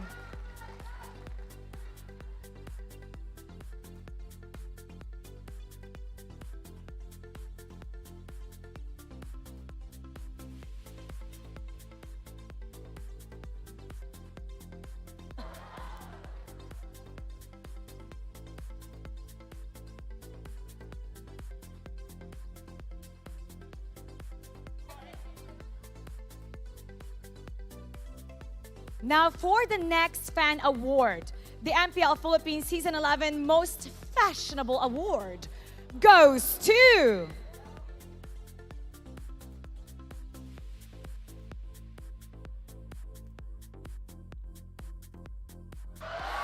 Oh My Venus of Blacklist International.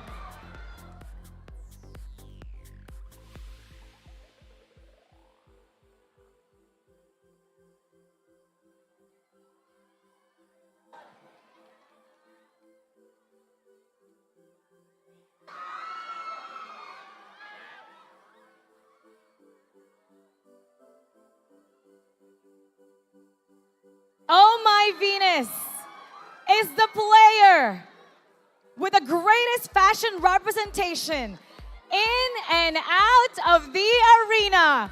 Once again, everybody, the Queen, Oh My Venus.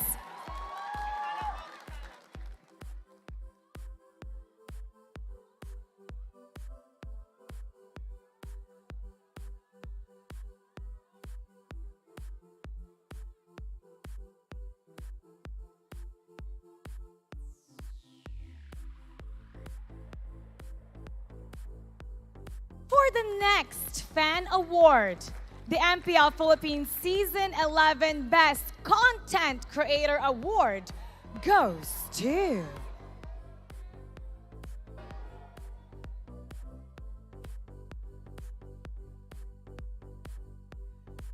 Wise of Blacklist International.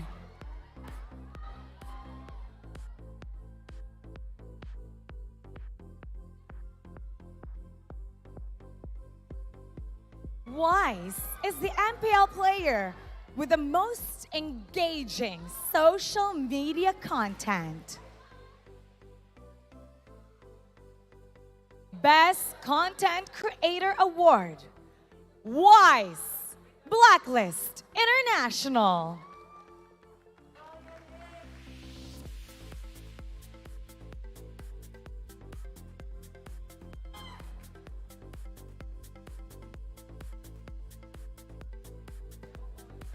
For the next fan award, the MPL Philippines Season 11 Best Sportsmanship Award goes to...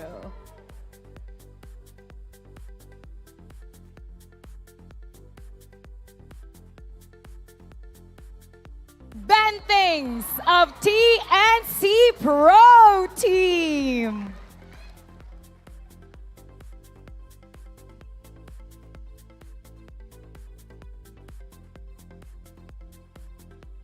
Bentings is the MPL player who showed the most professional attitude and mindset during the regular season.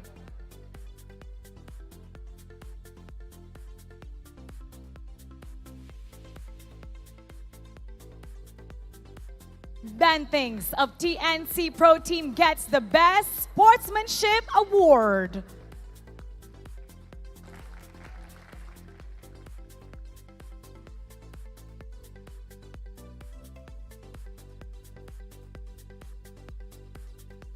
For the next fan award, MPL Philippines Season 11 Most Improved Team Award goes to...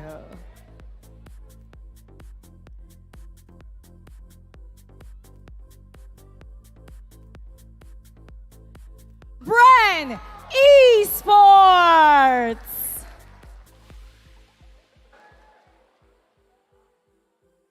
Bren Esports is the MPL team with the most improved branding and game performance throughout the season.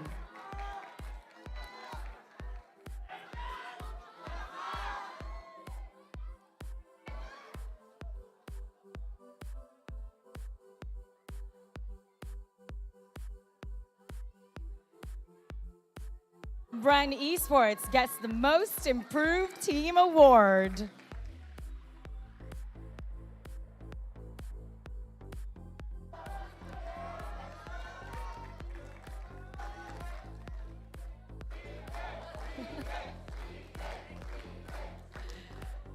For the next fan award, the 3 MPL Philippines Season 11 Most Epic Gameplay Awards goes to...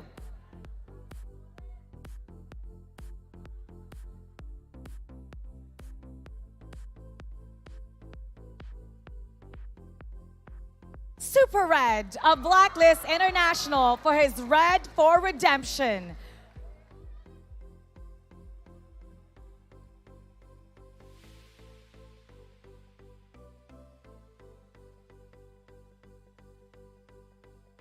Oh My Venus of Blacklist International for his Tali ng Pagkakaibigan.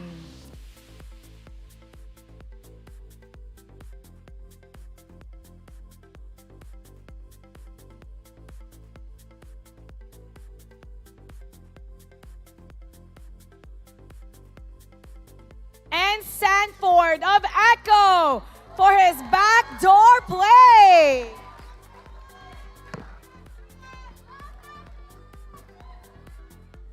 Super Red, Oh My Venus, and Sanford are the players behind the most creative gameplays, which gave the viewers the most nerve-wracking moments during the regular season.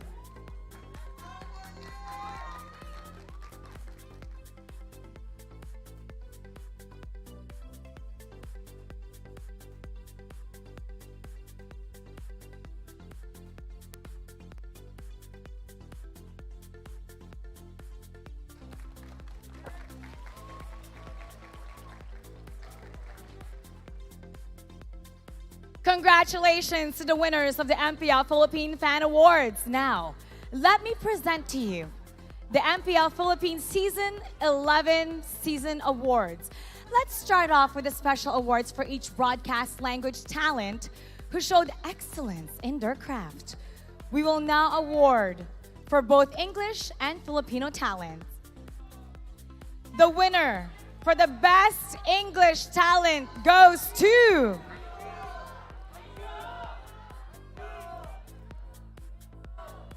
Renmar!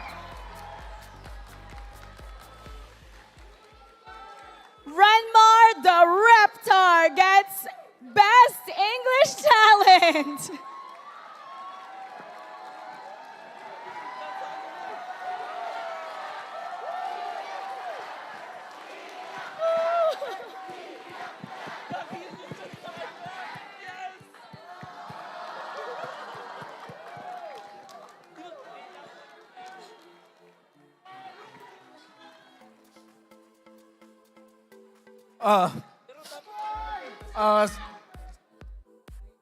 Ano ba to? Tatawagin na naman ako yakin ni Carl Tizzy. I just want to say, even though casting for a lot of people, it seems like, sabi-sabi lang yan. They're just doing whatever the heck. Everyone who works as a talent, everyone who works in this production does it for you guys. Does it for the teams. Does it for the people so their stories can be told.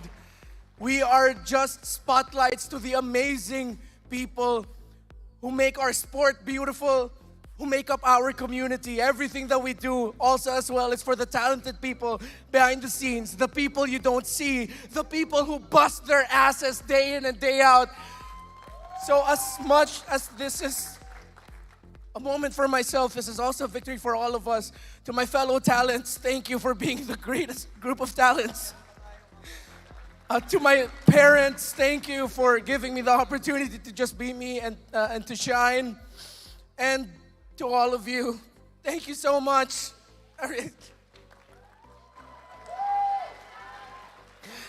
I don't ask a lot from people, but from a wrestling fan, I just have one request. Get your hand, put your ones up in the sky, just like this. Just like this. SMX, thank you. And SMX, acknowledge me. Thank you. Well deserved, Ranmar. We know how hard you work, and you deserve this award once again, Best English Talent, Ranmar. And now it's time to announce the winner for Best Filipino Talent.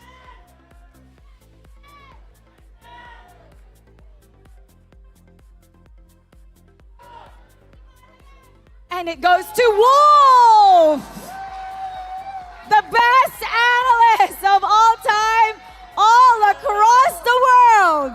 Wolf!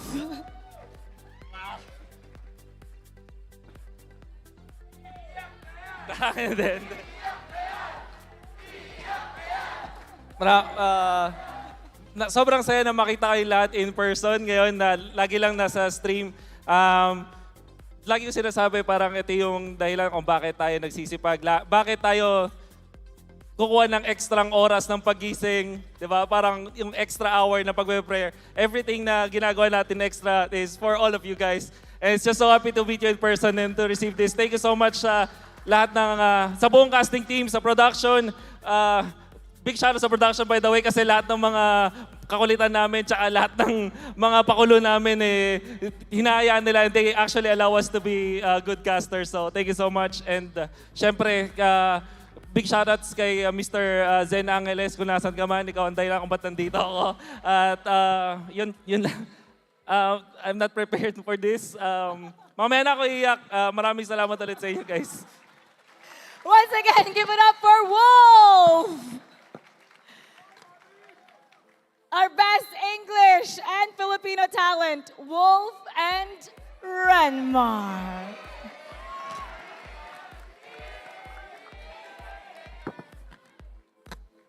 And now, it's time to award the Rookie of the Season. The MPL Philippines Season 11 Rookie of the Season is...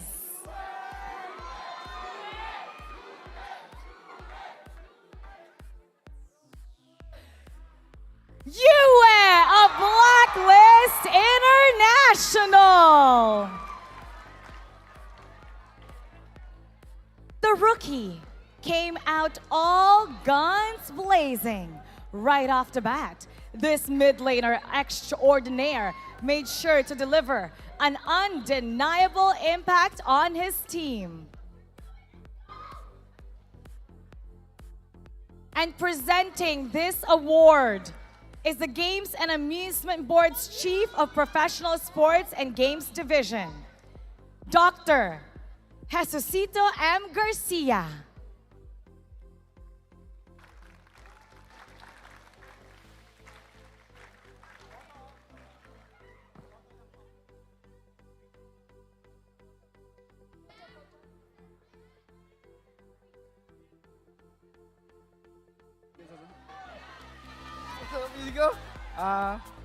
Hello. Maraming salamat sa mga sumuporta sa akin tsaka sa amin, pati sa mga teammates ko, sa coach namin, tsaka sa mga boss namin na umaalalay sa amin lagi. Maraming salamat sa inyo. Once again, give it up for our Rookie of the Season. Now, to award the MPL Philippines Season 11 Regular Season MVP. The MPL Philippines Season 11 Regular Season MVP is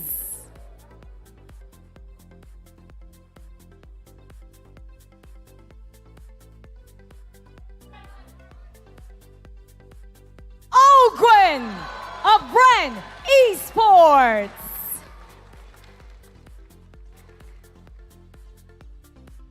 Ogwen excelled in both extremes of his role's play style. Throughout the regular season, he was awarded with 10 MVPs, the most number in the entire league, which serves as a testament to his merit for this award.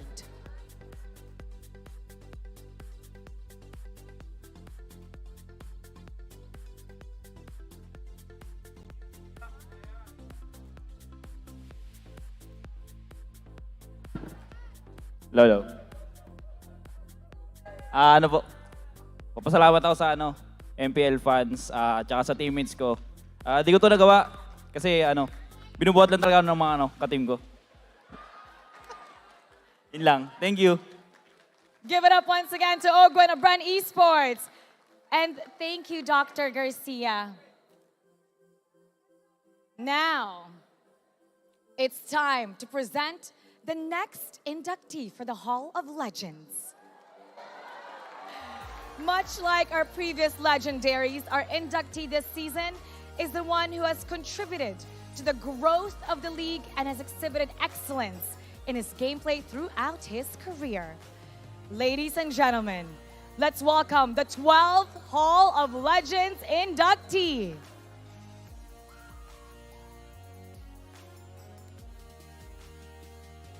Edward!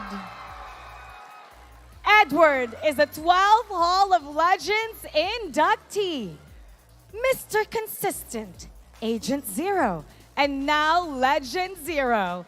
This MPL Philippines Season 7 champion, MPL Philippines Season 7 Grand Finals MVP, MPL Philippines Season 8 champion, M3 World Champion, MPL Philippines Season 10 champion, MPL Philippines Season 10 Grand Finals MVP is now legendary.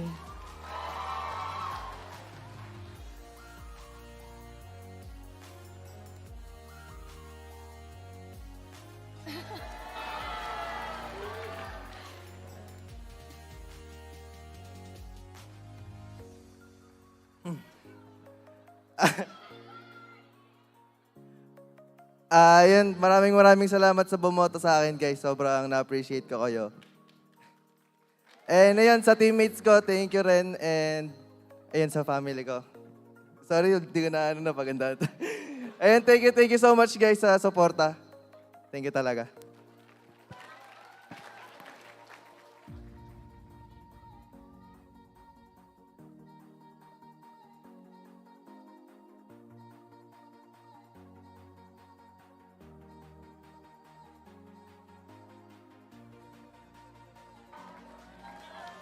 And now let's hear a few messages from Edward's teammates, families, and loved ones. Please watch this. Congratulations sa'yo, Edward, for being a Hall of Famer. Alam ko na deserve mo yan dahil hindi ka lang sa ML magaling. Hindi alam ng iba, talagang tumutulong din siya sa kanyang family at doon pa lang talagang panalo na siya. Basta tubong bataan, matik, maaasahan yan. So good luck sa inyong paparating na laban sa playoffs. Galingan mo at sana marami ka pang uling makuhang award. Congrats ka pala kay Edward sa pagiging Hall of Legends niya.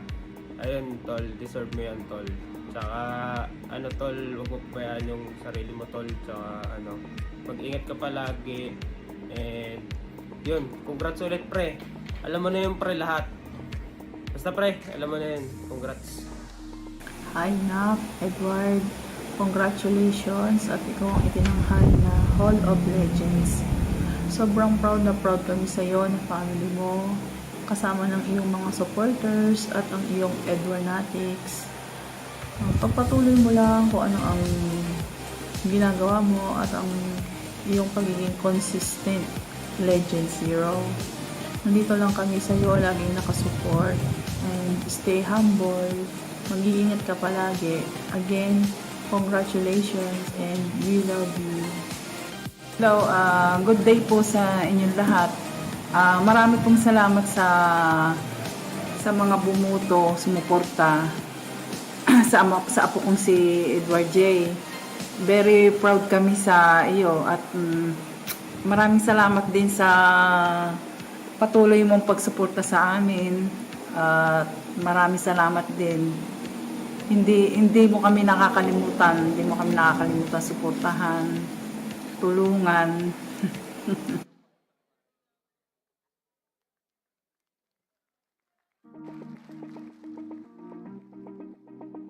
Congratulations sa'yo, Edward, for being a Hall of Famer. Alam ko na deserve mo yan dahil hindi ka lang sa ML magaling. Hindi alam ng iba, talagang tumutulong din siya. Congratulations once again to all the winners of the MPL Philippines Fan Awards, Season Awards, and our new Hall of Legends inductee. Now don't go anywhere because we'll be right back for the much-awaited Grand Finals between Blacklist International and Echo. So stay tuned dito lang sa tahanan ng pinakamalakas na Mobile Legends Bang Bang players sa buong mundo, ang MPL Philippines. The 11th season of MPL Philippines is brought to you by the following sponsors. Smart, the official tournament telco partner of MPL Philippines Season 11. Our official sponsor, Infinix. Infinix Note, ultra-fast gameplay. Our partners in esports, Maya, it's everything, and a bank. And Secret Lab, the official gaming chair of MPL Philippines. If you missed the matches and want to quickly recap what happened, visit our official website for post-match reports at ph-mpl.com/news. Don't forget to catch all of our official league content on TikTok, Facebook, Instagram, and Twitter. To ensure the quality and fairness of our games, MPL Philippines is also monitored and supervised by the Games and Amusement Board.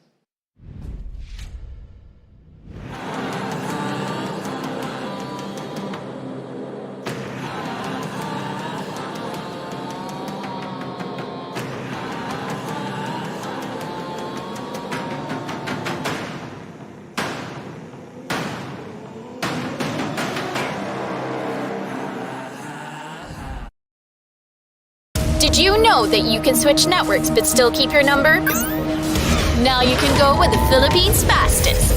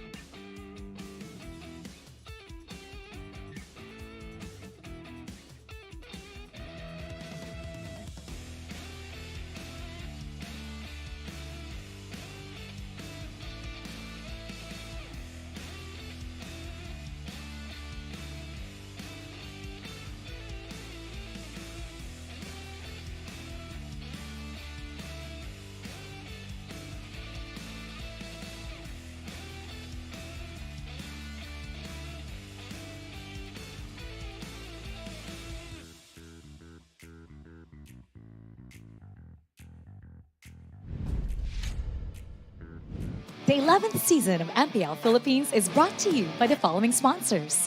Smart, the official tournament telco partner of MPL Philippines Season 11. Our official sponsor, Infinix. Infinix Note, ultra-fast gameplay. Our partners in esports, Maya, it's everything, and a bank. And Secret Lab, the official gaming chair of MPL Philippines. If you missed the matches and want to quickly recap what happened, visit our official website for post-match reports at ph-mpl.com/news. Don't forget to catch all of our official league content on TikTok, Facebook, Instagram, and Twitter. To ensure the quality and fairness of our games, MPL Philippines is also monitored and supervised by the Games and Amusement Board.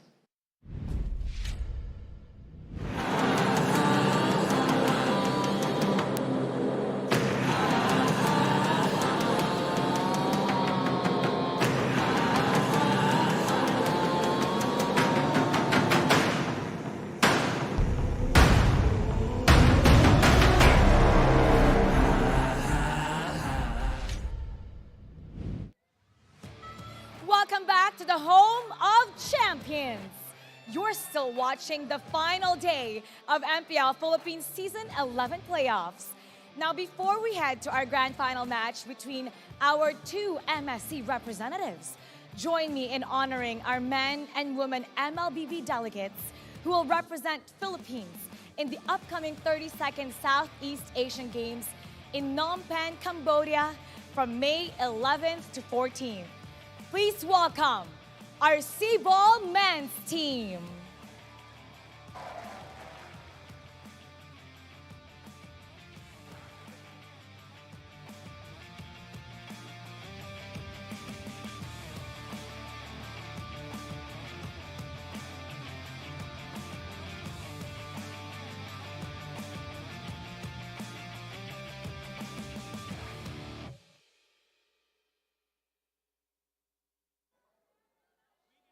And our C-Ball women's team.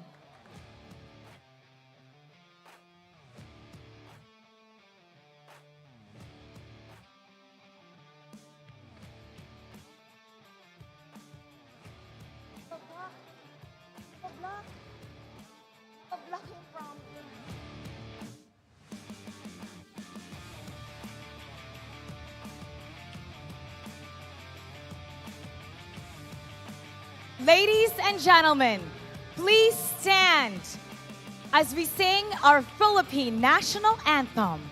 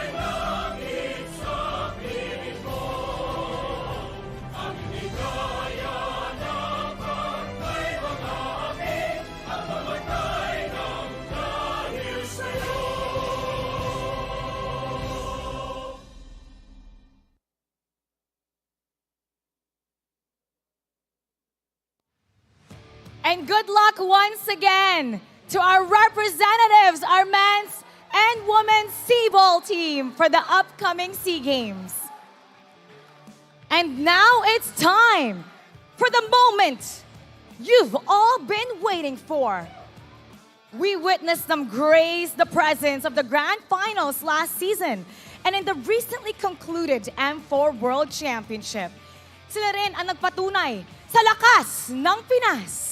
Ngayon, muling maghaharap ang dalawang natitirang koponang patuloy na nagtataas ng lakas.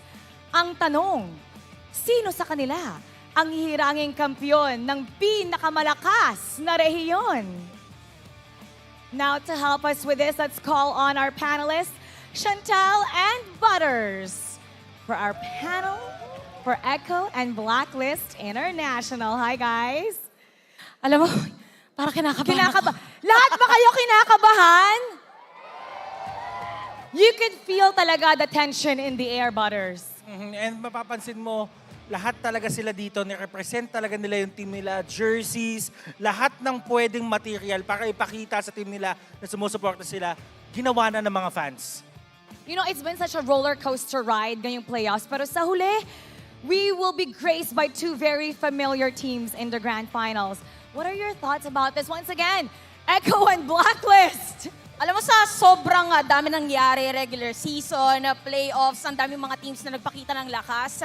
It's very nostalgic to see Blacklist International, of course, Echo na maglalaban ulit.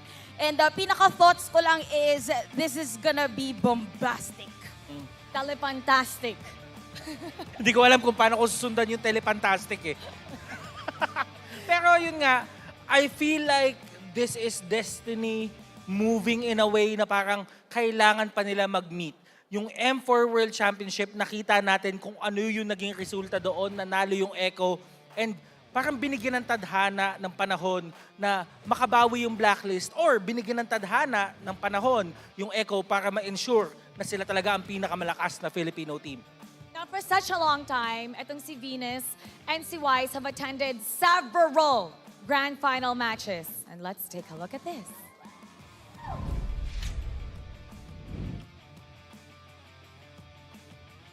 Now, kung papansinin natin dito, ang taas ng appearance rate ng VY tandem papasok ng Grand Finals. As you can see here, yung win rate nila is at 55%. But then again, kung papansinin mo MPL-PH Grand Finals win rate as Blacklist International, 100%. Never umabsent, always present. Perfect attendance awardee. Tsaka kung titignan natin, dito din sa Grand Finals appearances, meron din for SEA Games. So, hindi lang siya strictly for MPL, pero madami din silang ibang nilaroan to represent the country. You know, ang dami kasi nagko-compare din na, oh, you guys have gone to so many grand finals. Nandun na meron ng M3 at meron na tayong mga ilang grand finals dito sa Philippines. Pero ang sinabi nung tinanong, oh, what about getting MSC? Ang sabi ni Oh My Venus, they're not after the titles, but consistency. With this, would you say that they're already the most consistent players of all time? Seeing nga, sabi mo nga, Butters, kanina 100% sa MPL Philippines. Of course, sila yung pinaka-consistent as of now. Pero kasi pag sinabi mong V-Wise or kahit anong team na nakadikit sa kanila, yung consistent play na yon laging nasa top level. So ibig sabihin dito, yung pagiging consistent nila always equates to a first runner-up setup or sila yung mismong nag-champion. Tsaka di ba parang yung story, nabagitan natin yung VYs with the consistency, let's say for the meta of MLBB per se, with the consistency that they shown dito sa ating mga tournaments, parang lahat ng pattern in terms of meta ay sa kanila din ibinase. So ibig sabihin, for the longest time, yung consistency na yon is napakahirap na basagin. Kaya naman, nandito ulit sila ngayon for grand finals. Regardless how consistent they are, and regardless that they made it here sa Grand Finals, may sinabi kasi si Wise, he claimed that this was his hardest season yet. Ito nga yung quote na sabi niya, doon sa 4 na seasons na nag-finals ako kasama ang Blacklist, ito talaga yung pinaka-worst para sa akin as a player kasi dumating na yung mental parang di ko na kinaya eh. Kasi bukod sa pag-ML ko, dami kong kinakaharap outside the game. Pero buti, andyan si V na parating ako kinakausap. Para cheer up lang, cheer up para pag may tiwala talaga sa team, kayang manalo. Iba talaga kapag alam mong merong sumusuporta sa'yo regardless. Kasi alam mo na kahit magkamali ka, alam mo na merong willing na tanggapin yung pagkakamali na yan. Kaharapin yung pagkakamaling yon at lusutin yung pagkakamali. Sana all. Sana You know, all. Kumbaga parang si Wise kasi yung barko, tapos si Venus yung anchor, na pagkakailangan magpahinga ni Wise, kailangan kumalma ni Wise, siya yung gagawa nun. And iba talaga pag may kaduo eh. Tama. Oh, Tama. merong kaduo. Meron. Tama. May Mas paras kaduo. pang malakas. Kayo, may kaduo. Maghanap na kayo ng V sa inyong Y. So, di ba? And you know, we've been following these players for a long time. Gaano ba kahirap to maintain itong top-level performance throughout the career? Alam mo, parang sobrang hirap kasi sinabi na natin parang lahat ng mga teams, even before, ay nakatutok na talaga sa kanila. So parang kung ito yung top-level performance nila, the next season, as much as possible, mas mataas pa ulit at tataasan mo lang ng tataasan or either i-tweak mo na lang yung pinaka-performance nyo. You set the bar high kapag ka maganda yung performance mo. And that means consistent ka din dapat sa pagtaas ng level ng gameplay mo. And that's really hard. I've seen talents na they come and go, nagiging explosive sila and they fall off. And napakahirap na ginagawa ng VYs dito kasi parang every time na lang ata, laging maganda yung placement nila. And, you know, regardless kung ano man yung struggles nila ngayong season 11, we see them going all the way up pa din. Tinataas talaga nila ang kanilang lakas. And that's very hard to do. To be better than you were the previous season. How much better can they get? My gosh. Pero throughout Blacklist playoffs run, Owl, okay, let's talk about Owl, defeated Kelra, Super Marco, and then Emin. He's happy that he's close to being awarded as the best gold laner of the season. So what can you say about his performance? Butters. Ako, ang nakikita ko kasi kay Owl, parang siya yung missing formula nung mga first few weeks na meron dito yung Blacklist International. Parang, ang sinasabi natin lagi, plug and play kapag ka Blacklist yung naglalaro. So parang siya, hindi na kailangan hanapin yung synergy. Parang naiintindihan niya na yung laro ng Blacklist agad. Tsaka parang alam niya talaga kung paano siya didikit doon sa mga ibang gold laners kasi minsan parang siya pa nga talaga yung mas matapang against other gold laners. Kaya naman sinabi niya dito na masaya kasi konti na lang ako na yung pinakamalakas na gold laner sa Season 11 at pinapakita niya yun in terms of performance kasi there are moments kung saan siya na mismo na gold laner yung gumagawa ng play para sa sarili niya. Ang dami na niyang na-eliminate. Pero ngayon, makakaharap niya, kumbaga nga, yung big boss. Finals MVP ng M4 World Championship na Benny QT. What do you guys think about this gold lane matchup? And let's talk about this player role ranking. So, looking at the player role ranking, sabihin na lang natin na nakikita natin na first dito si Owl. But then again, kailangan natin alalahanin na mas onte yung games na nilaro ni Owl dito. Kaya talagang lalabas na mas mataas yung stat line niya.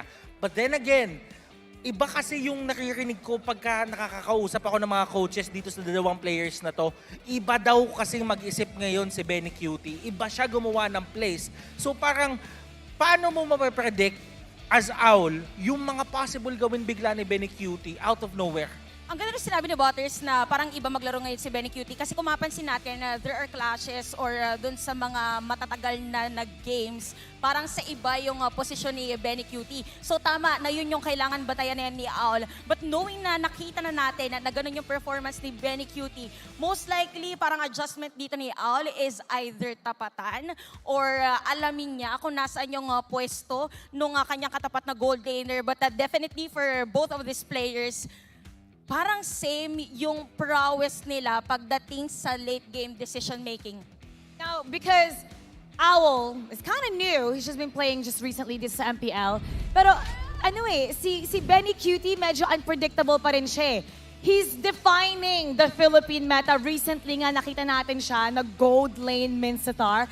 And we haven't seen that before. Sa Indo ginagamit yan, XP, sa Rome. So, pagkatapat ang bagyong Benny, nako, sobrang unpredictable and you really have to watch out for him. Pero ate mo, Chantel, Butters, ano nga ba yung mga kailangan gawin ng parehong koponan para ma-secure itong Grand Finals na to? Napaka-importante talaga ng mga kailangan gawin ng ating mga teams para naman dito sa side ng Echo in terms of keys to victory. Code once broken, do it again. Again, nakita natin yung performance ng Echo during M4 Grand Finals and they could replicate the same scenario or most probably pwede lang kontrahin kung paano nga ba nag-rotate ang Blacklist International. For Blacklist International kasi nagbago yung kanilang rotation, but for Echo, since they already have that information against Blacklist, pwedeng yun yung gamitin nila para mag-iba yung sitwasyon ng laro. For Blacklist International, consistency is an agent's key.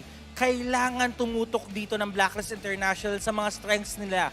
Hindi naging maganda yung regular season nila, but ang kailangan nilang fokusan dito is yung ngayon. Nahanap na nila na rebuild nila yung code, pinalakas nila yung code. So, as long as they stick by that code, I don't think masya-shatter yon ng Echo katulad nung ginawa nila nung M4 Grand Finals. And it's just fitting na sila ulit ang nagtapat ngayon, seeing as how we saw them for last season in the Grand Finals, na flipping result sa M4 World Championship. And it's so unpredictable how this is going to be. So, okay, unpredictable, but can we guess? Guess pwede. Para dito sa game. Wait lang, parang hirap i-guess. Best of 7, how... What do you think it's gonna go? Sagad 4-3. Alam mo, nahanap ko na kasi yung way para hindi ka magkamali mag-predict. Alam ko yan. Sana tinuro mo, di ba? Huwag ka na mag-predict. Hindi, joke lang. Wag ka na. Joke lang. Akala ko, I thought you were gonna say, look at Mirko's prediction, and then it's the opposite. Yeah. What's his prediction now? Actually, hindi ko kasi nakita yung prediction ni Mirko eh. Pero para sa akin dito, I think this is gonna go 5 games at ayoko magsalita kung sino yung mananalo kasi nakakatakot ang daming fans ng both teams dito. Parang delikado eh. Hindi ba ganyan yung hairstyle mo para ready ka na? Hindi, Iverson lang to. Iverson lang. Actually, speaking of that, gusto ko malaman kung nasaan ang mga fans ng parehong koponan. Nasaan ang mga fans ng Blacklist International? Okay. Madami. How about Echo?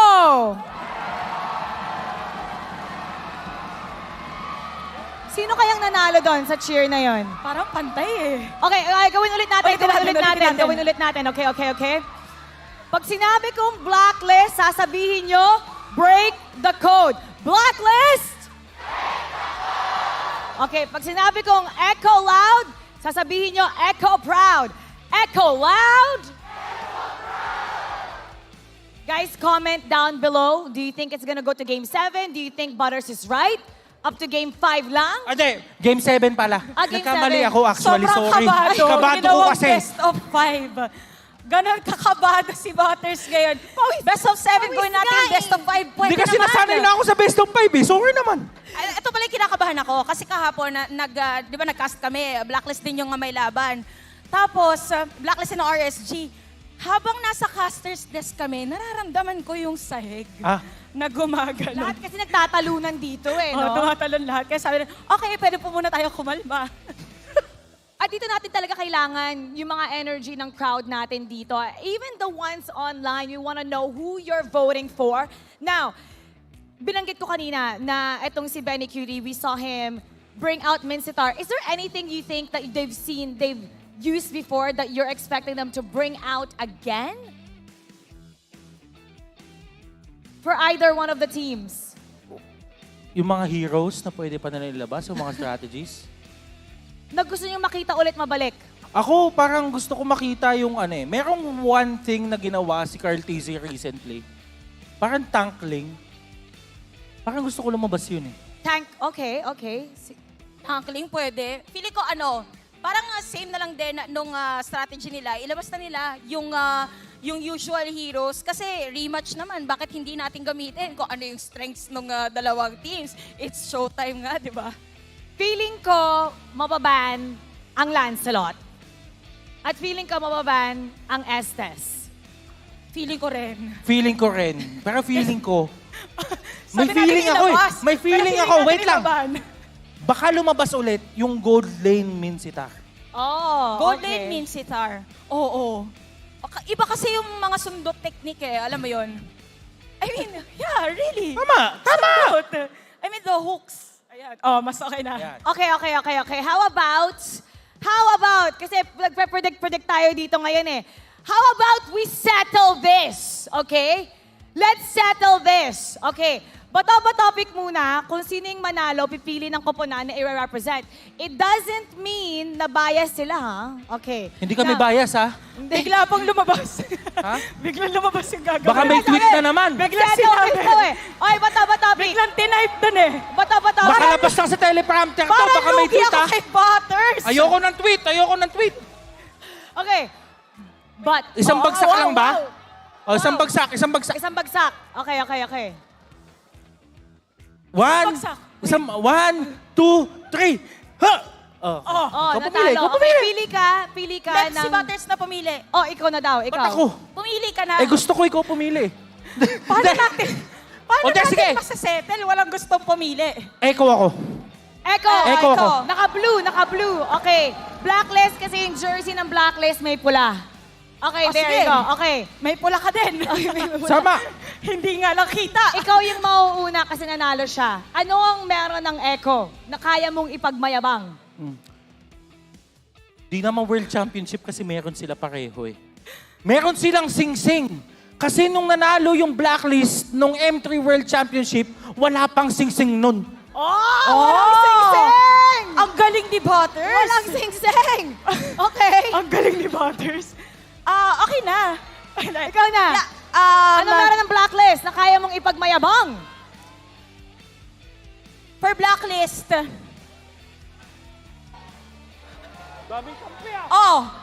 Meron din silang medal. Ay, Blacklist. Nakita niyo yung achievements kanina. SEA Games 2021. SEA Games 2021. What now, Butters? SEA Games 2019. Carl TC. Kaso si Carl TC lang yun. Lugi. Parang hirap nito. Butters, friends tayo, ha? Friends tayo. Ayan. Parang sinisira natin. Oy, walang tweet, ha? Baka bias na naman kami, ha? Lumabas lang po talaga. Okay, how about, what's the final message before we start to our fans that are watching right now? So, for me, for the fans that are here, tayo ang panalo dito. So kahit anong mangyari, magmahalan tayo kasi yung mga players natin, pinapakita nila yung best para sa inyo. Kung sino man manalo dito, let's support them. I-representa nila yung Pilipinas sa upcoming MSC sa Cambodia. That's right! Tama. See the world! Para sa mga fans natin dyan, of course, lahat ng mga teams natin, regardless kung sino mang naunang malaglag during playoffs, huwag natin kakalimutan yung hardship, yung storya ng bawat players dahil yung storya nila ay storya nating lahat dito sa MPL Philippines at sa MSC. Gagawa tayo ng bagong history para sa Pilipinas. At para rin sa ating mga online viewers dyan, gusto namin marinig at mabasa ang inyong mga comments sa predict down below kung sino ba sa tingin nyo ang mananalo. Will it be Blacklist International or will it be Echo? At to all our online viewers, gusto nyo bang manalo ng diamonds? All you have to do is comment a photo of yourself watching the MPL Philippines playoffs sa hashtag of the day post. Matatagpuan natin yan sa official Facebook and Twitter accounts ng MPL Philippines and you can get a chance to win 1,000 MLBB diamonds. Ano ang hashtag of today? Hashtag MPL-PH Grand Finals. Again, MPL-PH Grand Finals. So, sali na kayo. Eto, before we start, I wanna know whose side you're on. Agents, where are you at? Orcas, let me hear you.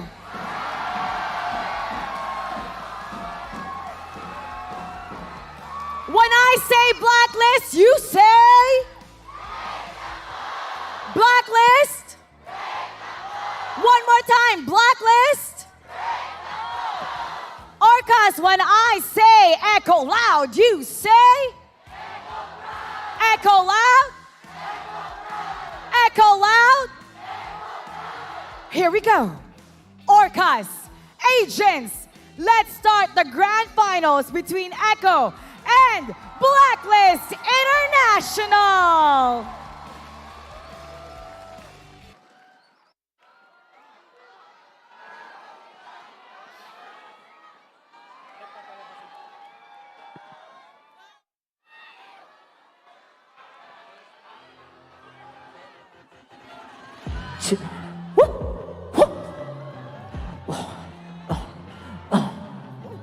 Malakas ang Pinas.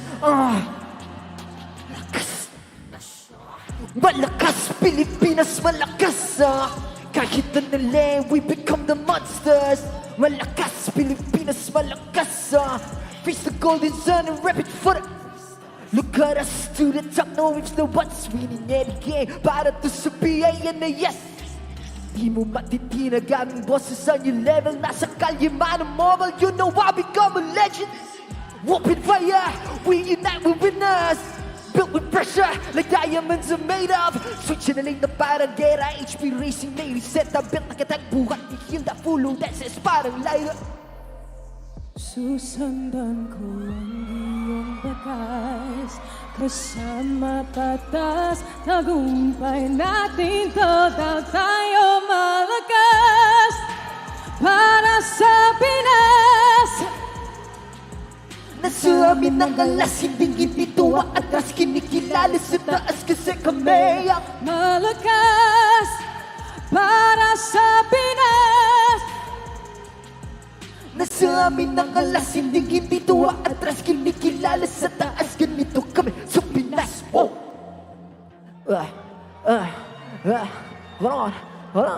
Hold on. Malakas ang Pinas. We are lacking MVP, no surrender, no retreat. Pag nagsama-sama, just imagine what we can achieve. Nagging MVP, no surrender, no retreat. Even 100 on my options cannot be defeated. Woo! We are unstoppable, immune and invulnerable. Ready ang equipment, lahat frozen mala. Pakito na drop like beast of the southeast. So watawat proud and loud, cause every enemy we devour. Susundan ko ang iyong bakas, kasama patas, tagumpay natin total tayo malakas para sa Pinas. Nasa amin ang alas, hindi tuwa atras, kinikilala sa taas kasi kami ang malakas para sa Pinas. Nasa amin ang alas, hindi tuwa atras, kinikilala sa taas, ganito kami sa Pinas. Oh!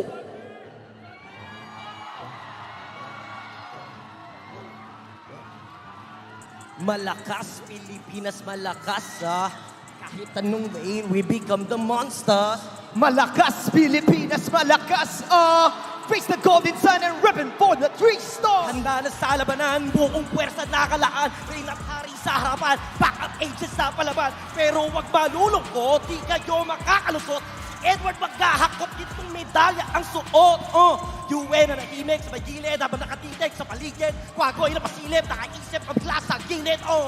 Puso ng kampiyon, never backing down. Agents sabay-sabay, complete the crowd. Bueno mano, pagka orca ay bumuelo lang na yan. Pati Indo mag-e-e-e-e-eko sabayan. Sigurado, lansyamado, mula empor pang ganado. Pwede ka nang maporsilo sa amin natong kampyonato. Right check, nice sport, dapat ka ng kabahan. Oy map check, nice G, bagyo ka masegwihan. Di mo mariretrihan, tisigotin na kasi. Yeah, we set the celebration, pa Cambodia na kami.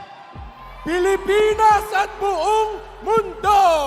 Welcome our grand finalists, Blacklist International and Echo! Malakas para sa Pinas. Nasa amin ang alas, hindi tuwa atras, kinikilala sa taas kasi kami malakas para sa Pinas. Nasa amin ang alas, hindi tuwa atras, kinikilala sa taas, ganito kami sa Pinas. Wow! Ang lakas ng Pinas, we unite with the stars. Ang lakas ng Ang lakas ng Pinas, we unite with the stars. Ang lakas ng Pinas, with the stars.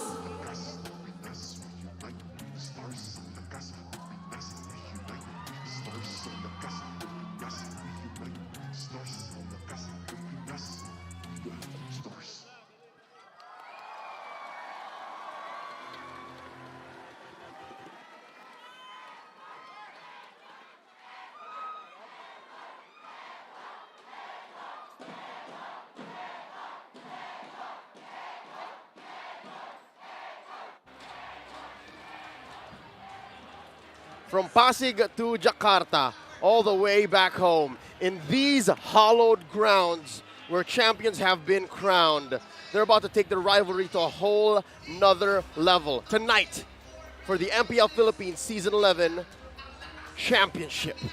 It's Man. us, We Were Bros, here for the grand finals. Oh, what an honor. I just can't, man. Yeah. That performance early on, wow. I am hyped up. Yeah, that is one hell of a way to start the grand finals. This is the trilogy in terms of major event grand finals for Blacklist International and Echo. And as you mentioned, in these very hallowed halls. It was worth noting, given the grand finals appearances of VYs. But then again, both of them are going to MSC 2020 Raise Up. And hashtag show your lakas ng Pinas because they're both going to MSC, folks. Our delegates, Blacks International and Echo, are going out to hashtag see the world. Now, the rivalry. Are they going to take this to Phnom Penh? I think so. This is like a rematch of a rematch, in a way. It's part 3, right? I mean, these guys went head-to-head. It was, what, 6 games, I believe, last season? Yep. And then, you know, in M4, they went head-to-head. Echo pulling out on top. And now I feel like there's a little bit of a revenge match here, even for Blacklist International. Yeah, it's like redemption, yes, for Blacklist, based on what happened in the grand finals of M4, but at the same time, it's also redemption and revenge for Echo. You mentioned they lost the grand finals in the Philippines 4-2, just 6 games. So both of them are going into this with a mindset of, you got one over us, we gotta get one over you again. Quick recap of how the weekend has gone so far. Blacklist have yet to lose more than 1 game in every series they've played in. Only 1 game every series. That's how dominant our defending champions are. And dare I say, this is the strongest they've ever been in Season 11. I don't know what it is. You know, again, we're talking about it before even day 1, day 2 of the playoffs, where we had a kind of a vision of Blacklist International Season 11 regular season. Yes. And then all of a sudden, I would say it started in those last couple of weeks, week 7, week 8. They made some changes. They came out swinging with a bang. They took those 2 weeks, about 2 weeks off before the playoffs. And then it was like a different Blacklist International, that refined version. It might be a couple different names, but still, nonetheless, it was that dominant Blacklist International we're used to seeing. I feel like the key for Blacklist International and the secret to their success is something that happened in those 2 weeks, behind the scenes. Of course, one of the narratives that the agents in their community are saying is a key member of their management team behind the scenes. They call him Boss Rada, came back to the team and told them, talked to them, went back to his role of the one-on-ones, talking together as a team. So that had to do something mentally to Blacklist International, that it changed the field of their in-game decision-making with drafting and how they execute, back to being the near-flawless Blacklist International we know. And talking about execution, here is the excellence of execution for both teams. Repping the XP lane, the newly crowned member of the Hall of Legends, Legend Zero, facing off against Sanford, who has been on a, warpath throughout the weekend. Yeah, yes. Is that going to be a new moniker? Legend Zero? Do we Legend Agent Zero? How do we play around with Homie that? earned it, but I will still call him a bunjing. There it is. That works too, right? And, you know, with that being said, Edward alone, a lot of times we actually talked about this, the way that he plays that XP lane, how much of an impact he has there, and how he's just kind of like razor focused, locked in, and that switch just flips, and that usually really capitalizes on. But across from him, and like they saw in M4, Sanford's the same way, right? He does the same exact thing, and now this is why it's such a massive head-to-head for both these teams with XP lane. Yeah, at this point, anyone who says that, Edward has the experience. Sanford at this point, you could say, he has the experience too. He knows what it's like to be in the grand finals. He knows what it's like to be in a big-time match. And this is a big-time rivalry as we enter the first draft of our first game. Echo on the play, Blacklist answering back. Not much of the script has changed, despite this being the first time Echo and Blacklist meet up in this season's playoffs. There goes the Estes, the Faramis, and the Joy, key heroes for both Oh My Venus and Legend Zero. Blacklist, though, they take out the Kaja and the Franco. Yeah, with the Kaja and Franco gone, Blacklist International are going to have their eyes set and potentially picking up something like the 1-1. And I think that's what Blacklist International is thinking. Do we ban out the 1-1? And of course you will. You're up against Benny Cutie. You're up against Echo. First pick here, Fredrin, Valentina, Arlott, Glue, all still on the table. And it's going to be the Glue, taking it out from the hands of Legend Zero and into the hands of Sanford, the Apex Predator. I like it. You know, go ahead and roll with that. Take the Glue pick. It's great. One thing on my wish list I would say for the series, boys, is I want to see Benny Cutie use the gold lane Mincetar again. Not saying it's going to happen here. The Franco is banned out. That might be the answer for it for the rest of the series because they don't want to go through those double hook kind of combinations to deal with. But already, picks coming out here quite quickly. There's the Eve, the Fredrin for Blacklist International. So far, Carl TZ going to pick that Tanks-a-Lot, Lancelot here, and we'll see what the next one's going to be. They pick up the Farsa, so they're going to be battling each other with pokes. That means Blacklist International needs to be smart with what they pick here.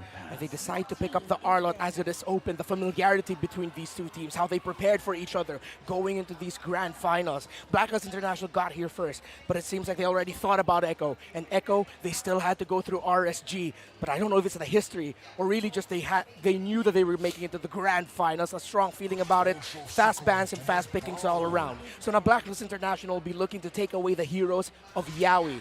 With a Kufra gone, let's see what else Blacklist will take away from him. Oh, they're shorting out the choices. Coach Tick and Coach Treb choking down the rookies' hero pool. Owl gonna get his carry taken out. Possibly maybe another. Yep. What's the Brody looking like here? Is the Claude still Yeah, I was out? gonna say Claude Brody. You know, he's kind of opted for both of those. I would expect Echo to just go ahead and ban out the Claude. One of them. Yeah. So it's a safer go. Blacklist International, yeah. I see Claude going to the fourth pick there for Owl. But then that would mean the Blacklist International are going to be looking for the mid-game, late-game's power spike, while Echo's draft right now is very early to mid. Is that something Blacklist International would want to play into? Let's find out if it is. And we all mentioned the Mincetar. Blacklist says, yeah, we really don't want to go up against that, which means Blacklist might be looking at Beatrix as a potential option in the gold lane. And it's a safe bet. The Beatrix just has great coverage. Now you're wondering, are they ready to face off against the Harith? Because when you take out the Mincetar and you're going in for a dive comp, much like what Echo is rocking, because again, Sanji might be the only one who is actually an artillery member of that lineup. I think the Harith seems solid, especially when you have a hero that wants to get in there like the Arlott. Yeah, they could possibly go and opt for, you know, that's one of the main things I would say about Benny Cutie is the fact that he likes to kind of switch up the options for the gold lane. Again, that's why I was saying, you know, my wish list is that Midstar once more, but it could just be banned out for the series. Now he still has that Harith pick available too. We're not really sure exactly how they want to play this, but with this pickup, the Rafaela coming back up, it was only picked once. The whole season. The whole season. By next play Evos. That's the thing. In the hands of Brusco DR, not even by the Queen. So has the Queen day after day, back to back, been feeling spicy. Yeah, like last night, she picked up the Angela. Yeah. And now the Rafaela. I wonder what that means for the gold lane here for Blacklist International. Are we going to be seeing a Bruno potentially, the classic combo for a Rafa, but then it's up against a Farsa. I believe the pickup of the Farsa was really just for avoidance, movement speed, as Echo gets her hands on the Harith for Benny Cutie, and Yaoi picks up the Lolita. A lot of AOE for the lineup of Echo. The holy healing from the Rafa now looks very good. If there's anything I know about the Storm, about the M4 Grand Finals champion, MVP, is he likes the Harith this season, in the playoffs especially. So is it going to be the Bruno? The last time that this combo worked was, what, in the heyday of M3? So that was, what, for the better part of 2 years ago. I wonder if it's a thing now. Bruno, up against the Farsa again is matchup that Hey! does Hey! not favor the Bruno. Speaking of They look grand familiar. finals MVPs, is that the Prince? What does he have on? He's got some merch on. What? Up front. Up front. Watching the competition. Of course, we all know they're all friends. It's all Yeah. support. But you know, they're watching. He's They're scouting. next to the Raja too. Yeah. Yeah. We carried him earlier. That's right. What a privilege. What an honor. I wish I was there. Well, another time maybe. But I love this because this whole playoffs has felt like a reunion, like a homecoming. Yes. And it really has felt like that. And I know we got special guests here as well. So I can't wait for this to unfold. It feels like we already blazed through the draft, but look at this. Everybody just following in my footsteps, but I don't blame you. Everybody just does not want to call it either way. Maybe, just my guess, for the sake of this rivalry extending all the way to Phnom Penh, Cambodia, or just for the sake of it going the third in a trilogy. You don't know. This is the rubber match. Yeah, this is technically, like I said, because they're both 1-for-1 in different ways. This is that best of one now, right? But it's over the course of a best of 7, basically. It's an epic. An epic. And I'm sure this is something that the two teams are thinking about. The epic rivalry. Blacklist International and Echo. The Brody was the last pick up there for Blacklist, and paired up with the Rafaela, should be happy with free hitting and avoiding key abilities. Blacklist not going to be lacking for vision. I think that's one of the few things that teams have been lacking towards the way that they build lineups in the playoffs. And here this time around with that Rafaela, Holy Healing should be able to check in. Oh! Wow. All right, they already get an early flicker out from UA, taking quite a bit of damage here. But this is kind of what we have to expect, right? A little bit of push and pull between both teams because, like you were just mentioning, Leo, Blacklist International has that Holy Healing available to them. But already Carl Teasy being quite aggressive himself. Going to get the flicker out and gets the first blood. Hold up. Is this the first time in forever we've seen Carl Teasy rock the Brenny Sports Lancelot skin? Oh, yeah. Wow. Yeah, good thing you noticed that, dude. That has to be something to empower him, to motivate him that this is where it all began for me. Would that be his final form? Is that technically? I am him. That's it. Yeah. He is declaring this match has now begun. I am me. Yeah, and we were joking about it behind the scenes. Man, I can't believe the final form of Carl Teasy might actually be Tanks-a-Lot with hybrid build. Apparently, speak of the devil. He's grown. More than just. Yes. He has grown, and he has become great. Turtle already up. Okay. Blacklist International trying to get in position here. Once again, though, Wise exactly isn't here. They might just be willing to trade it. And as they do, Carl Teasy going to secure that first turtle. It looked like, Wise was trying to get some pressure on that purple buff, but he decided to just go back anyway. It was kind of spotted out. Yeah, tremendous read there by the members of Echo, specifically the Lolita on Yaoi. Right. Getting the vision there for Carl Teasy that, hey, he's here, that made Wise go back. And I believe the early def onto Oh My Venus, the lack of the level 4 there, meant that Black said, yeah, way too risky for us to lose anymore. Let's just back off. Already, something to note, here in the XP lane there's some action. They didn't do the double XP rotation. Yeah, which is puzzling to me because I thought we'd be seeing that all series long. But then they decided, okay, let's just go back to basics. It's going to be a long 7-game series. I feel like this is part of just the feeling out process. But then at the same time, Rafaela in the mid roaming around, helping the mid and the jungler roam around, is more beneficial for them. Oh, there's a lot happening here. The flicker in, Noon Blast. Owl will fall. Top side, meanwhile, in the mid lane, a little bit of poking back and forth too, but already Echo gaining the momentum in this game 1. Reptar, you talked about how Oh My Venus has parked herself in mid. That's what happens. She couldn't help Owl. Yeah, and Owl just suffered a massive Numenon blast that made it possible because the other members of Echo were pushing back the other members of Blacklist around the middle portion of the map. That forced that to happen. Great call by Echo and great play. Oh, top side though, Owl once again going to be in trouble here. Feathered Airstrike pops the damage. Benny Cutie will get the kill. The sustain from the Holy Healing was not enough to deal with that. So yeah, the first time around it was just the two of them up top. Now, They have on my Venus, but Sanji comes in. Yeah, it seems like Echo are treating the XP lane as just back to what we treated it in S9. It's just gonna be a dead lane. Sure, let them clear the minion waves. They will rotate. We'll put the pressure on the gold. Owl has been monstrous this playoffs. Echo is respecting that, and they want to stop that. Is this Echo dictating the pace, making their own meta the way that they want to? Are the Orcas swimming up against the wave that is Blacks International? Definitely. That is what you do when you're up against the Blacklist, against your rivals. Well, they just want to go ahead and give up the turtles here. Carl T's going to secure the second one. A lot of focus on the top side, though. Looking for a possible pick here. Black International. Yeah, we're going to go ahead and charge that new and blast up. Just help clear the waves. They kind of know, or at least they have a sense that something's going on here. Yeah, when you only see Edward in the Turtle Pit contesting, most likely Blacklist International has 3 or 4 roaming around together. Again, that's just familiarity by Echo, knowing that Blacklist would want to get one back over Benny Cutie to help Owl cash up just a little bit. Yep. It's basically saying, oh! Owl.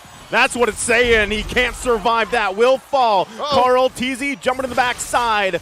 Putting out the damage with a Thorn. Rose going to still go. Gets the flicker from Oh My Venus. There's the Retribution being used as well. Still the follow-up going to come out through. Real world manipulation going to come down, forcing it under the turret. Charges up! Finds the target. UA will fall. And Echo still in the driver's seat. Might be looking for another. Benny Cutie gets the cleanup kill. And now it's Oh My Venus and Edward. Here comes Carl TZ again.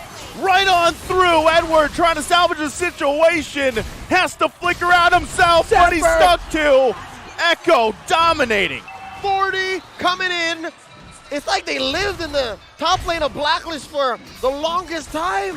Chugga, chugga, chugga, chugga. I hear it coming. It's the Echo Express.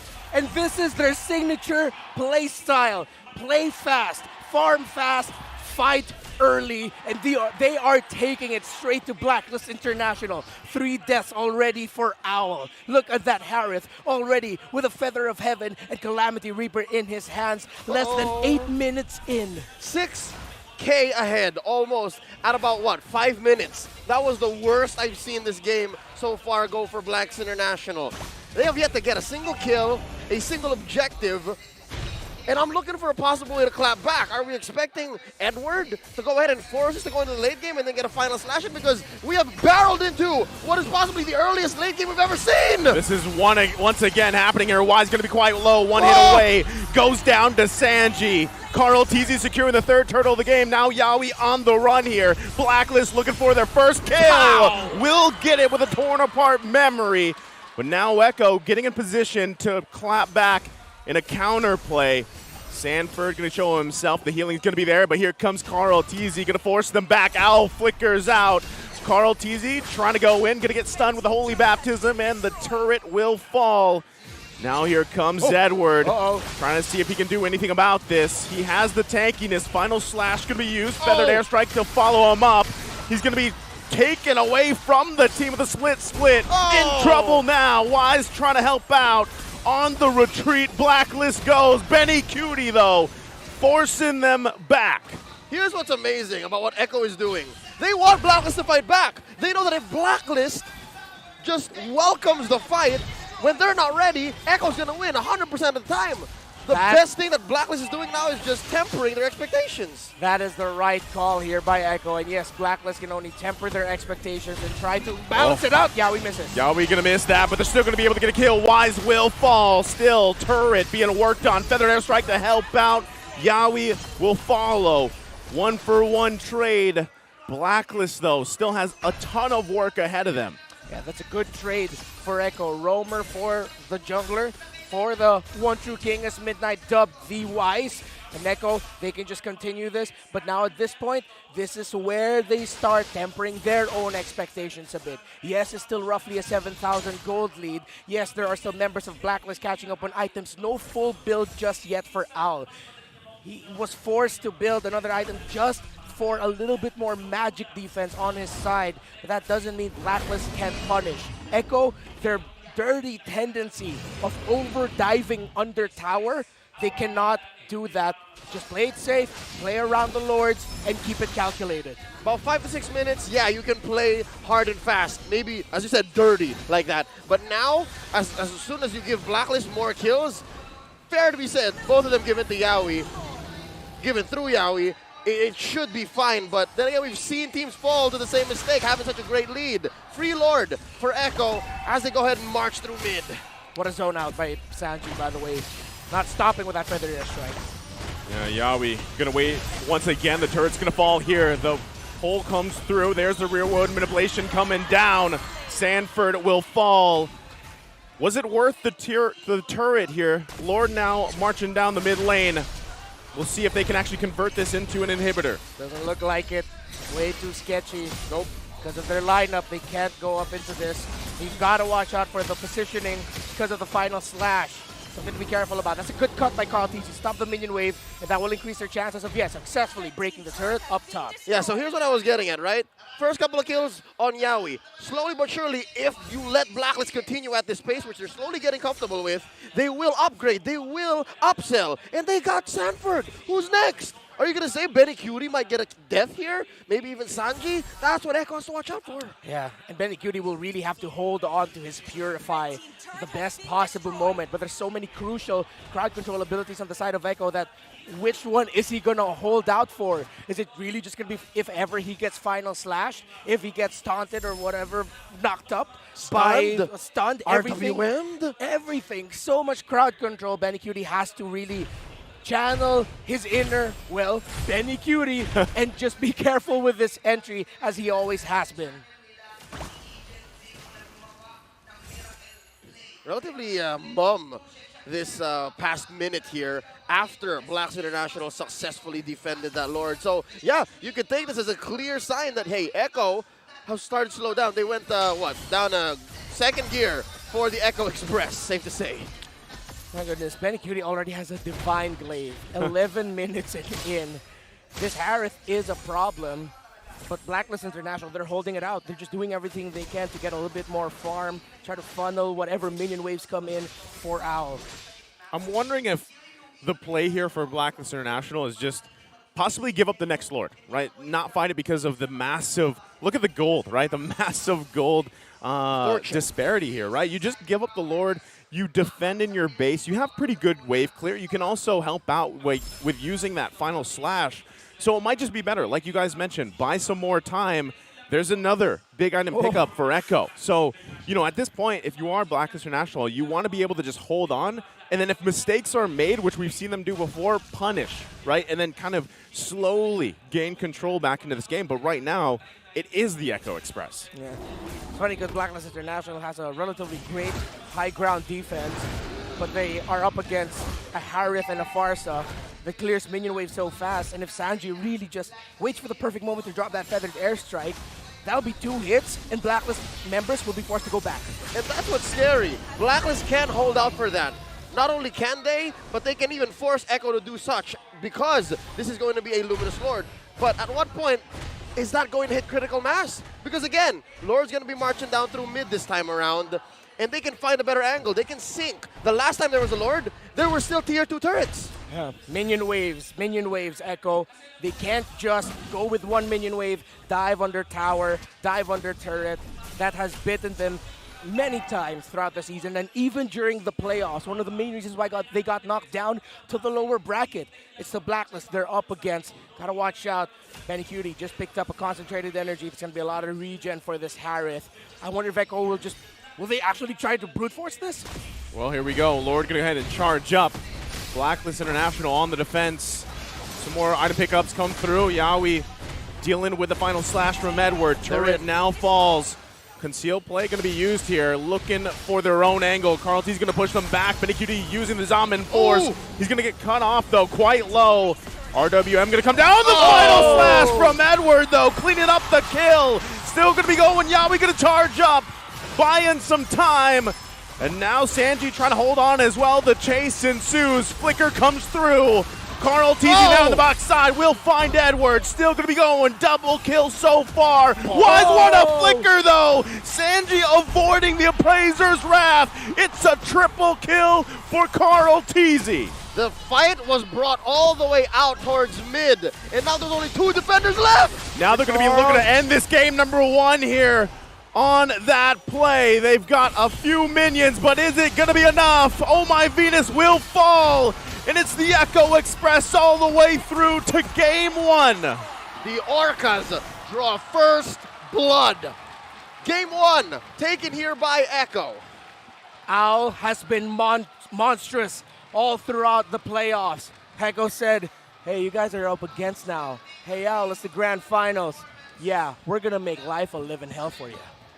Man, that last team fight where you thought, there might be some hope there for that defending, that was the second Lord, or was it the third Lord? Second Lord? Luminous. And if they would have survived that, maybe, they would have been able to buy time. But like we mentioned, Echo Express, man, we went through it. They've been in this position before, and they don't often let go of those leads that they have. Yeah, and it seems like we talked about a state of flow numerous times throughout the season. Echo were just in that state of flow.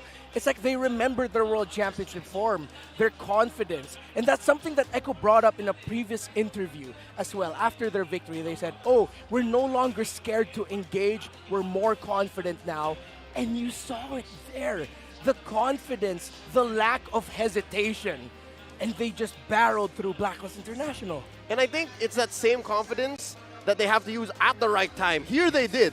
Definitely, they understood the assignment that as Echo Express, there's at some point, the point of no return where, no, we can't do Echo system anymore. Because if we do, we're playing in the Blacklist's territory. And here they ended very, very quickly. An amazing job here by our M4 World Champions.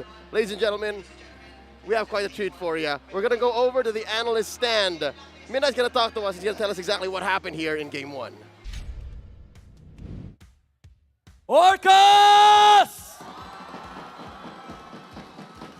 Game 1 victory for Echo. Intense yung naging laban natin. And mukhang nakapag-prepare ang Echo laban sa Blacklist International. It was an amazing game for the Orcas. And natin i-breakdown yan dito sa ating analyst stand. Pero bago lahat, gusto ko lang sabihin na dahil ito ay special na Grand Finals, gusto ko lang gumanti sa ibang bansa. I want to be able to fight back.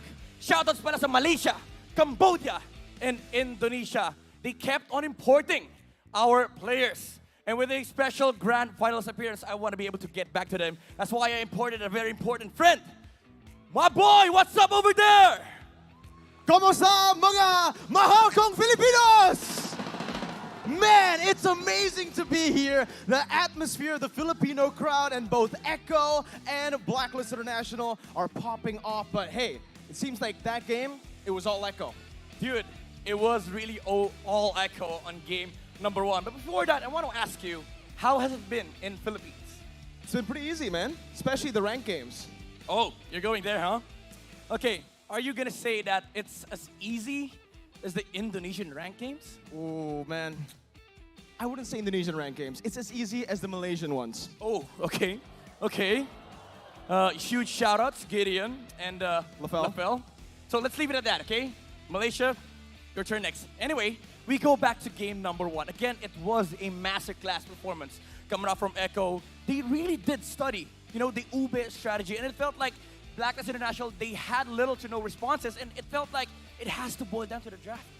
I agree, right? I mean, the draft really is the foundation of the plays that they were making all around there. And Carl Tizzi was able to get so much space all the way from the early game. I think First Blood was at the first minute. And it came down to just getting these solid counters in that are honestly quite unexpected, right? Going for the Harith, going for the Farsa as well right now up against the Brody. Someone who really struggles up against a Purify and obviously mobility plus that crazy range plus burst from the Farsa that really enables the other members to do what they please, because Blacklist were so concerned of keeping the distance or maybe trying to just bait out that feather airstrike that Carl TZ gets to be that shadow striker. Yeah, and they did have answers on the side of Blacklist International, but it felt like all the rotations, all the movements on the map, it was checked by Echo. The first movements, Wolf mentioned this on the Filipino broadcast, Blacklist International tried to go for the invade against Carl TZ's purple buff.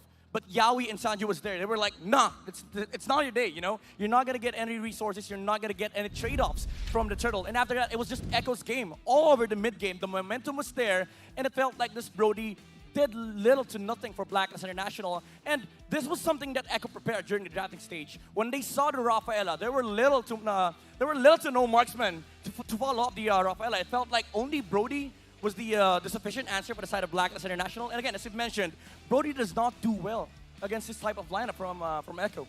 Definitely. Very, very tough game for the Brody. And as we can see from the draft again here in the item build, Blacklist International, they really were heavily prioritizing that mid-game power spike. That's the name of the game for them. That was their prime winning condition. But the thing is, for Echo, they've drafted a composition that can go to the late game, but also finds pretty good comfort in the mid-game. A lot of mid-game power spikes from the Lancelot, even the Harith and the Farsa, and obviously that glue oppression from Sanford that was also just seen here, not from the kill participation though, because as you can see from the teamfight participation, it was Yaoi and Sanji. Mid-control is #1 when you're up against Blacklist International, who's been able to snowball a lot of their early game leads into that mid-game end with Venus and Yue. Knowing that it's a Yve, you know, they gotta try to just maximize that wave clear from the Farsa and Lolita. Good combo, plus that mobility from the Wings by Wings. Yep, and it felt like Blacklist International were outmatched, I would say, from every aspect of the roles that they had.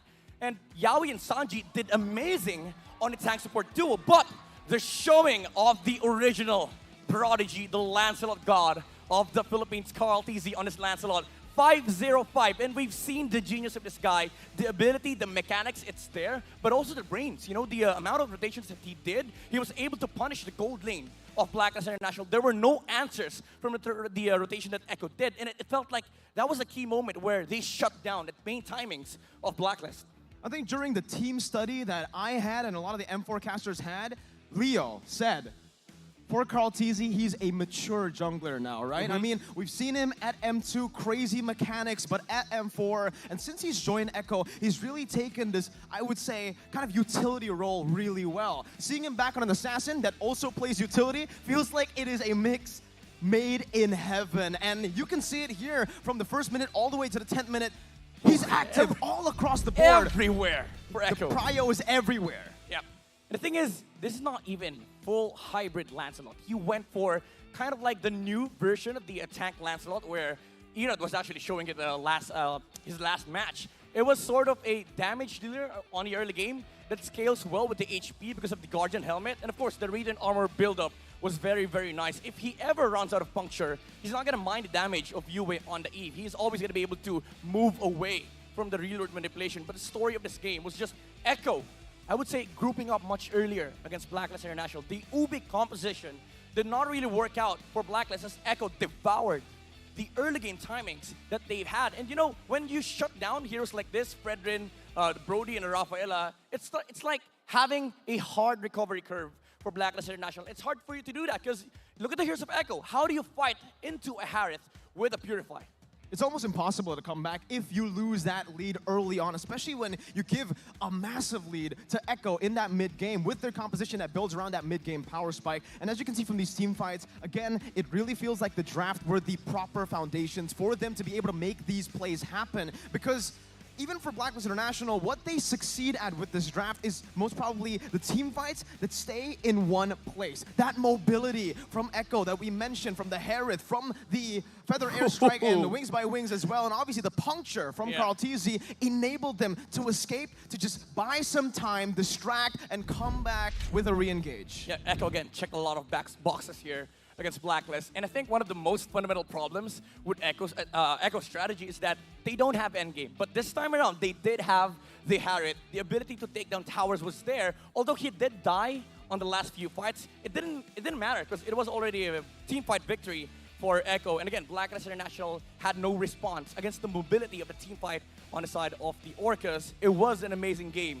Game number one, just game number one for Echo. We might see more adjustments coming out from Blacklist, but I want to ask you, what do you think is the most important recipe here for Echo as to how they won game number one?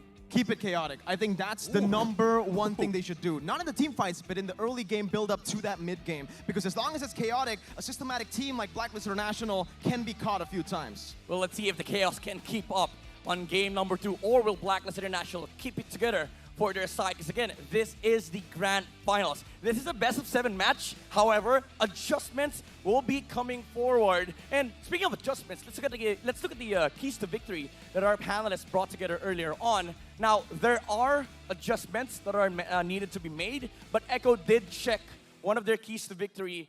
You know, if you get a momentum, you win the game. You just do it. You constantly do it.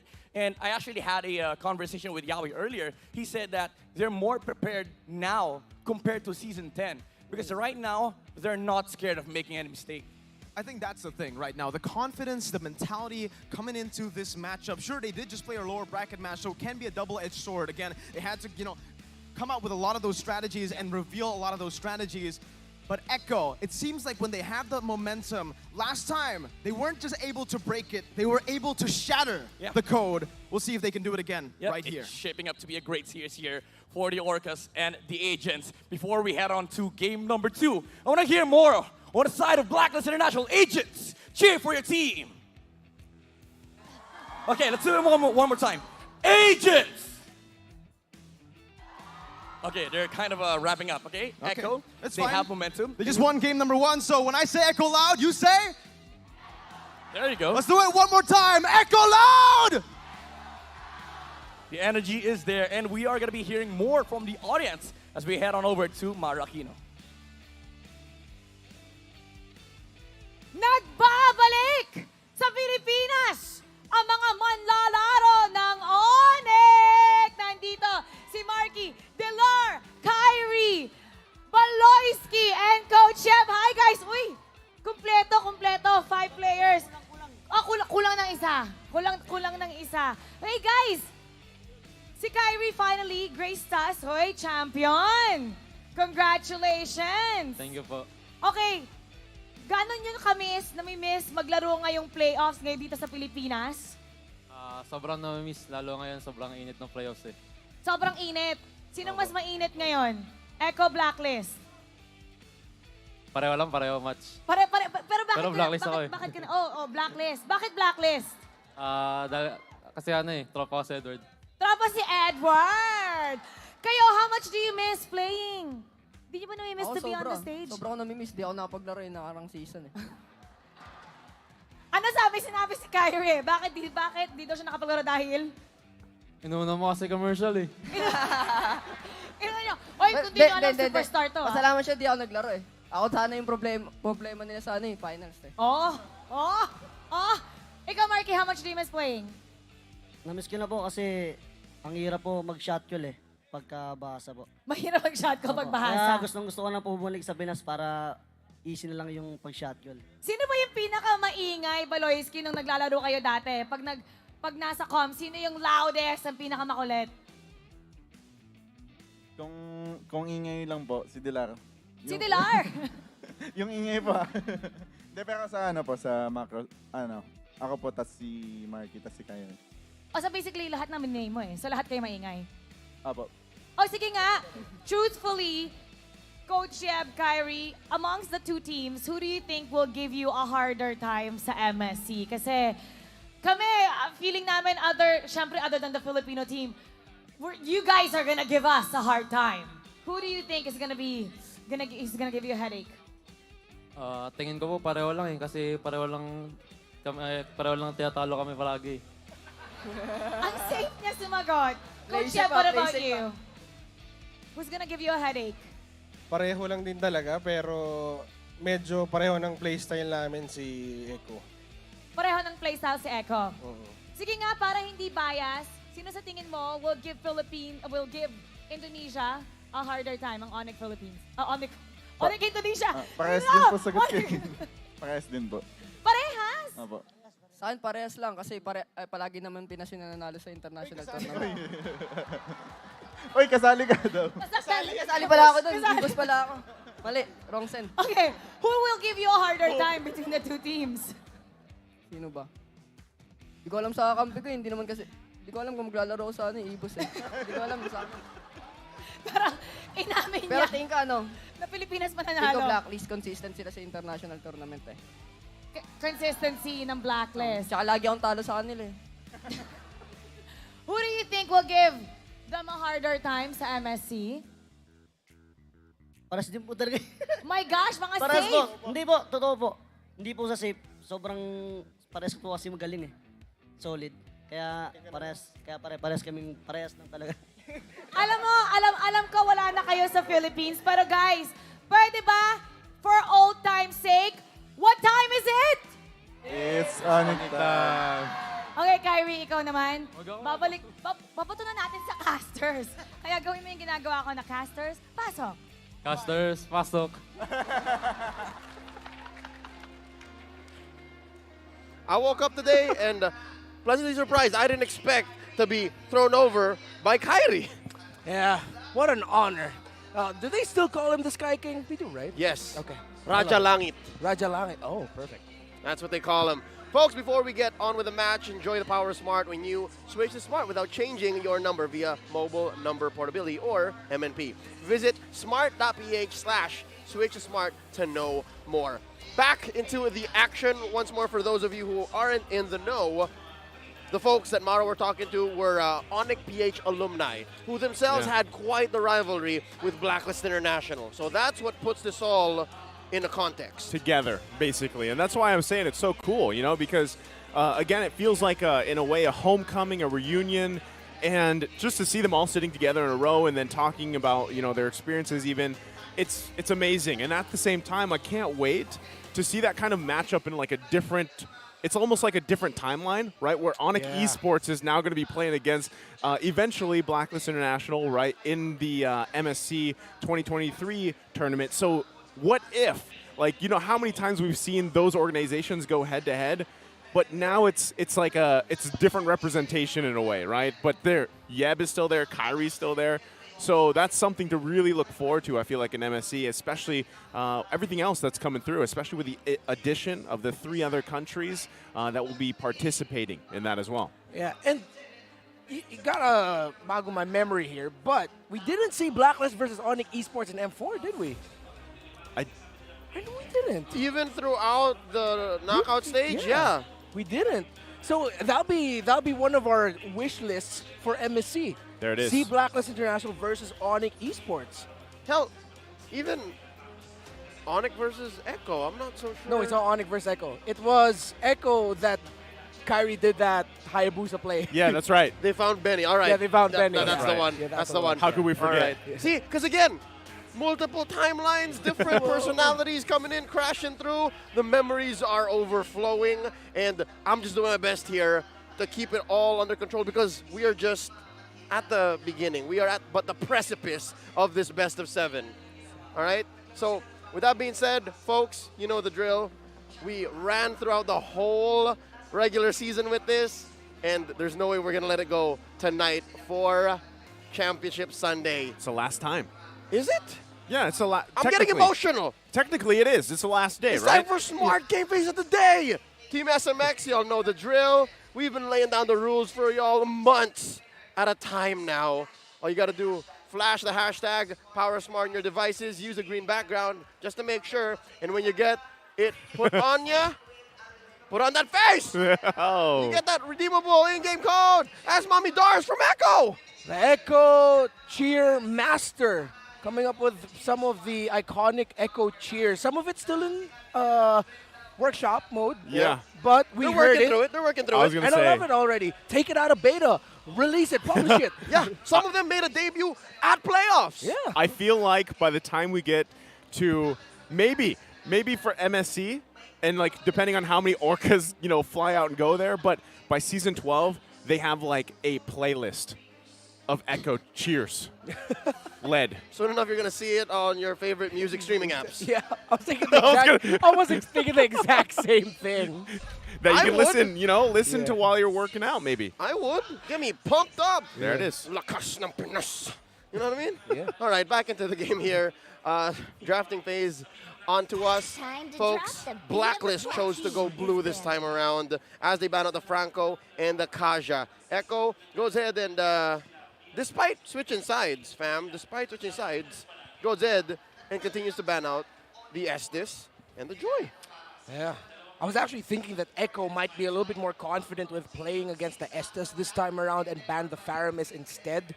And then, for sure, I think Echo is going to be taking out the 1-1, most likely.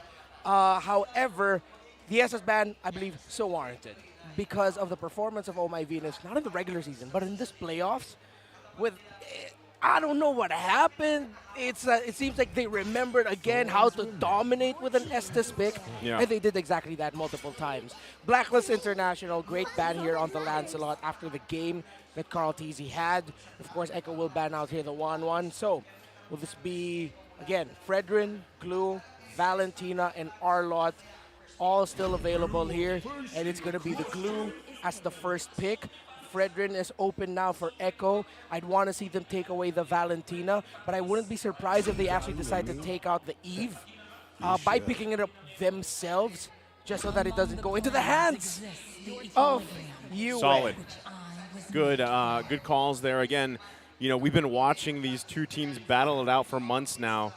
And although we've seen some different, I would say, I don't know if some people want to call them cheese strat, pocket strategies, but they've been pulled out. But more or less, this is kind of what you expect too, right? Blacklist International, if the Faramis is going to be open, there it is. It's locked in, paired with the Farsa here. I was going to say, instead of stealing away the Faramis, they steal away the Eve and then just let Blacklist go roughshod, whatever. MTB, Coach Dex, you can do whatever you want. And they give over this mid-lane duo. So at least now, despite Blacklist getting their hands on what they actually want, Echo now know what that mid-lane duo is. Exactly, and they can go for a gold lane pickup here, or they can use this slot for a surprise pick if they want to go into the second phase so that they can target the pick of Al freely. But no, they decide, we need to go for surprises. Let's go for comfort. They pick up the Lapu-Lapu, and of course, you're going to take out the Claude in this scenario. The Claude with the rest of the lineup of Blacklist just gels so well. And considering the Echo has the E, they don't want to go up against that. Now, will they take out a Moskov? Will they take out a Beatrix on the side away from Blacklist International? The design is very M4. Yeah. Looking at that first phase for Echo, the design is very M4. Yeah, it is. You know, especially with the fact that you've got the Lapu-Lapu there. Anytime, you know, Sanford gets his hands on this, I think that's what people have is flashbacks of M4, man. Yeah. You know, because of the just the way that he plays this hero alone. So already, you know, final bans coming out here for the second phase. That was the Akai being taken out here as the jungle options kind of get whittled down a little bit. But that's what I'm wondering too, you know. Do we see Wise kind of go back to those pocket picks of himself? We have previously seen even the Baksha pop up worked really well for them, especially the way they like to change that play style from game to game. But right now, the Lolita is that last ban, and the response for the first pick of the second phase from Echo is the Beatrix. Okay, so Blacklist International might avoid or will try as much as possible to pick a marksman that would want to pick up, or that can pick up a Purifier rather, because the Yaoi pickup here might be a big one. With all these heroes gone, Franco, Kaja, Kufra, Lolita, Hakayawi, the Cho is still available for him if he wants to. So Blacklist picks here will determine if you can pick that up, as Baksha and Carry are the pickups here for Blacklist. Cho, Atlas, traditional tanks, if they want to go down that route, is available for Echo. And again, if it's the Atlas, it skews the battle spell choices. Expect to see a Purify. And when that happens, at some point it's a crapshoot. Hey look, some old friends. It's Cap, it's Coach, it's Hito, and it's the GOAT, who just recently, actually on social media, passed the torch. Rebo called Carl the GOAT.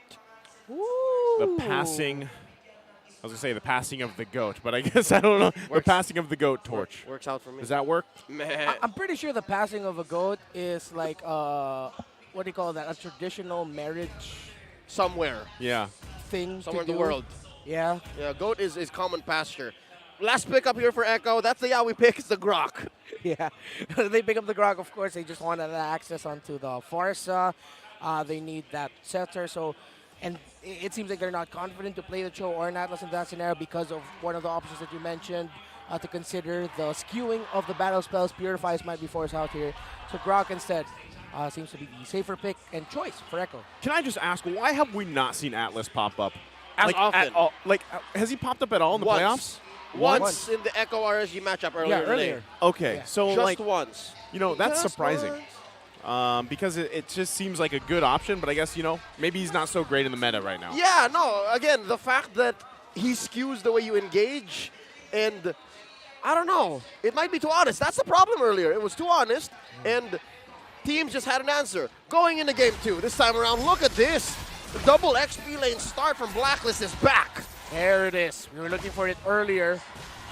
Smart adjustment here for Blacklist. It'll delay Sanford, make Edward be more present throughout the map. Oh My Venus gets the middle minion wave to hit number 2. And again, because of the XP lane siege minion, that's how you get quick level 2s across these 3 members of Blacklist and those positions that you see right now. Yeah, so, I mean, that's, already Sanji's going to have to burn that flicker early on. So already a minor win here for Blacklist International, but nothing, nothing crazy just yet. They're not letting Echo's main artery breathe. They feigned the XP pressure and then nope, Sanji, Yaoi, you'll watch yourselves. Yeah, Blacklist, with how aggressive they're going around the map, the rotational speed of one Baksha, Blacklist can play like how Echo played earlier. Play fast, play aggressive. And it seems like with the rotations of you and Oh My Venus, yeah, they understand, okay, we can build up, speed up Owl. This carry is a comfort and, at this point, a signature pick for the gold laner of Blacklist. I like it. And right now, all this leading up into the first turtle of the game here. They can find any advantage, right? But mostly looking for those level 4s. Definitely going to want to contest this one compared to what we saw in the previous game, right? Where Blacklist just kind of gave those up. So already they're going to go and clash it out. Into the river they go. Quite low is Sanford. And he will fall. First blood being drawn by Blacklist International. And now Turtle also for the taking here, but Carl Tizzy and Yaoi still in the zone. Edward gonna use the split, gets the Appraiser's Wrath out as well. They're a little bit outnumbered. Here they come. Feathered Airstrike used as well, and Carl Tizzy will fall. Sanji unleashing on Edward with the real world manipulation, can't dodge it enough. He's still alive for a little bit longer. Sanji on the run. Edward, though, still trying to get away. Yaoi had to use the flicker. And Sanji grabs the killing blow. Turtle's still withstanding. And the thing is, Agent Zero, he was going to die anyways. So, minor win for Blacklist. They bought time there. I love what Sanford did there. He really waited and held on to the Bravest Fighter activations because he was waiting for the immunity that the Faramis ult gives a team if it's expended way too early. Once that was gone, he was able to deal the damage and get a crucial kill there for Echo, but Blacklist played that so well also. Well, now they're going to go for it again. Turtle going to reset. Still no one claiming the first one of the game. Just showing how much objective focus they're going to be here. Who grabs it? It's Carl Tizzy securing the turtle. Blacklist International still wants to fight. Edward going to bring Carl Tizzy back here. The damage is there. He will fall. Sanford going to jump in. Wise quite low. 40 goes. He gets Yue. Now Wise on the run here. Sanford still up. 2 versus 1. Split going to be used here. He will get whittled down. He falls. Wise gets taken down with the auto attack. Sanji with another kill. It's weird. Our most peaceful lane is the gold lane. Yeah. They live in an island. Opposite of what happened earlier in game number 1. I like the decision making of these two teams, knowing that, okay, they can fight in certain scenarios. It'll be worse if we actually don't fight and just back off. It's not that it's messy, it's just calculated how these two teams are fighting right now early on in this game number 2. Sanji with an Ice Queen wand should help with the speed that Blacklist International has and the mobility that they have in fights, especially up against Wise's Baksha, who's trying to look for Benny Cutie. Yeah, he's going to find the stun on Benny Cutie, but should be fine. Yaoi there, thankfully for him as well. So, results into nothing, but like you guys mentioned, little cheeky stop there from Benny Cutie. Okay, so here's the thing, right? We mentioned how Golden is relatively peaceful. Echo and Blacklist say, you know what? Let's bring the party over there. Turtle is spawning, so expect that in the next 30 seconds to a minute, that's where things are going to get rowdy. What can we expect in this XP lane duel? Because look, Sanford in the first 5 minutes of this game has been instrumental, has been super important in Echo clapping back, regaining this lead. And, Caught easy! Grand Theft Orange! Yeah, he's going to just take that What a away. steal. Anytime he can, he's going to do it. My buff. Carl Teasy gets it, and that'll help the tempering of the rotational speed of Wise's Baksha. But again, it's still a very close game. Even without an orange buff, it's not a massive loss. He's not dependent on it, but it is still a very small win regardless. They still have to watch out for the objective. Finds Wise. Wise going to come crashing in. They get the flicker out from Sanji. Still going to be fighting for the turtle here. Conceal play going to be used. Yawi charges in with a wild charge. The damage isn't enough. Colt Alter going to come down, still fighting for it. Going to be cut off with the Guardian's barrier, and Wise will fall. Turtle secured by Echo. The Guardian's barrier. Perfect placement there by Yawi, because it looked bad for Echo because the Queen held on to her Cult Altar for so long, maximizing the hell out of that, but one Guardian's barrier was enough. Blacklist could not have dodged into it, and after that turtle wins for Echo across the map. Mid lane and top lane, outer turrets are down for Blacklist.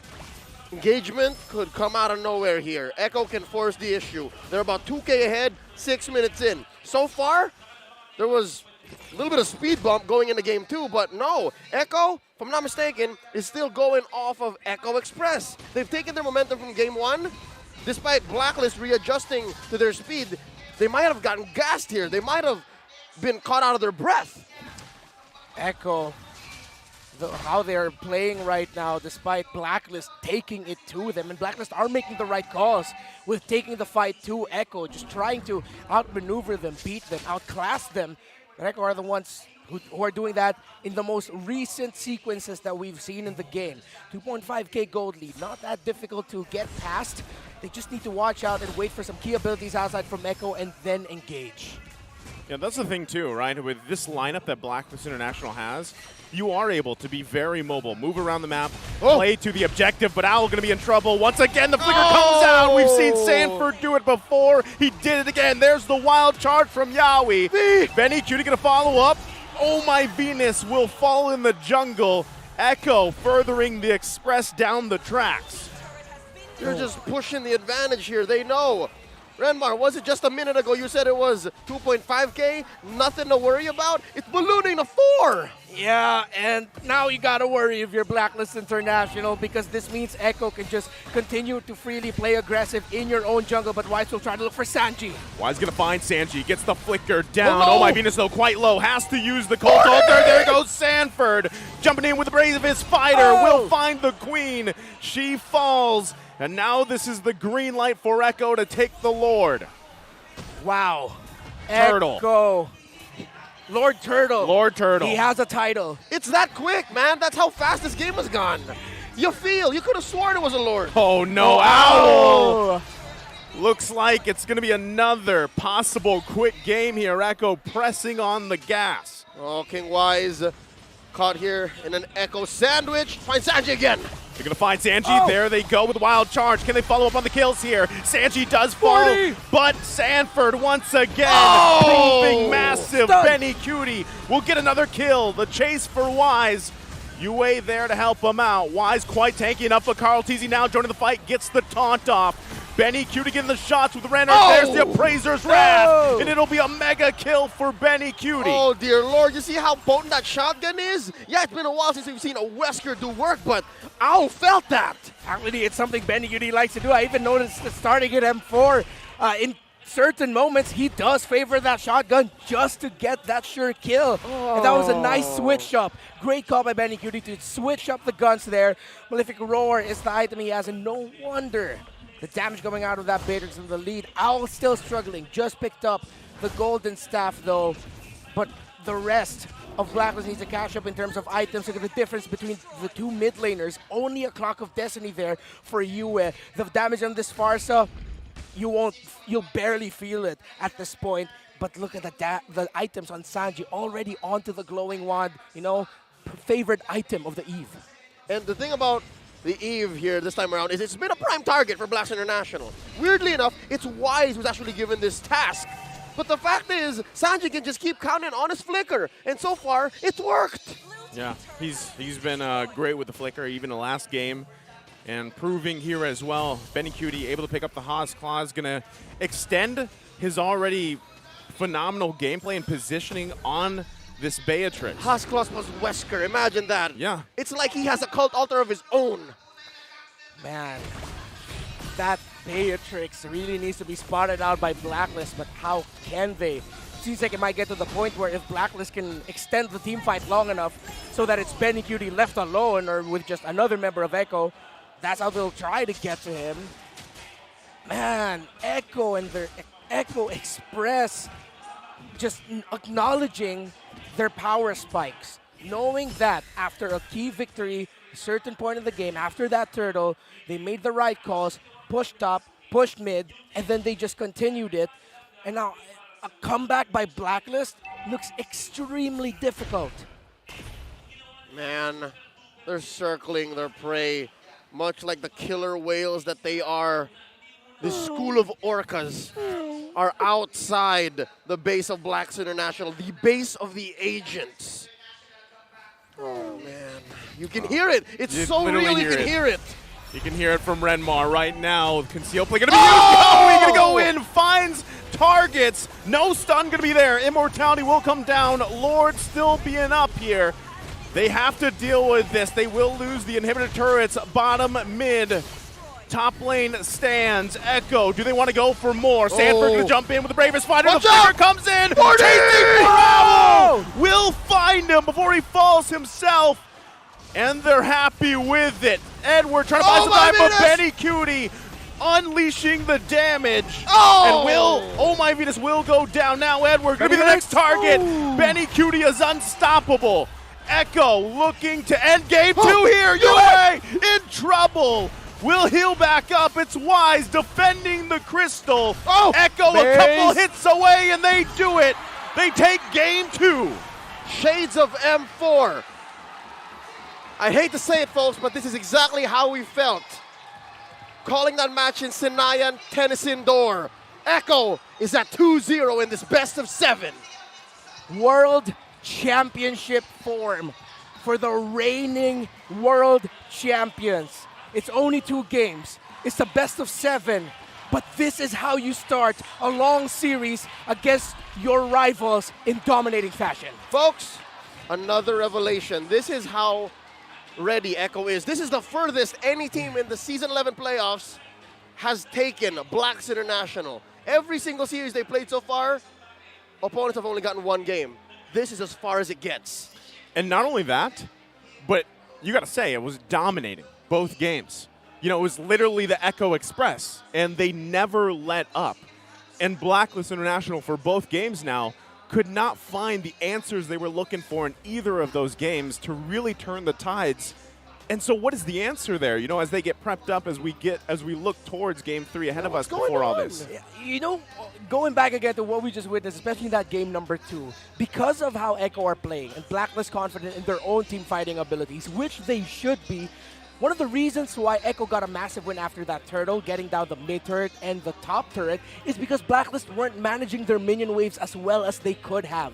So Blacklist International, before they go into a fight against Echo, need to really watch their minion wave management. Because if they lose that fight, and Echo were managing the minion waves much better, Echo will get a massive win out of it. And how Echo did that is actually very, very meticulously. Unlike a Baksha, the Fredrin has to actually, with a lot of swag, walk towards these major objectives and these rotations. So that's Echo outplaying Blacklist or out-macroing them on another level because of the fact that they force them to not pay attention to these waves. Yeah, it's insane how it worked. And again, there was a point in time where there was 3 levels on Wise, and that just kind of paints the picture. That's difficult. We'll throw it over to the Mimi duo at the analyst stand to break down game number 2. It's your turn, fellas. Talk to us. Seems like Echo is finding the groove and finding their momentum against Blacklist International as they secured a 2-0 lead versus Blacklist. Mirko, this is quite familiar for you. You know, this is the rematch between Blacklist and Echo in M4, which is sad because you don't have your team there represented in your country. Hey, man, okay, stop right there. It's fine, it's fine. But you're right, it is very, very deja vu-ish, right? 2-0 start for Echo right now. Sanford and Lapu to add salt to the wound as well. So it really seems like, again, they have Blacklist's number right now. What does Blacklist need to do to come back at it? You know, the thing is, Blacklist, they had a draft down, right? This is the typical Ube composition and strategy that we're used to seeing. But it felt like Echo, they know the limits of the composition. Like, they started slow. You mentioned this earlier when we were discussing behind the camera. They start slow. And the thing is, they don't want to give any form of momentum towards Blacklist International. And when they were able to get their resource up, get the levels on Benecuti, they ramped up. And I feel like it has something to do with the gameplay of Yawi on the Grok. He closed down business. He literally closed down Yawi's food hub against Blacklist International and did not give any form of free farm towards the gold laner. Definitely no farm at all. So much space given as well because of just the little mechanics that he's able to pull off. Amazing walls throughout. A lot of people, take advantage of the wild charge, the power of nature, but that barrier for Yawi, it's another CC/zoning ability that he utilizes so well in these team fights. I think a couple of times Blacklist International were completely zoned out from the Lord Pit actually because of a well-placed wall. We've seen this throughout the regular season, and we also mentioned it earlier when it was the last pick for Echo. We were thinking, maybe they need some more AoE CC, something like an Atlas, but hey, that can be purified. The Grok, a bit too instant to be purified. Yeah, even if you purify, the position is there for Echo. And I love the start that Echo managed to pull off. Again, with the minion thing that Yawi did, it felt like he found the ingredient against Ubi's strategy. You don't fight Blacklist, you fight the minions. You control the resources that Blacklist gets. And even if Blacklist gets to the turtle first, you try to contest it as much as you can. Because the thing about Echo's lineup is that their scaling, it's linear. They're still strong at mid-game. Even if we give up some kills in the start, as long as Blacklist does not get a turtle for free, they're going to be able to get that power spike even much faster compared to what Blacklist is supposed to do. Like, say, you can imagine Blacklist ramping up towards the late game, but you also have to go towards where Echo is really strong in the mid game. So it's kind of like trading the idea of resources that Wise is used to doing. Echo took that personally and made a macro decision. Hey, let's not be passive here. Let's try to fight against Blacklist International so that we stop any form of momentum that we can get. And when they were able to get the resources up on Benecuti, that's where things start to go out of control for Blacklist International. Every lane was visited by the Orcas. Why that can happen is honestly, again, from the mid-control that Echo will not let go. Blacklist International, they came up with a few new adjustments here in game number 2 with the draft coming in. They already picked up a Farsa, a lot of mid-control with the Faramis into the roam, and even the Baxia. So they have a lot of mobility that they didn't have in game number 1. But Echo, they're always a step ahead, right? They pick up the Yi, but they go for another dynamic here with Grok in the mid lane. Again, easily clearing out waves, and obviously that barrier can stop the mid waves from coming down, and it automatically just builds up to Echo's push in the end. For Blacklist International as well, you can really see here from the teamfight participation, it feels like Owl is a bit too passive this game. We mentioned that maybe it's because of the matchups that we've given him so many times, but I think for the sake of it, right? Sanford is your MVP for game number 2. Relive the moment where Sanford brought chaos to Indonesia. Now he's bringing chaos towards Blacklist International. Again, you mentioned the presence of the Lapu-Lapu. That final kill onto the carry, albeit some might say it's a little bit unnecessary, but it adds to style points for Echo. And you know what? That's what Echo is known for. The style of the kills that they make, the ability to find kills where nobody could find it. And Sanford seems to have this constant ability to make kills happen for the squad. And it feels like the shutdown came from this man alone. Like, we saw a team fight in the mid lane where Blacklist International grouped up. They were able to take one kill on Echo. But Sanford was like, hey, I remember this moment. I'm always at this moment. I see 4 heroes, I jump. I take 2 heroes, and suddenly it's the end of the game. As someone once said, right, he knows exactly what to do. And in that particular situation, he did as well. I think it's completely necessary, honestly. Looking at it, getting the carry down in a high ground defense, but all throughout the game, you could see the adjustments made by Blacklist International. This wasn't the same game, though it was the same outcome. Blacklist International made a few of the right adjustments, but it's a bit too steady and it's a bit too slow. They got the early game, but in the mid game, they still were actually just brought into that chaos that Echo constantly pushes onto you. they did a fantastic job on holding Echo before they get to that point where momentum is just on their side. Yue was doing a fantastic job on the far side, but again, as I mentioned, it feels like there is a certain aspect or department on the side of Blacklist that is severely lacking. It is the presence of the gold laner. Maybe it's because of the matchup between the Beatrix and the carry. That's why I feel like Echo is prioritizing these aggressive gold laners like the Harriets, the Lunox, even the Mincitars, because they figured out that late game, yes, it's a it's a thing that they need to contest, the carry and Claude matchup, but Echo synergizes with this hero pretty well. Like the Beatrix, again, we discussed it earlier when Benecute was able to get his items by minute 8.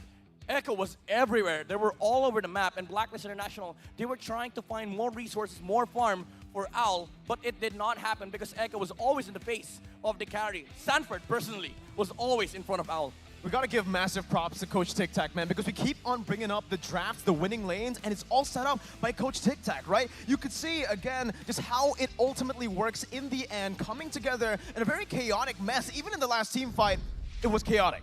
Yeah, this is game number 2 for Echo, a victory for the Orcas. Now, I've learned this on Twitter, so let us ramp up the energy of the agents. Blacklist! There you go, one more time. Blacklist! Hey, how about the other side? Hey, all right, let's try it. Ladies and gentlemen, Echo Loud! Echo Loud! Ooh, let's see if Echo will be able to get to the match point. As, again, they are now 2-0. It feels like they have something figured out against Blacklist International, but hey, the agents always make amazing comebacks in a very long series. Again, this is a best of 7 match. Adjustments could still come a long way for Blacklist. But before anything else, let's head on over to our courtside. Odin, take us away. Hi everyone! Magandang gabi! Dahil dyan, buhay na buhay pa mga agents! Mag-ingay! Hi everyone! This is your very own Odin at kasama ko ngayon ang buff ng Blacklist International. Walang iba kundi si Coach Bonchan, si Oheb, and si Uncle Eson. Kumusta naman ang mga na-resto reveal for this season? Kumusta po kayo? Masaya yung pagkakapahinga namin. Although, nandito pa rin talaga kami para buong pusong suportahan yung Blacklist International.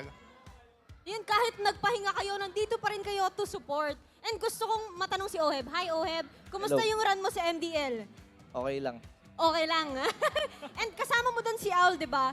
So nung nalaman mo na aangat siya dito sa MPL, ano ang ni-advise mo sa kanya? Sabi ko, kayang-kaya niya yan, lahat, kahit sino. Hoy, kayang-kaya daw ni Owl kahit sino, di ba, agents? Oheb, di ba usapan na natin yung gold standard at tinaguri ang si Keller daw ang gold standard. Ano naman masasabi mo doon? Kayol nga, di siya nanalo eh.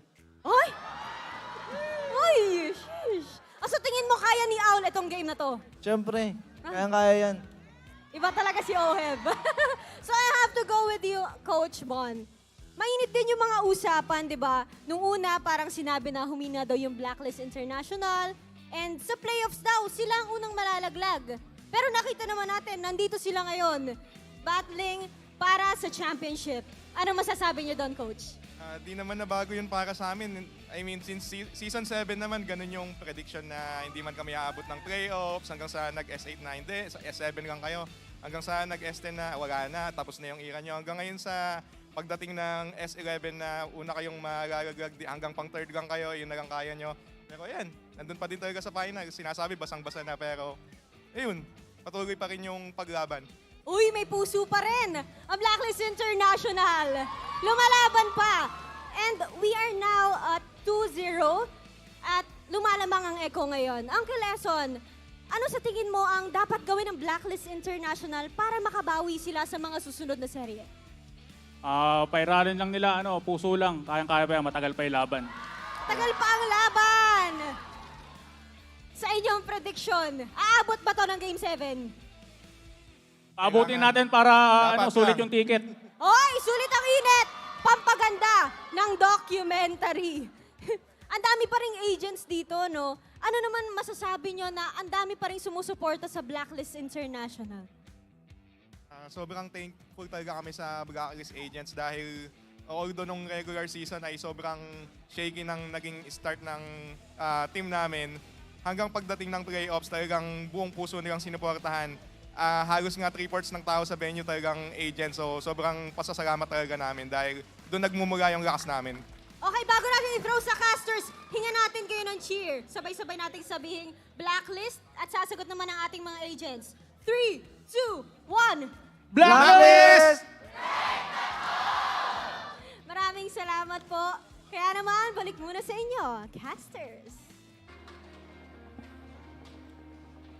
Thank you so much. Lovely to hear from Odin from the sides as well. Joined by former members of Blacks International. Happy to see my baby brother again. Nice to see Oeb in here. I was gonna say, man, you know, there's a lot of just, I was gonna say power, like power in this room, in the stadium. Not only the audience, right, but just the amount of players visiting, really showing their support. Because again, this is now a 2-0 series, right? It is a best of 7, Midnight and Mirko mentioned. Hey, there's a lot of time here, but eventually, if Echo gets another game like they had the previous ones, they're going to be at match point. Regardless of who wins tonight's championship, the hashtag Taon ng Tagumpay continues. Support our Cebol men and women MLBB delegates in the upcoming 32nd SEA Games, happening from May 11th to 14th in Phnom Penh, Cambodia. Go for gold.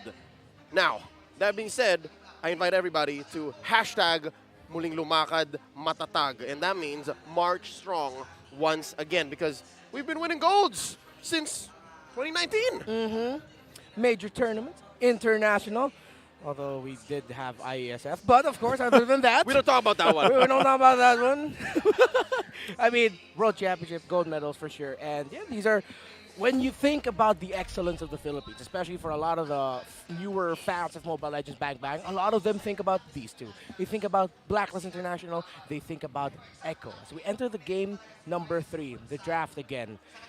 Wow, how Echo have been drafting this has just been near immaculate.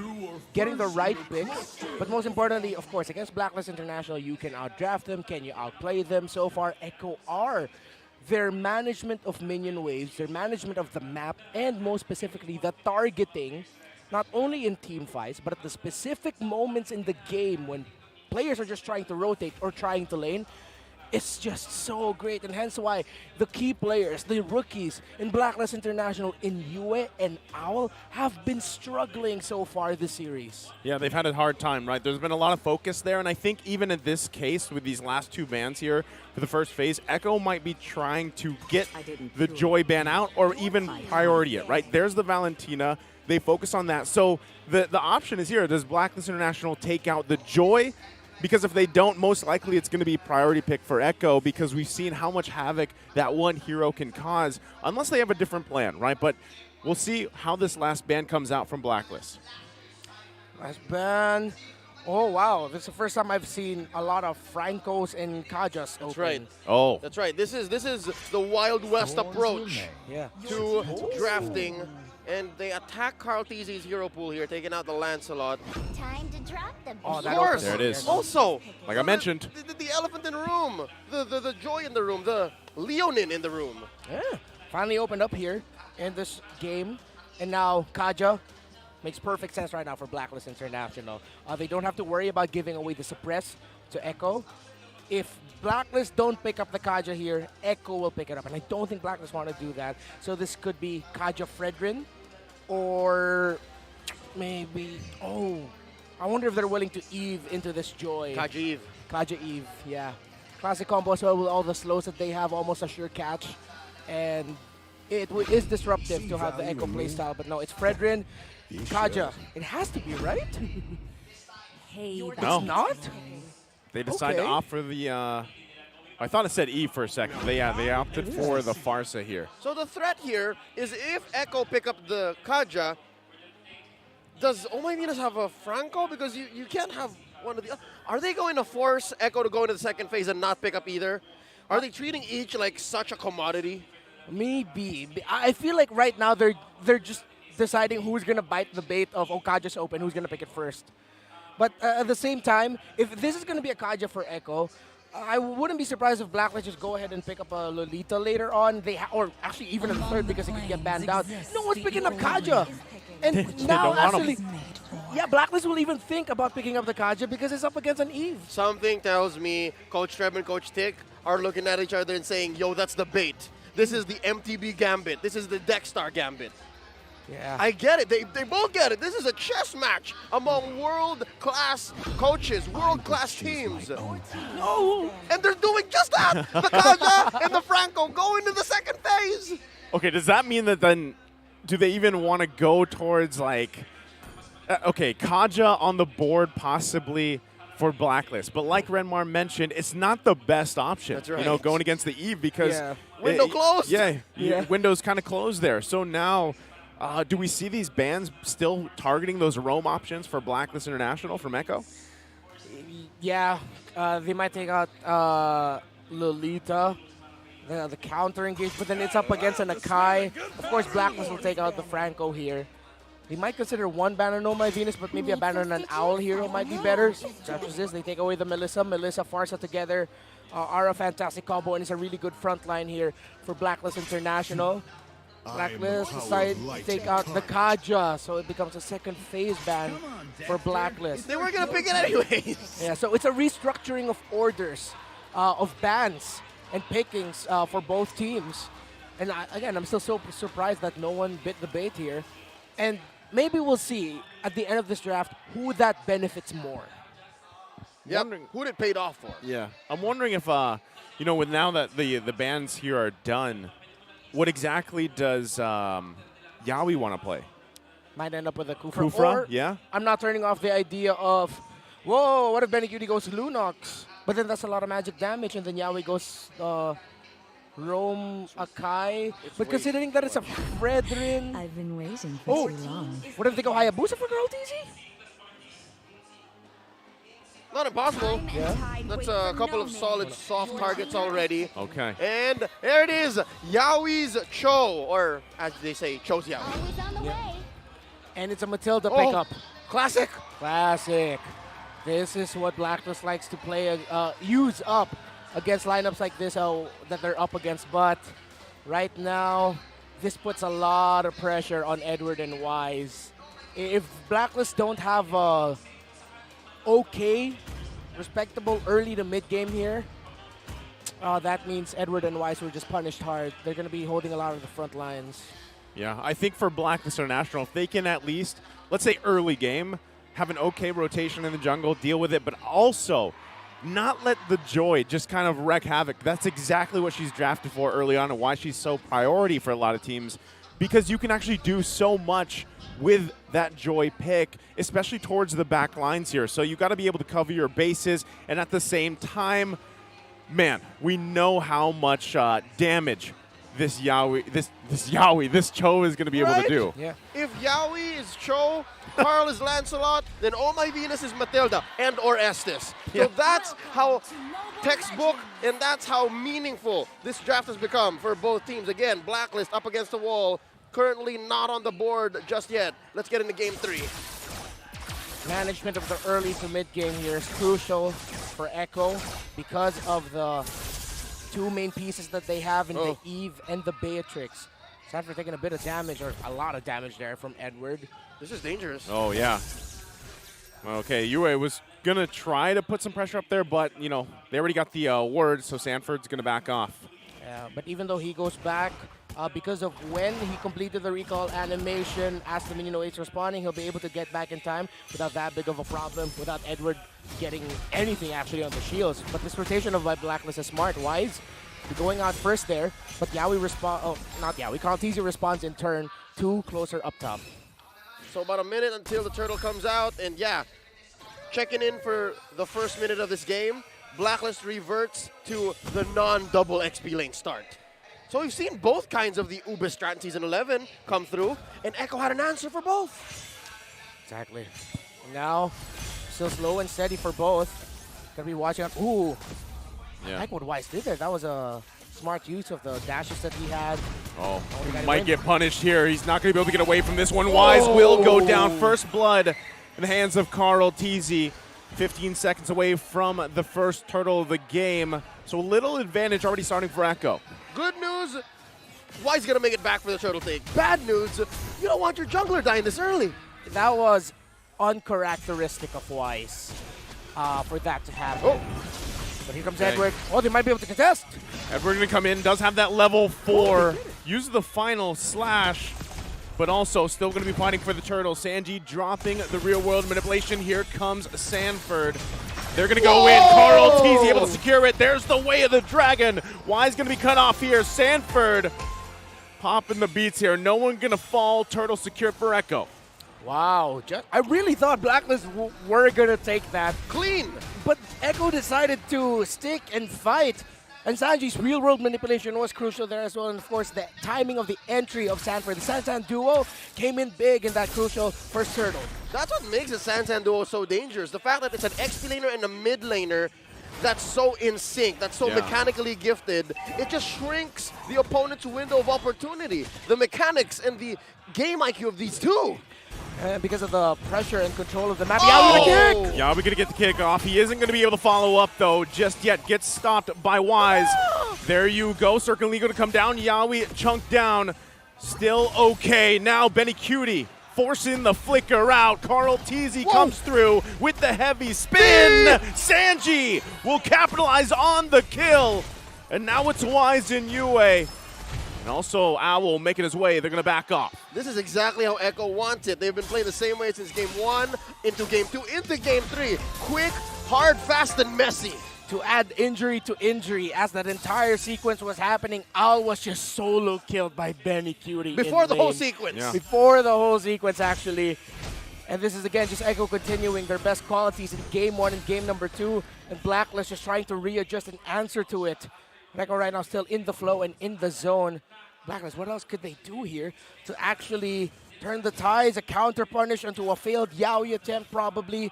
But right now, with the lineup and the positioning of Sanji and the timing of entry of Carl Teasy, oh Lord, Echo are making sure they have those insurance plans. Oh, Wise going to be forced out from his orange buff. He might still be able to get it, but look at that. Sanford going to hold him. Forced back to the base, going to lose his buff. Meanwhile, Turtle now up here, second one of the game. Yue now getting a position. Oh my Venus holding down the front. The damage is there. The stun comes through. They get the flicker out from Yaoi. So he at least does not have that available. Echo still going back and forth. Edward now and Wise here. They also get the heavy spin out from Carl TZ. This could be a take for the Turtle. Final slash going to come through. Sanji has the flicker. Here comes Sanford dancing on the queen. She will fall. Still Wise in position. Here, Carl TZ does it again. And now they force Blacklist International back here. Appraiser's Wrath going to come down, but he gets kicked to the team, and Benny Cutie gets the kill. Deja vu. That's a replay, but with more this time around from that initial sequence in the first turtle. Paint this image in your head, folks. A killer whale, an orca in the seas, ridden by a goat. Carl Teasy again winning a retribution duel against Wise. And again, the factor of the Sanford late entry coming in big. And the response of Echo, Benny Cutie timing up that snipe with the kick of Yaoi. Whoever will try to engage into turtle fights the way Carl TZ does here, I give you fair warning. Not everybody can do the same thing, especially if you don't have the same sync as Carl TZ does with the rest of Echo. Yeah, and even in that fight, he didn't have the heavy spin because he had to use it early, right? So the fact that he's actually able to still accomplish that is insane and speaks volumes for exactly how much skill Carl TZ has here. So right now, it's Blacklist International, familiar territory from the previous 2 games, working against this Echo Express. Yaoi was looking for an angle, but they're going to focus on the tier 1. Carl TZ comes in with the heavy spin. Meanwhile, on the backside, Sanford will push him back too. No one's going to fall, though. A fight for a resource here could ensue. Yaoi gets the Jikundo up. Now, Sanford once again going to force back Wise from his buff. Still might have to go for it. Can't get it. Oh, our buff, says Carl TZ. Man, Echo, their layering of abilities is brilliant right now. And Yaoi, it's like he knows one of the conditions of Blacklist is, all right, counter punish a failed Yaoi attempt. Jikundo pickoff attempt. We get it. It's what it is. Yeah. Everybody understands. Yeah. And Yaoi held on to it, as you pointed out there, Naisu. the discipline on Yaoi to not pull the trigger there. Yeah, still, once again, there's the trigger. Y's going to be the one to get kicked. Sanford heading for Yue. Carl Teasy secures another turtle. Y's going to fall here. Oh my goodness, on the run. Can't get away from Sanji. 2 down, looking for a third. Here comes Carl once again. Sanji and Benikudi making their way. Owls in trouble. Now Yue. The storm comes through. First the king and the queen, and then the rest of the cavalry. Edward. Legend Agent 0. 1 versus multiple. Still 1 hit away. Bob and Weaving can't get away. Sanford gets the kill. Try as he did. Edward will fall to 4 and Echo 7.3K and counting gold lead. Not even 9 minutes in this game. It's 10-1. Everything Blacklist want to do to gain control, to turn it around, just keeps getting stopped over and over again by Echo. Their layering of entries, abilities, and timing. Yaoi with a kick! Yaoi gonna get the way of the dragon once again off. The follow-up damage is gonna be there. They unleash. Carl Teasy finds the lockdown on Edward. The damage comes through. Benikudi with another kill. Gentlemen, is it just me or is the Echo Express getting faster and faster throughout the series? 7K. Almost 8K gold lead now, just about 8 minutes and just approaching 8 minutes and 30 seconds in. The funny thing is, that was a miscalculation by Benikuti's Bennett's Rage, because it did not hit Wise at all. It actually friendly fired himself, but of course no friendly fire in MLBB. But it's just Carl Teasy entering perfectly again with that heavy spin. That's just how much damage Echo's presenting. He miffed, but they got it anyways. Yaoi once again finding Owl here, but no follow-up to follow this time. He will get punished. Blacklist International finding a mistake. They're still going to go. Oh my Venus comes through with a circling eagle. Sanji going to be in trouble. Owl, here comes Sanford chasing him down. They pay him back, but it's 2 down. Heavy spin, finding 2. Oh my Venus down, Edward to follow. You can't stop the storm. Double sandwich play into a 2-for-3 trade. Started out bad. They gave up the playmaker, but Echo comes out with more on the way out. This isn't just the Echo Express now. Inside the train, if you look at one of the train carriages, there's an Echo buffet. The sandwiches that they've been dishing out to Blacklist International throughout this series. The late entries again. Benikudi making the most out of his dashes. He did not need to use Flicker in that scenario when we thought Blacklist found the perfect way to capitalize on an Echo mistake. Oh, Renmar.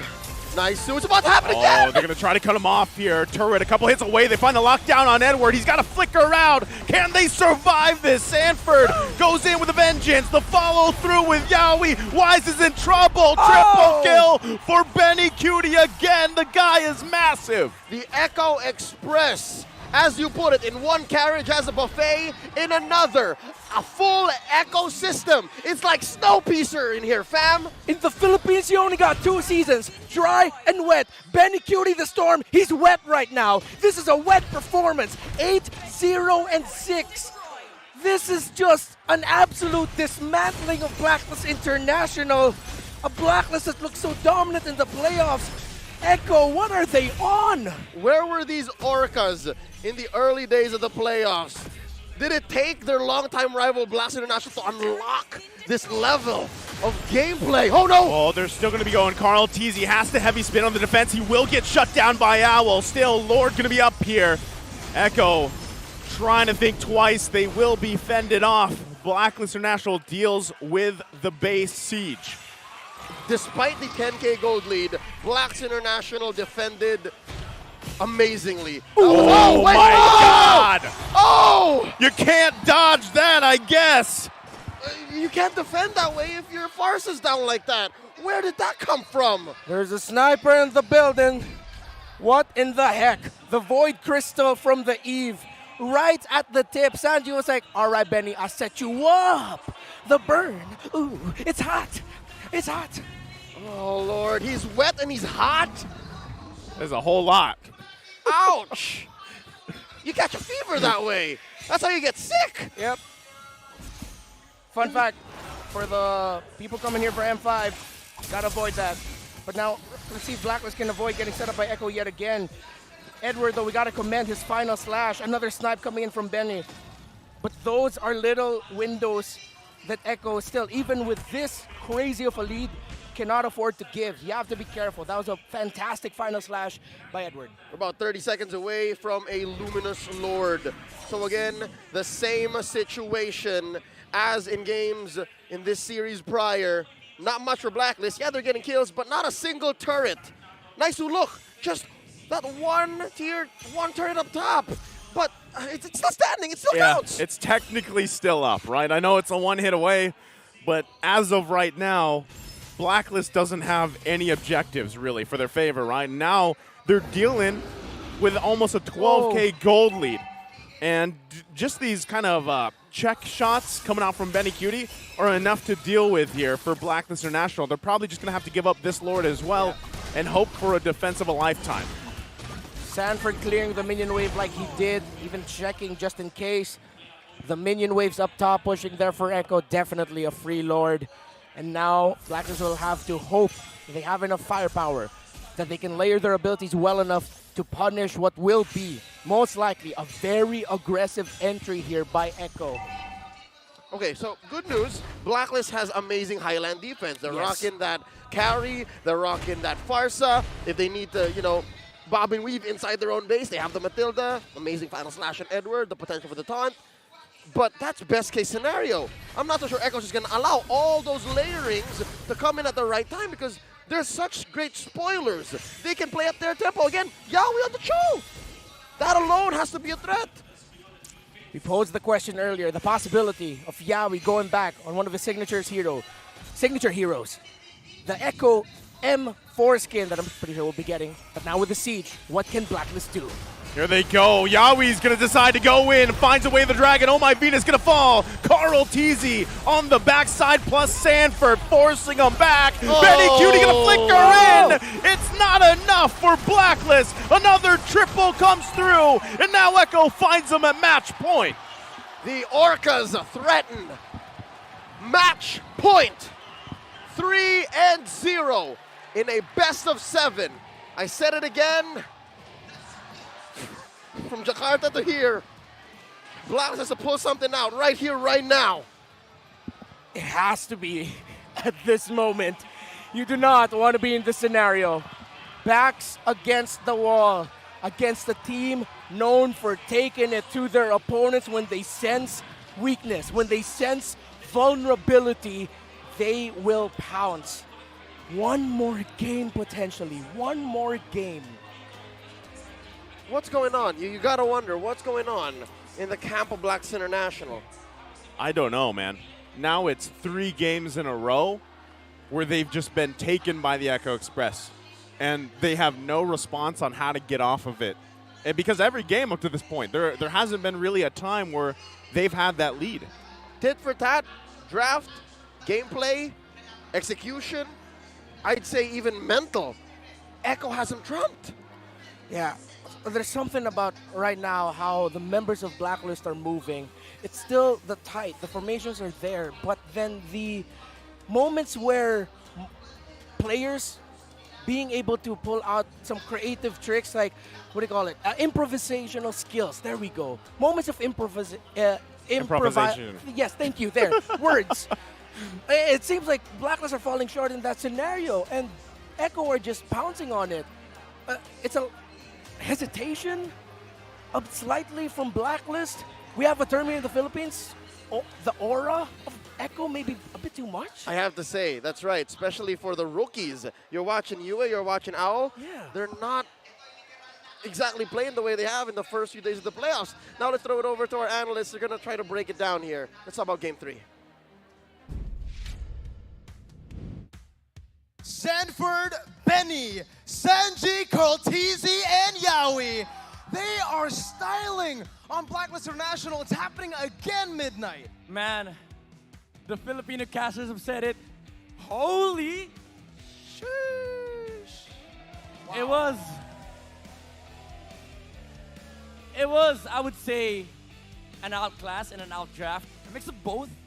And, you know, it has to start with the ideology again of Echo. They just kept on running and running and running against Blacklist International. We mentioned earlier, well, we did discuss earlier behind the cameras that Blacklist, they don't have any answers against this first pick Joy. And this was something that was done against them yesterday when they were fighting against RSG.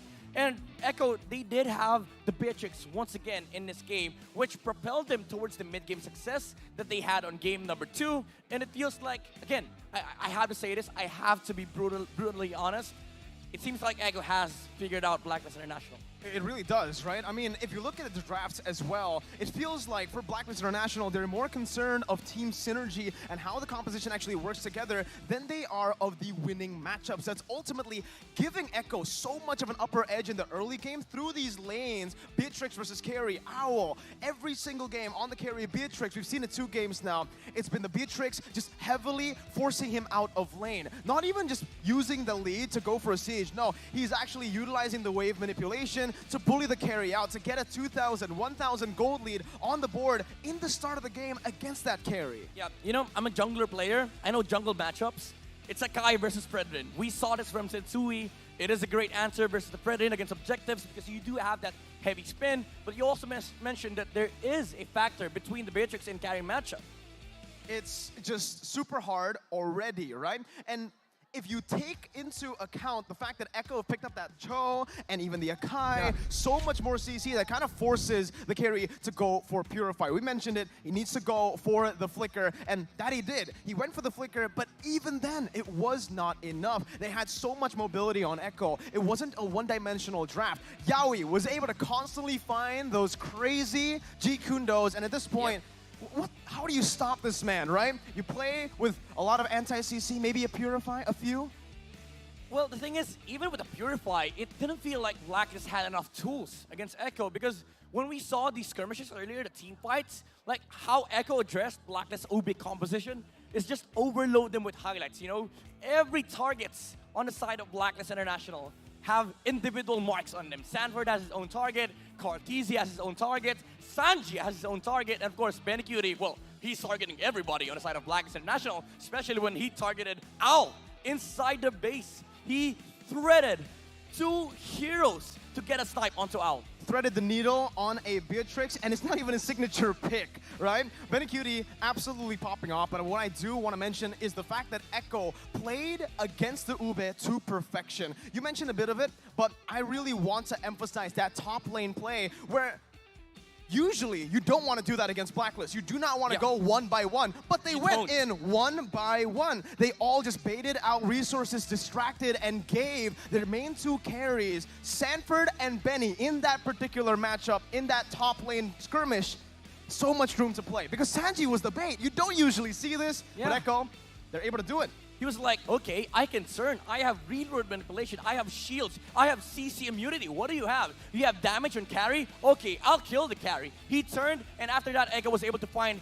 an immaculate team fight that set him up for success. Again, the pin down from Carl Tizzy. 2 heroes against Blacklist, and he does this constantly, even during the Turtle and Lord fights. The heavy spin is a valuable resource on the side of Echo because it allows you to basically reposition your heroes, reset the fight, and also control the movements of Blacklist International. This is the concept of displacement. You know, having this on the side of Echo alongside an Eve and a Joy, it's hard to counter that if you're a Blacklist because you only have 1 save, and that is on the Mathilda. And even the Mathilda was not able to save a lot of heroes on this matchup because there is that follow-up snipe coming out from the Benicuri.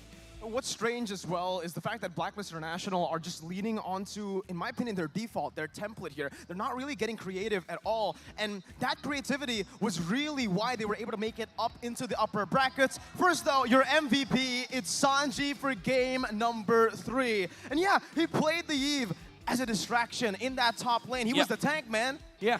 He was like, okay, my highlights, it's not going to be kills. It's going to be setups. Like the amount of setups that I can bring for Echo because I have 4 playmaking heroes. I am not going to be greedy. I can set up for kills. I can turn team fights around because the thing is, Carl TZ, when he uses that heavy spin, that's the last resource for a team fight.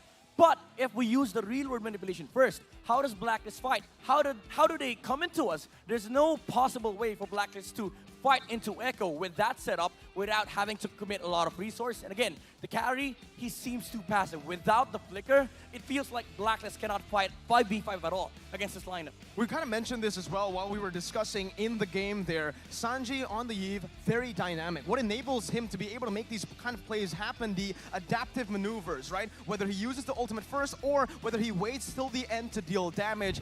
That's just basic mechanics, you gotta say it. Mechanical displays were shown off the entire game. From Carl TZ winning the 50-50 retry battles, to them getting so many pin downs, to the crazy Benny Cutie snipe that threaded the needle. It was just Echo, styling, and outplaying Blacklist International. Yeah, just looking at it, the team fights that Echo pulled off against Blacklist International, they were really patient. And the amount of slows that is coming out from the Eve alongside the Ice Queen 1 really punishes the Fredrin pick of Blacklist International. And Wise didn't have a good game here. It's not because of the playstyle, but because of the genius behind the ideology of the clashes from Echo. And we see Blacklist International try to retaliate, but where's the damage? Where is the scaling power of the carry when you have this amplified presence coming off from the Beatrix, which just steamrolls over your lineup? And even if you do find that pickup on the Beatrix, again, there is a lot of re-engage factor coming off from Echo. Blacklist did, however, find some few kills on the bottom lane, but Yaoi was always consistently finding good pickoffs with a kick flicker, and this was the team fight that we were talking about earlier. The pin down from Carl TZ setting up the success here for Echo, and this was allowed by the setup from Sanji's Eve. A few times, right? This happened, and again, you can see the Eve just using the real-world manipulation as, you know, the last sort of damage here to actually enable Benny Cutie to get that triple kill, and this is it. There you the go. Needle thread from Benny and Sanji. The coordination from this team, at this point, I don't even think it's them communicating. It's just them understanding what they want to do. It's like, got telepathy, man. Well, you know what? We have a term for that. It's called the House of Highlights. You know, Echo are used to doing so many highlights of their own. We saw so many from a single team fight. Like, yes, Blacklist finds a kill, but 4 heroes looks for highlights of their own. Exactly, and again, the systematic playstyle that Blacklist International are trying to utilize here isn't working. They need to, in my opinion, again, stay creative, utilize what made them so great to get into the upper bracket finals, to get into the grand finals, and it is with Edward playing the winning matchup. Get Edward a winning matchup and play for Edward. He will be able to create the space for the team to inevitably make the plays to end the game. Yep, if Blacklist International wants to come back from the score of Echo, they have to mount a 4-0 version of their own, and they have to break the chaos that Echo is bringing forward to the table here in this grand finals. We will find out if Echo is able to take it all away from Blacklist, but before that, let's talk to Mara Aquino first for some few icebreakers here. Hindi lang sa loob ng lineup doon nagkakatunanan ng ating mga manlalaro, pati na rin ang ating mga manonood dito sa SMX Convention Center. We have Etomax, Coach Bakbet, Hito, Rebo, and Chaknu. Chaknu, huwag ka magtago. Dito ka. Si Chaknu laging Chaknu, okay, ito. Gusto namin malaman kung anong koponan ba ang pambato mo. Ano ba tayo? Echo. So, Echo. Ano ba tayo? Malilito ka ata eh. Okay, Hito, ikaw. Ako, before mag-start yung Grand Finals, blacklist ako eh. Pero ngayon nag 3-0 na, Echo ako, Echo. Echo proud! Echo birds! Yan, Echo. Rebo, kanino ka? Siyempre, Echo, nandyan si The Goat Carl. Siyempre. Saan ka? Etomax. Blacklist, syempre, sila yung tumalo sa amin. Gusto namin sila yung mag-champion. Gusto mo yung tumalo mag-champion. Coach Bakbet. Ako, Blacklist din kasi, fan ako ng reverse sweep eh. Fan ng reverse sweep, okay. How about this? Ipagmayabang nyo yung pambato nyo. Dahil mas marami kayo muna magsimula. Sinabi mo, Bakbet reverse sweep eh. Hindi nga kayo maka-reverse sweep sa Blacklist. Oy! Coach, what do you have to say to that? Okay lang, ano na lang. babawi na lang next season. Tapos, ipagmayabang mo yung pambato mo. Ito, feeling ko kaya pa naman ng Blacklist. Kailangan lang nila ng bagong timpla kasi 3-0 na nga yung game, tsaka kailangan nila ng mag-adjust. Sobrang ganda ng ginagawa ng Echo, kailangan nilang mas pag-aralan pa. Sabi niya, gawin mo daw flip-top. Sige nga, ito Max. Ikaw yung mag-flip-top dyan. Okay lang. Kahit down sila ng 0-3. 6 out of 7 finals appearance naman yung BYs. 6 out of 7 grand finals ang BYs. What you got? Naalala nyo guys yung season 7, Execration versus Blacklist. Sila yung ni-reverse sweep ng Blacklist. Paano naman kasi game 7, pinika ng high-low si Chakno, naka-revitalize. Ayun, bagsak. Ipagmayabang mo naman ang Echo. Chakno, sige nga, pagmayabang mo yung Echo. Pambato mo, Echo, di ba? Kanyan, guys. Rebo, anong masasabi mo? Wala, champion na to, Echo. It's that simple daw para sa kanya. Kaya pa yan, maraming reverse sweep na nangyayari. Tsaka, kaya pa ng Blacklist. Tinalo kami ng Blacklist, kailangan nila mag-champion dito. Okay. So we're trying to settle that here. We're gonna settle that in the land of Dawn. Pero ito, Coach, gaano ba kahirap pag 3-0 ka na ma-reverse? How hard is that mentally? What do you think is happening right now? Actually, yung mga ganyang down ka ng 0-3 tapos last win na lang yung kalaban, sobrang hirap niyan kasi ang dami mong parang titignan factors Syempre yung mental ng mga players. Also, yung mga strat na saan kayo nagkulang. So, may mga babaguhin sila dyan na halimbawa sa mga bans nila, pwedeng may mga i-open na sila na heroes. Sobrang hirap talaga. Pero pagka na-come up nila to, yung nasolusyonan nilang itong game 4, possible magtuloy-tuloy na yan. Kasi ibig sabihin na hanap na nila yung tamang solusyon. Now we're gonna see if we need just one more game or is this gonna be a reverse sweep? Chakno, dito ka. Babalik na tayo sa ating casters. So ipato mo sa kanila the way you do it, okay? Go ahead. Casters, pasok.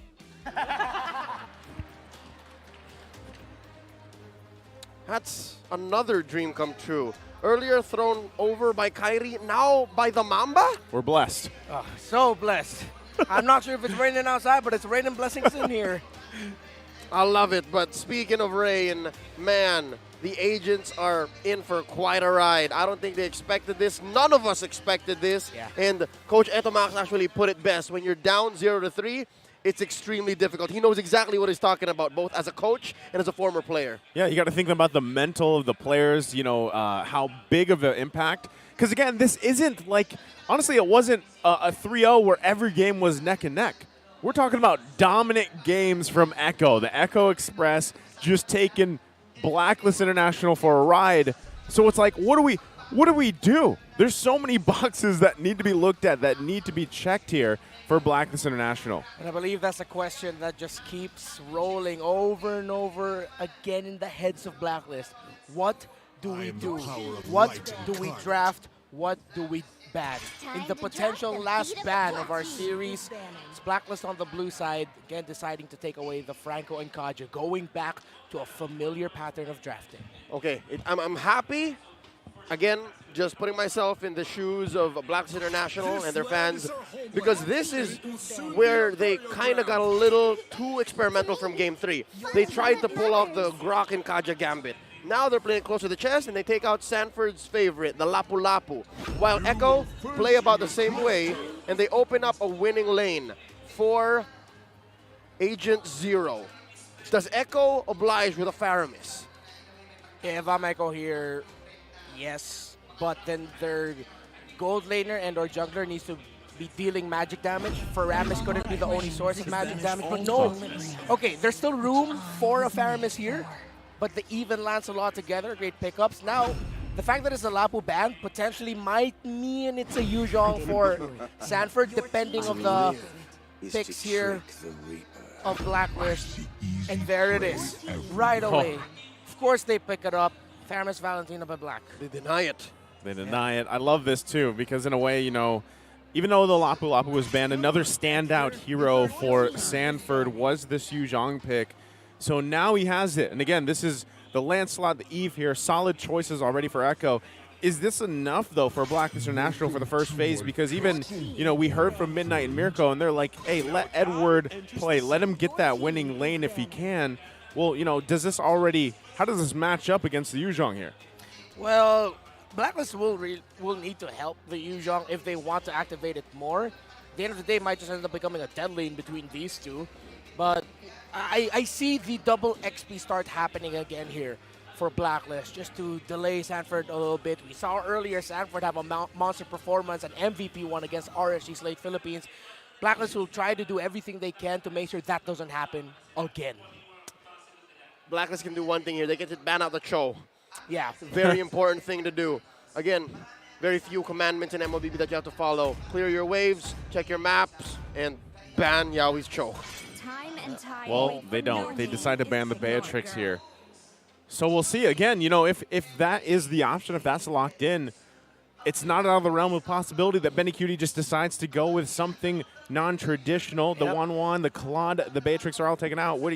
We haven't seen him this series yet play the Brody. That's still available. Yeah, Brody. But I'm feeling spicy here for Echo. Hearth or Lunox? Up against a Glue. Mm-hmm. The Order of Brilliance going to be up against, and it's Darren. There it is. All right, not too far off. Not too far off. It's a gold lane mage, but it's one that's worked all throughout today in the hands of Benedict Gonzalez, Benny Cutie. He picks up the Harith, and now Blacklist closing up their draft, putting the Fredrin in the hands of Wise, and of course, Owl's signature. If there is a clutch gene in the rookie gold laner of Blacks International, it has to be activated right now. Part of me thinks this might actually be more of another roamer. Oh, it's a Valier. What a pick. Now, this, it's a 100% win rate with 2 picks this season. Was that in the hands of Yaoi? One of them was in the hands of Yaoi. I'm not entirely sure if it was both, but I wouldn't be surprised if it is. Isn't Yaoi the one that brought it out in Season 10 playoffs? Yes, exactly in this situation as well. In a series against Blacks International, of the 2 that they won, one, he was playing a Valier roam. This is a lineup that Echo drafted to end quick. The Valier roam, though, Yaoi needs to be careful, because if not, it puts more pressure onto Sanford, and specifically Carl TZ, to be the pseudo-roamer frontliners for Echo. But if they pull this off, it will be an utterly devastating loss for Blacklist and a quick one for Echo. Already, I'm going to help Blacklist troubleshoot. I suggest invest in your tough boots. Invest in, this is, if you're going to buy an early rated armor, this might be that game. I was going to say, there's literally 3 sources of magic damage, I believe, here. So, you're going to be able to want to rush those items to kind of survive that onslaught of magic damage. Yeah, the pairing for Valier is usually this. Back in Season 10, it was the Lilia in the Grand Finals, and Echo won that game with that. Earlier in the season, they went Valier and Eve. A lot of slows, a lot of pokes that the roaming mid-3 of Blacklist needs to watch out for here. Here we see the double XP lane rotation, the trademark for Blacklist in the playoffs, while Echo maintains their tempo. So far, nothing out of the ordinary, a minute in. Oh, they knew Yaoi was going to be extended a little bit there. He had to flick around. First blood going to be drawn by Edward. Already off to a good start here. They get the flicker out from UA, but look at Carl TZ forcing out that as well. This is what I'm talking about when it comes to the risk of the Valier pickup. If you get caught, you will get punished. Up against a Faramis, an Eve, and Edward who got out of lane quickly. Yaoi needs to watch out for that. He can't overextend and be forced to use his flicker in those scenarios so early. About 30 seconds before the first hurdle of the game. SMX is shaking. Agents all over the world are trembling. They are sending out their energy to the Season 10 champions. This shouldn't end in a sweep, they say, as we have about a quarter of a minute before the first hurdle. Look at how deep Wise is. This is a newfound confidence in Blacklist throughout the series. Yeah, and even with your backs against the wall, you gotta be like this. You can't hesitate to try and get vision. See what you can do to disrupt See there the disruptive nature of the Eve and Valier combo together. Oh My Venus will struggle a bit in the laning phase. First turtle up, Edward's alone. All right, Sanford already going to go into the Dragon form. Going to force Edward back a little bit here. Looks like Blacklist just going to give up that first turtle. Really don't want to get further behind. They're holding on to a very small lead. And Echo will secure that first objective of the game. Yeah, but I got eyes on the one true king. Look at King Wise. I wonder if Carl knows. I wonder if the rest of Echo knows what he's up to. Yeah, he's about to check it. Oh, he won't be able to steal it in time. Oh, they do have an idea. Now Wise going to be in a bad position here. 3 versus 1. Here comes Oh My Venus trying to help out. Yawi will get punished. But Wise falls as well on top of it. The 1-for-1 trade. Just a moment too late with the cult altar by the queen. Couldn't save her king. Wait, he committed Grand Theft Orange. Our buff, says Wise. Yeah, he was able to steal it away from Carl Teasy. Carl Teasy, will he get pulled? Okay, he's going to execution out of there. Still, this is exactly what Wise has to do. Like you mentioned, you know, he's got to have kind of that swag to him, not only because he's playing the Fredrin here, but also given the situation, right? Carl Teasy, for the most part of this series, has been all over the place, especially in the jungle of Blacklist International. And you mentioned this, Renmar. Prior to loading into the game, he has to act as that pseudo-roamer. Get a little hyperactive because, again, Yawi can only really commit his skills. But when he does, it hurts. Yeah. Right now, though, in the XP lane, and the question of Glue versus Yuzhong, we feel Edward more in the map, but the pressure that Sanford is applying into the lane means Edward's always forced to go back and rotate just to clear the minion waves. Sanford not going to be roaming to mid here. Thought he would. Try to find a pick, but the minion waves don't have that in favor for him. Both teams tried to go for a topside sequence, but thanks to vision, both teams back off. It's going to be back to the mid and the jungle again. That's been the hot spot for this game so far. And here we go. Now focus on the top side. Owl in trouble. Oh, 2 no. versus 1. Has to flicker out. A little bit of burn there. No follow-up with the kill just yet. And the rest of the members, Blacklist International, able to help him out. Meanwhile, Turtle being worked on. Looks like multiple members of Echo should be able to secure this one. Second one for them of the game. But Wise goes in with the Brazer's Wrath. Yawi going to be in trouble. One hit away. Wise couldn't get the kill. Oh, wow. But in this sequence, check out Wise. He stole Carl Teasy's orange as the rest of Blacklist pressure the gold lane.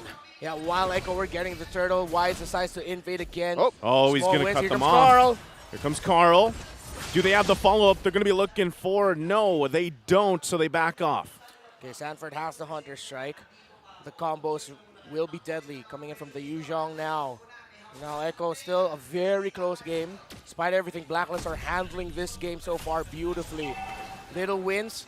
The reason why it's only a small lead for Echo is that Blacklist, they're invading the jungle, but this is going to be a big change of our scenario as the top lane will get pressured. Owl loses his turret, and that's going to be Benny Cutie out of lane first. This tier 1 push up top is going to make this turtle coming up in about a minute all the more easy for Blacklist to just let go. Because given this small lead by Echo, yeah, Blacklist looking much better now. It's still a turtle that they can't really contest. Echo, let's see if they can find a pick before this. That will be the goal. Find a pick. Force out an ultimate, a key ability before this turtle starts. 35 seconds though, Sanji pressing the issue. Yue has the ultimate. Wise going in. Okay, Wise going to go in. He's going to find Yawi here. He will fall. Sanford already using the dragon form. Going to find 2 members. Gets the petrify off. 2-2 fall for Blacklist. Still going to be looking for the fight. Yue trying to help the team here. Benny Cutie with the Zaman Force. They're going to be focusing down Wise. He's a couple hits away. Will fall. So it's a trade here. Echo coming out on top. Eventually, a messy engage. Echo comes out with more than what they paid with. Yeah, Echo, late entry. It seems like Blacklist again just completely forgot about the Yuzhong. They committed a lot to get Yawi correctly, yes, but they committed so many abilities that once the Black Dragon flew in, it all took one combo to take down 2. Oh, Owl going to be in trouble again. Oh My Venus has to use the flicker and the Cult Altar, but Sanji dropping down the real world manipulation. The Queen will fall, plus the turret. Again, this is just Echo pushing the tempo. Yeah, for the first 5 minutes, They had to play footsies. They had to temper their expectations and say, okay, looks like Blacklist came to play. But now, we're back in about the same situation. Echo are in the driver's seat. Sanford and his late entry in that last sequence meant that Minion Waits. Oh wait, no, here comes Echo again. He's going to come through again. Wise fighting for that purple buff. Rest of the Echo squad here. Now Edward going to come in with the glue. Split activated. Ooh. Quite a few stuns coming out. Prazer's Wrath going to be burned as Benny Cutie comes through with his Amen Force, finding Wise. And Wise falls again in the jungle here. Next up on the docket, going to be this mid lane. Tier 1. Oh my Venus. Going to be in trouble. Carl Teasy looking for the kill here. Sanji drops down the RWM. And another objective. Turret will fall in the mid lane. Owl left a fat wave down bottom. I wonder if it's actually going to cave. Yeah, pretty sure that turret's going to go down there. And at that point, it's just Blacklist saying, we got to try to pull something here. Try to get a little bit more far for a gold laner. And yes, it was a loss in the mid. But at this point, that's what they can get. That's all what they have to do.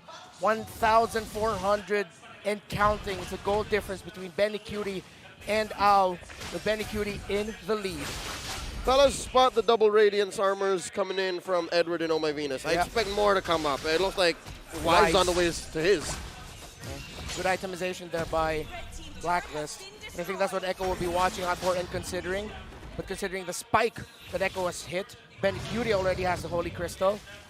As long as Echo don't lose a massive, doesn't suffer a massive loss, they can continue this. But Blacklist are in close enough gold territory to actually turn this around. Yeah, they actually want to go ahead and contest this one. Lord was started up. Carl T's going to focus on Wise. They want to get the jungler down. Colt Alter comes through. Is it enough though? Wise will fall. Owl tries to find the angle, not going to be able to find it instead. He's bobbing his weaving, but it's not enough. Yaoi has the slows there, followed by Sanji, and Owl runs away.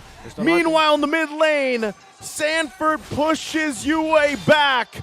And now it's Carl Teasy and Oh My Venus on the run. Sanford falls. They're split up everywhere. The Queen goes down. Carl Teasy able to find the kill. And now do they decide to take the Lord? Divide and conquer. Echo split up the map, and again, Blacklist was the one who scattered out. That was an engagement that Blacklist read as, all right, we can take this, we can take this. And so far, what has been bought for the Codebreakers is at least a Lord that they can maybe dance for. Wise has struggled in retro duels against Carl TZ this entire series so far. A win here could be massive for Blacklist. But ultimates are up across the board. Colt Alter is what we're waiting for here. But is it going to be a full commit? Look at where Owl is. He's up top. Echo, do they sense it? What happens now? Sanford going to use the Dragon Form, pushing Blacklist International back here. Lord's going to go ahead and reset a little bit. Owl, like you said, in the top side, not here for this fight. Wise still showing face. Amen Force and the RWM going to come out. Edward trying to buy a little bit of time here. Owl making his way to the fight. Appraiser's Wrath comes down. Sanford quite low, trying to escape the fight. Edward takes down Benny Cutie. Now Yaoi's in trouble. Owl gets a kill here. And it's Echo with a blunder. And now Blacklist International looking to punish. Sanford trying to get back to base. Carl Teasy nowhere to go, even with the help of Sanji, and they turn it around. Blacklist now has a go at the Lord. The defending champions are feeling it. SMX is feeling it. They have shrank that 2K gold lead now to about 300 as they make a beeline for the Lord. They take it. Blacklist International, a weight off of their shoulders. A massive win. We said it was turn around the ball, and they found the turnaround. The late entry by Owl, though they were split, Blacklist held on, and Echo will now try to defend against the Codebreakers, against the defending champs. It seemed like it was a engagement or scenario in the making the first time it happened, because again, it was the same split by Echo. They won that first time around, but Blacklist, they figured out, they understood. And this time around, when it actually mattered, when it led into this first Lord, Blacklist got it right. Their individual decision-making in that team fight to hold on for as long as they could, avoiding the key abilities, watching out for Echo, What a response by the defending champions. Here's the response from Echo. They're going to force it down. Dragon Form going to come out looking for Yue here. He's in trouble. Colt Alter comes through, but it's not going to be enough. Owl trying to hold on. Carl Teasy on the hunt. Zaman forced to follow. Echo still looking for more, pushing him and holding him back here in the mid lane. Man, you've got to wonder. Blacklist had the gold lead here, but they were still able to light Yue up despite having a Cold Altar. Where'd the damage come from? The patience of Sanford to really hold on. The poke damage coming in from the Valier and the Eve. Sanford and his Black Dragon form not going down right away, really saving it for the key targets, and Owl and Yue was the key. So now they've overloaded the lone physical damage defense item in Blacklist arsenal. I guess you're right, Reptar. You have to watch out now for Sanford, for Carl Teasy, because it's not just about magic. Carl Teasy once again putting the pressure here in the mid lane. Execution comes through. Edward has to split. Wise waiting patiently there. Echo just getting some information. Again, it's still a minute till that next Lord comes up here as both teams look for establishing presence. This is the strongest Blacklist has looked. This is the closest this series has looked. One mistake, one error, one right call might be the difference between game number 5 or a championship now in a sweep for Echo. The tension in the air is high here. You have to watch out for the entries, the timing of Oh My Venus' Cult Altar, who Edward grabs onto. If Owl can keep himself alive, if Benny Cutie can keep that Purify for the best possible moment. Lord here in about 10 seconds, putting theory into practice. Edward is going to be one key way for Blacklist to cut straight into Echo's formation, because again, in that first Lord take, it was Edward, Agent Zero, who was actually threatening a grab into whoever's soft enough. And to be fair, amongst Echo, they're all pretty soft. Yeah, it looks like they're going to be making a play here, trying to cut off Echo. But it's going to get spotted out as both teams going to clash in, sandwich each other. Owl caught off from the team. He's in trouble. Benny Cutie will get the kill. Colt Alter already used. And just like that, Echo knows they have the numbers advantage and go for the Lord. They can't take any fights without Owl. The carry falls, and that might be the error and the catch that we were talking about. This Lord will be uncontested. What can Echo make out of this? This is still a close game. All right. Looking back at the history of this series, in the past 3 games that we played, Echo have made devastating developments with their Luminous Lords. So I'm thinking, where else? How deep can Blacklist dig? Because they still have their inhibitors. There's still a couple of tier 2 standing. So I'm guessing this will be a very defendable Lord. Yeah. Defendable. Is it? Echo, is this it? Watch out. We're going to find out here. Mid lane. Lord making its way. Sanford using the Dragon Form. Already going to force back Yue and the rest of the team. Colt Alter comes out too. Looking to end the game possibly here. They know the Colt Alter's down. Wise will fall. Echo still healthy. Happy to deal with it. Lord will go down. Do they focus on the next inhibitor turret? Waves pushing in. Wise is not here. Echo now gets rid of the bottom lane inhibitor turret. Still possibly holding on. Eye set on the next turret. Minions are huge. Minions coming through. They get the flicker out. Benny Cutie with Zaman Force pushing them back. Blacklist International's in trouble. Immortality gonna come through. There's Sanji once again. Yue has to get out. Sanji gets the kill. And now Blacklist is falling apart. Carl Teasy. And it looks like they're going to do it. It's deja vu. They sweep Blacklist. We are still in the age of the Orca. Your MPL Philippines Season 11 champions are Echo. Knocked down to the lower bracket, brought to their limit. the reigning world champions found the heart, will, and skill to taste the sweet kiss of destiny yet again. The Age of Orca stands undisputed. Champions of the world, champions of the Philippines! And with this victory, and with this repeat of what went down in Tennis Indoor Senayan in Jakarta, Indonesia, Echo can also now make the run for a Grand Slam in MSC. Man, both teams going to be fighting for that, the Grand Slam, but it's Echo just showing how dominant they are.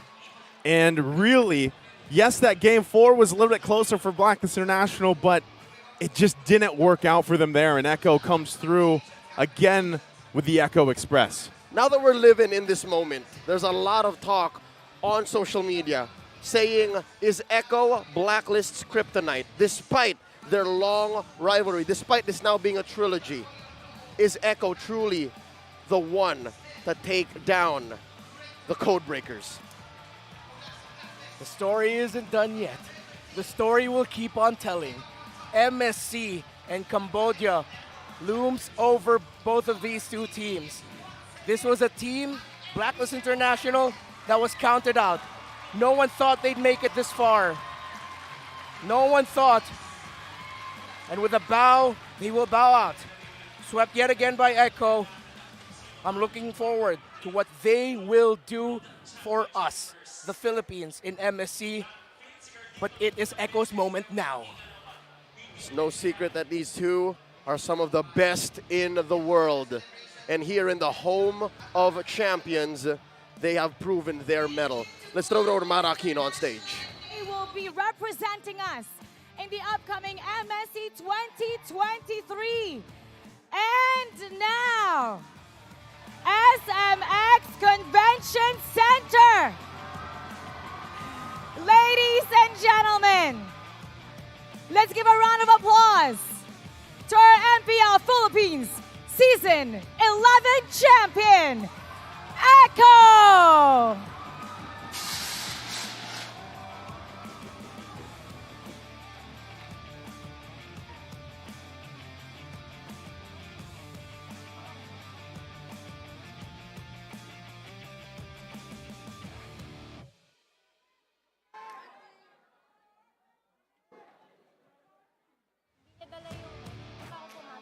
Now to present the award, may we call on stage the head of prepaid category of Smart Communications Inc., Mr. Lloyd R. Manaloto.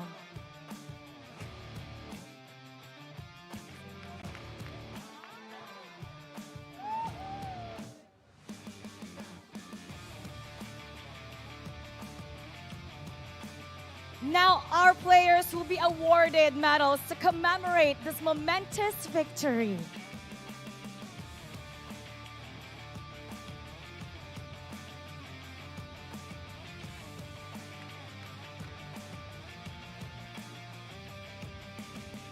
Go ahead, guys, claim your medals. Sanji, Carl Teasy, Yowie, Sanford, Benny Cutie, Gian, Coach Trevor,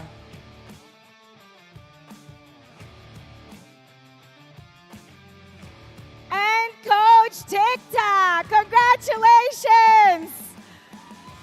Guys, come on over here. I would just like to get a message from you. Yowie, champion! Congratulations! Thank you po. Thank you so much sa mga di nawala suportahan kami tsaka simula nung pagkatalo namin sa upper bracket. Ang dami niyo sobra, mahal na mahal namin kayo. Carl TZ, nangongolekta ka na ng mga awards, ng mga medals. Anong masasabi mo na champion ka muli ngayon para sa MPL Philippines? Masaya lang po. Sana Reswell, Irad. Benny Cutie, what do you have to say? Congratulations! Ang ganda ng run mo ngayong season 11. And now you have another medal. Sobrang, ano po, sobrang saya ko po na nakapag-champion na rin sa MPL and dinededicate ko talaga to para sa girlfriend ko, pati sa baby namin, si 1-1. Masaya po, pero thank you po sa mga pumunta dito and sa mga sumuporta sa amin. And para sa inyo po itong championship na to. Sobrang salamat sa mga fans namin dyan na pumunta dito sa venue kahit na napunta kami sa lower bracket. Ang dami nyo pa rin sumusuporta sa amin. Salamat din sa mga teammates ko kahit na down ako nung malapit na yung playoffs. Tinulungan talaga nila ako para mapaglaro ko ng maayos. And that's what teammates are for. And now, it is time to award our Grand Finals MVP.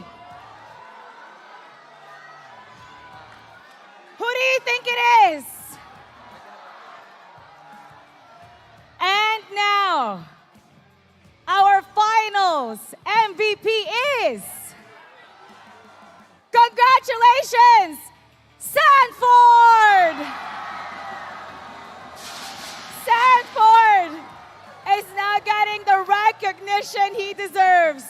Discovered at 14 years old, he played for 3 seasons in the MPL with a World Championship under his belt and is now crowned as the champion and finals MVP for MPL Philippines Season 11.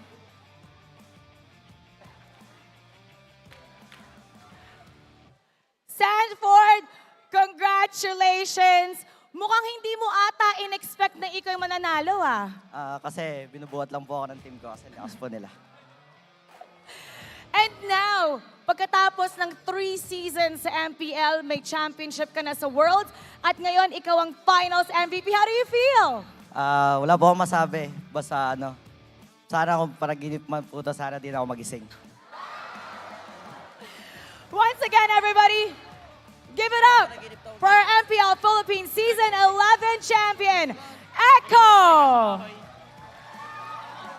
And you may all pose for a photo op. Go ahead. Echo, the reigning world champion, is now the MPL Philippines Season 11 champion.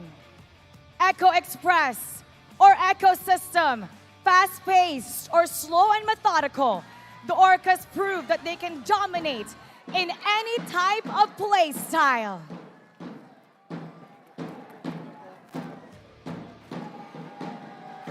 Echo has made so many outplays in this grand finals, showing both their genius and talent combined. And now, Echo, it is time to raise your trophy in 3, 2, 1. Congratulations!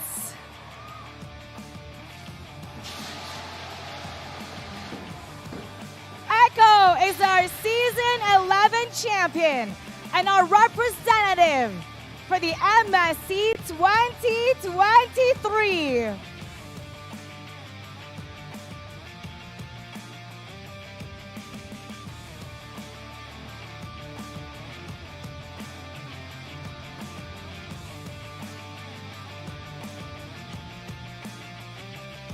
They have now another chance to prove kung gaano nga ba kalakas ang Pinas sa Cambodia. This coming June, for MSC 2023, they have worked so hard, remaining in the top for the all throughout Season 11. They have swept the defending champions and are now the current MPL Philippines Season 11 champions. Thank you guys for watching. Thank you for supporting. On behalf of the hardworking staff here for MPL Philippines, the production, Mineski League Ops, maraming salamat sa patuloy niyong suporta sa MPL Philippines. And we'll see you all in MSC 2023. Thank you, everybody, and keep it good vibes.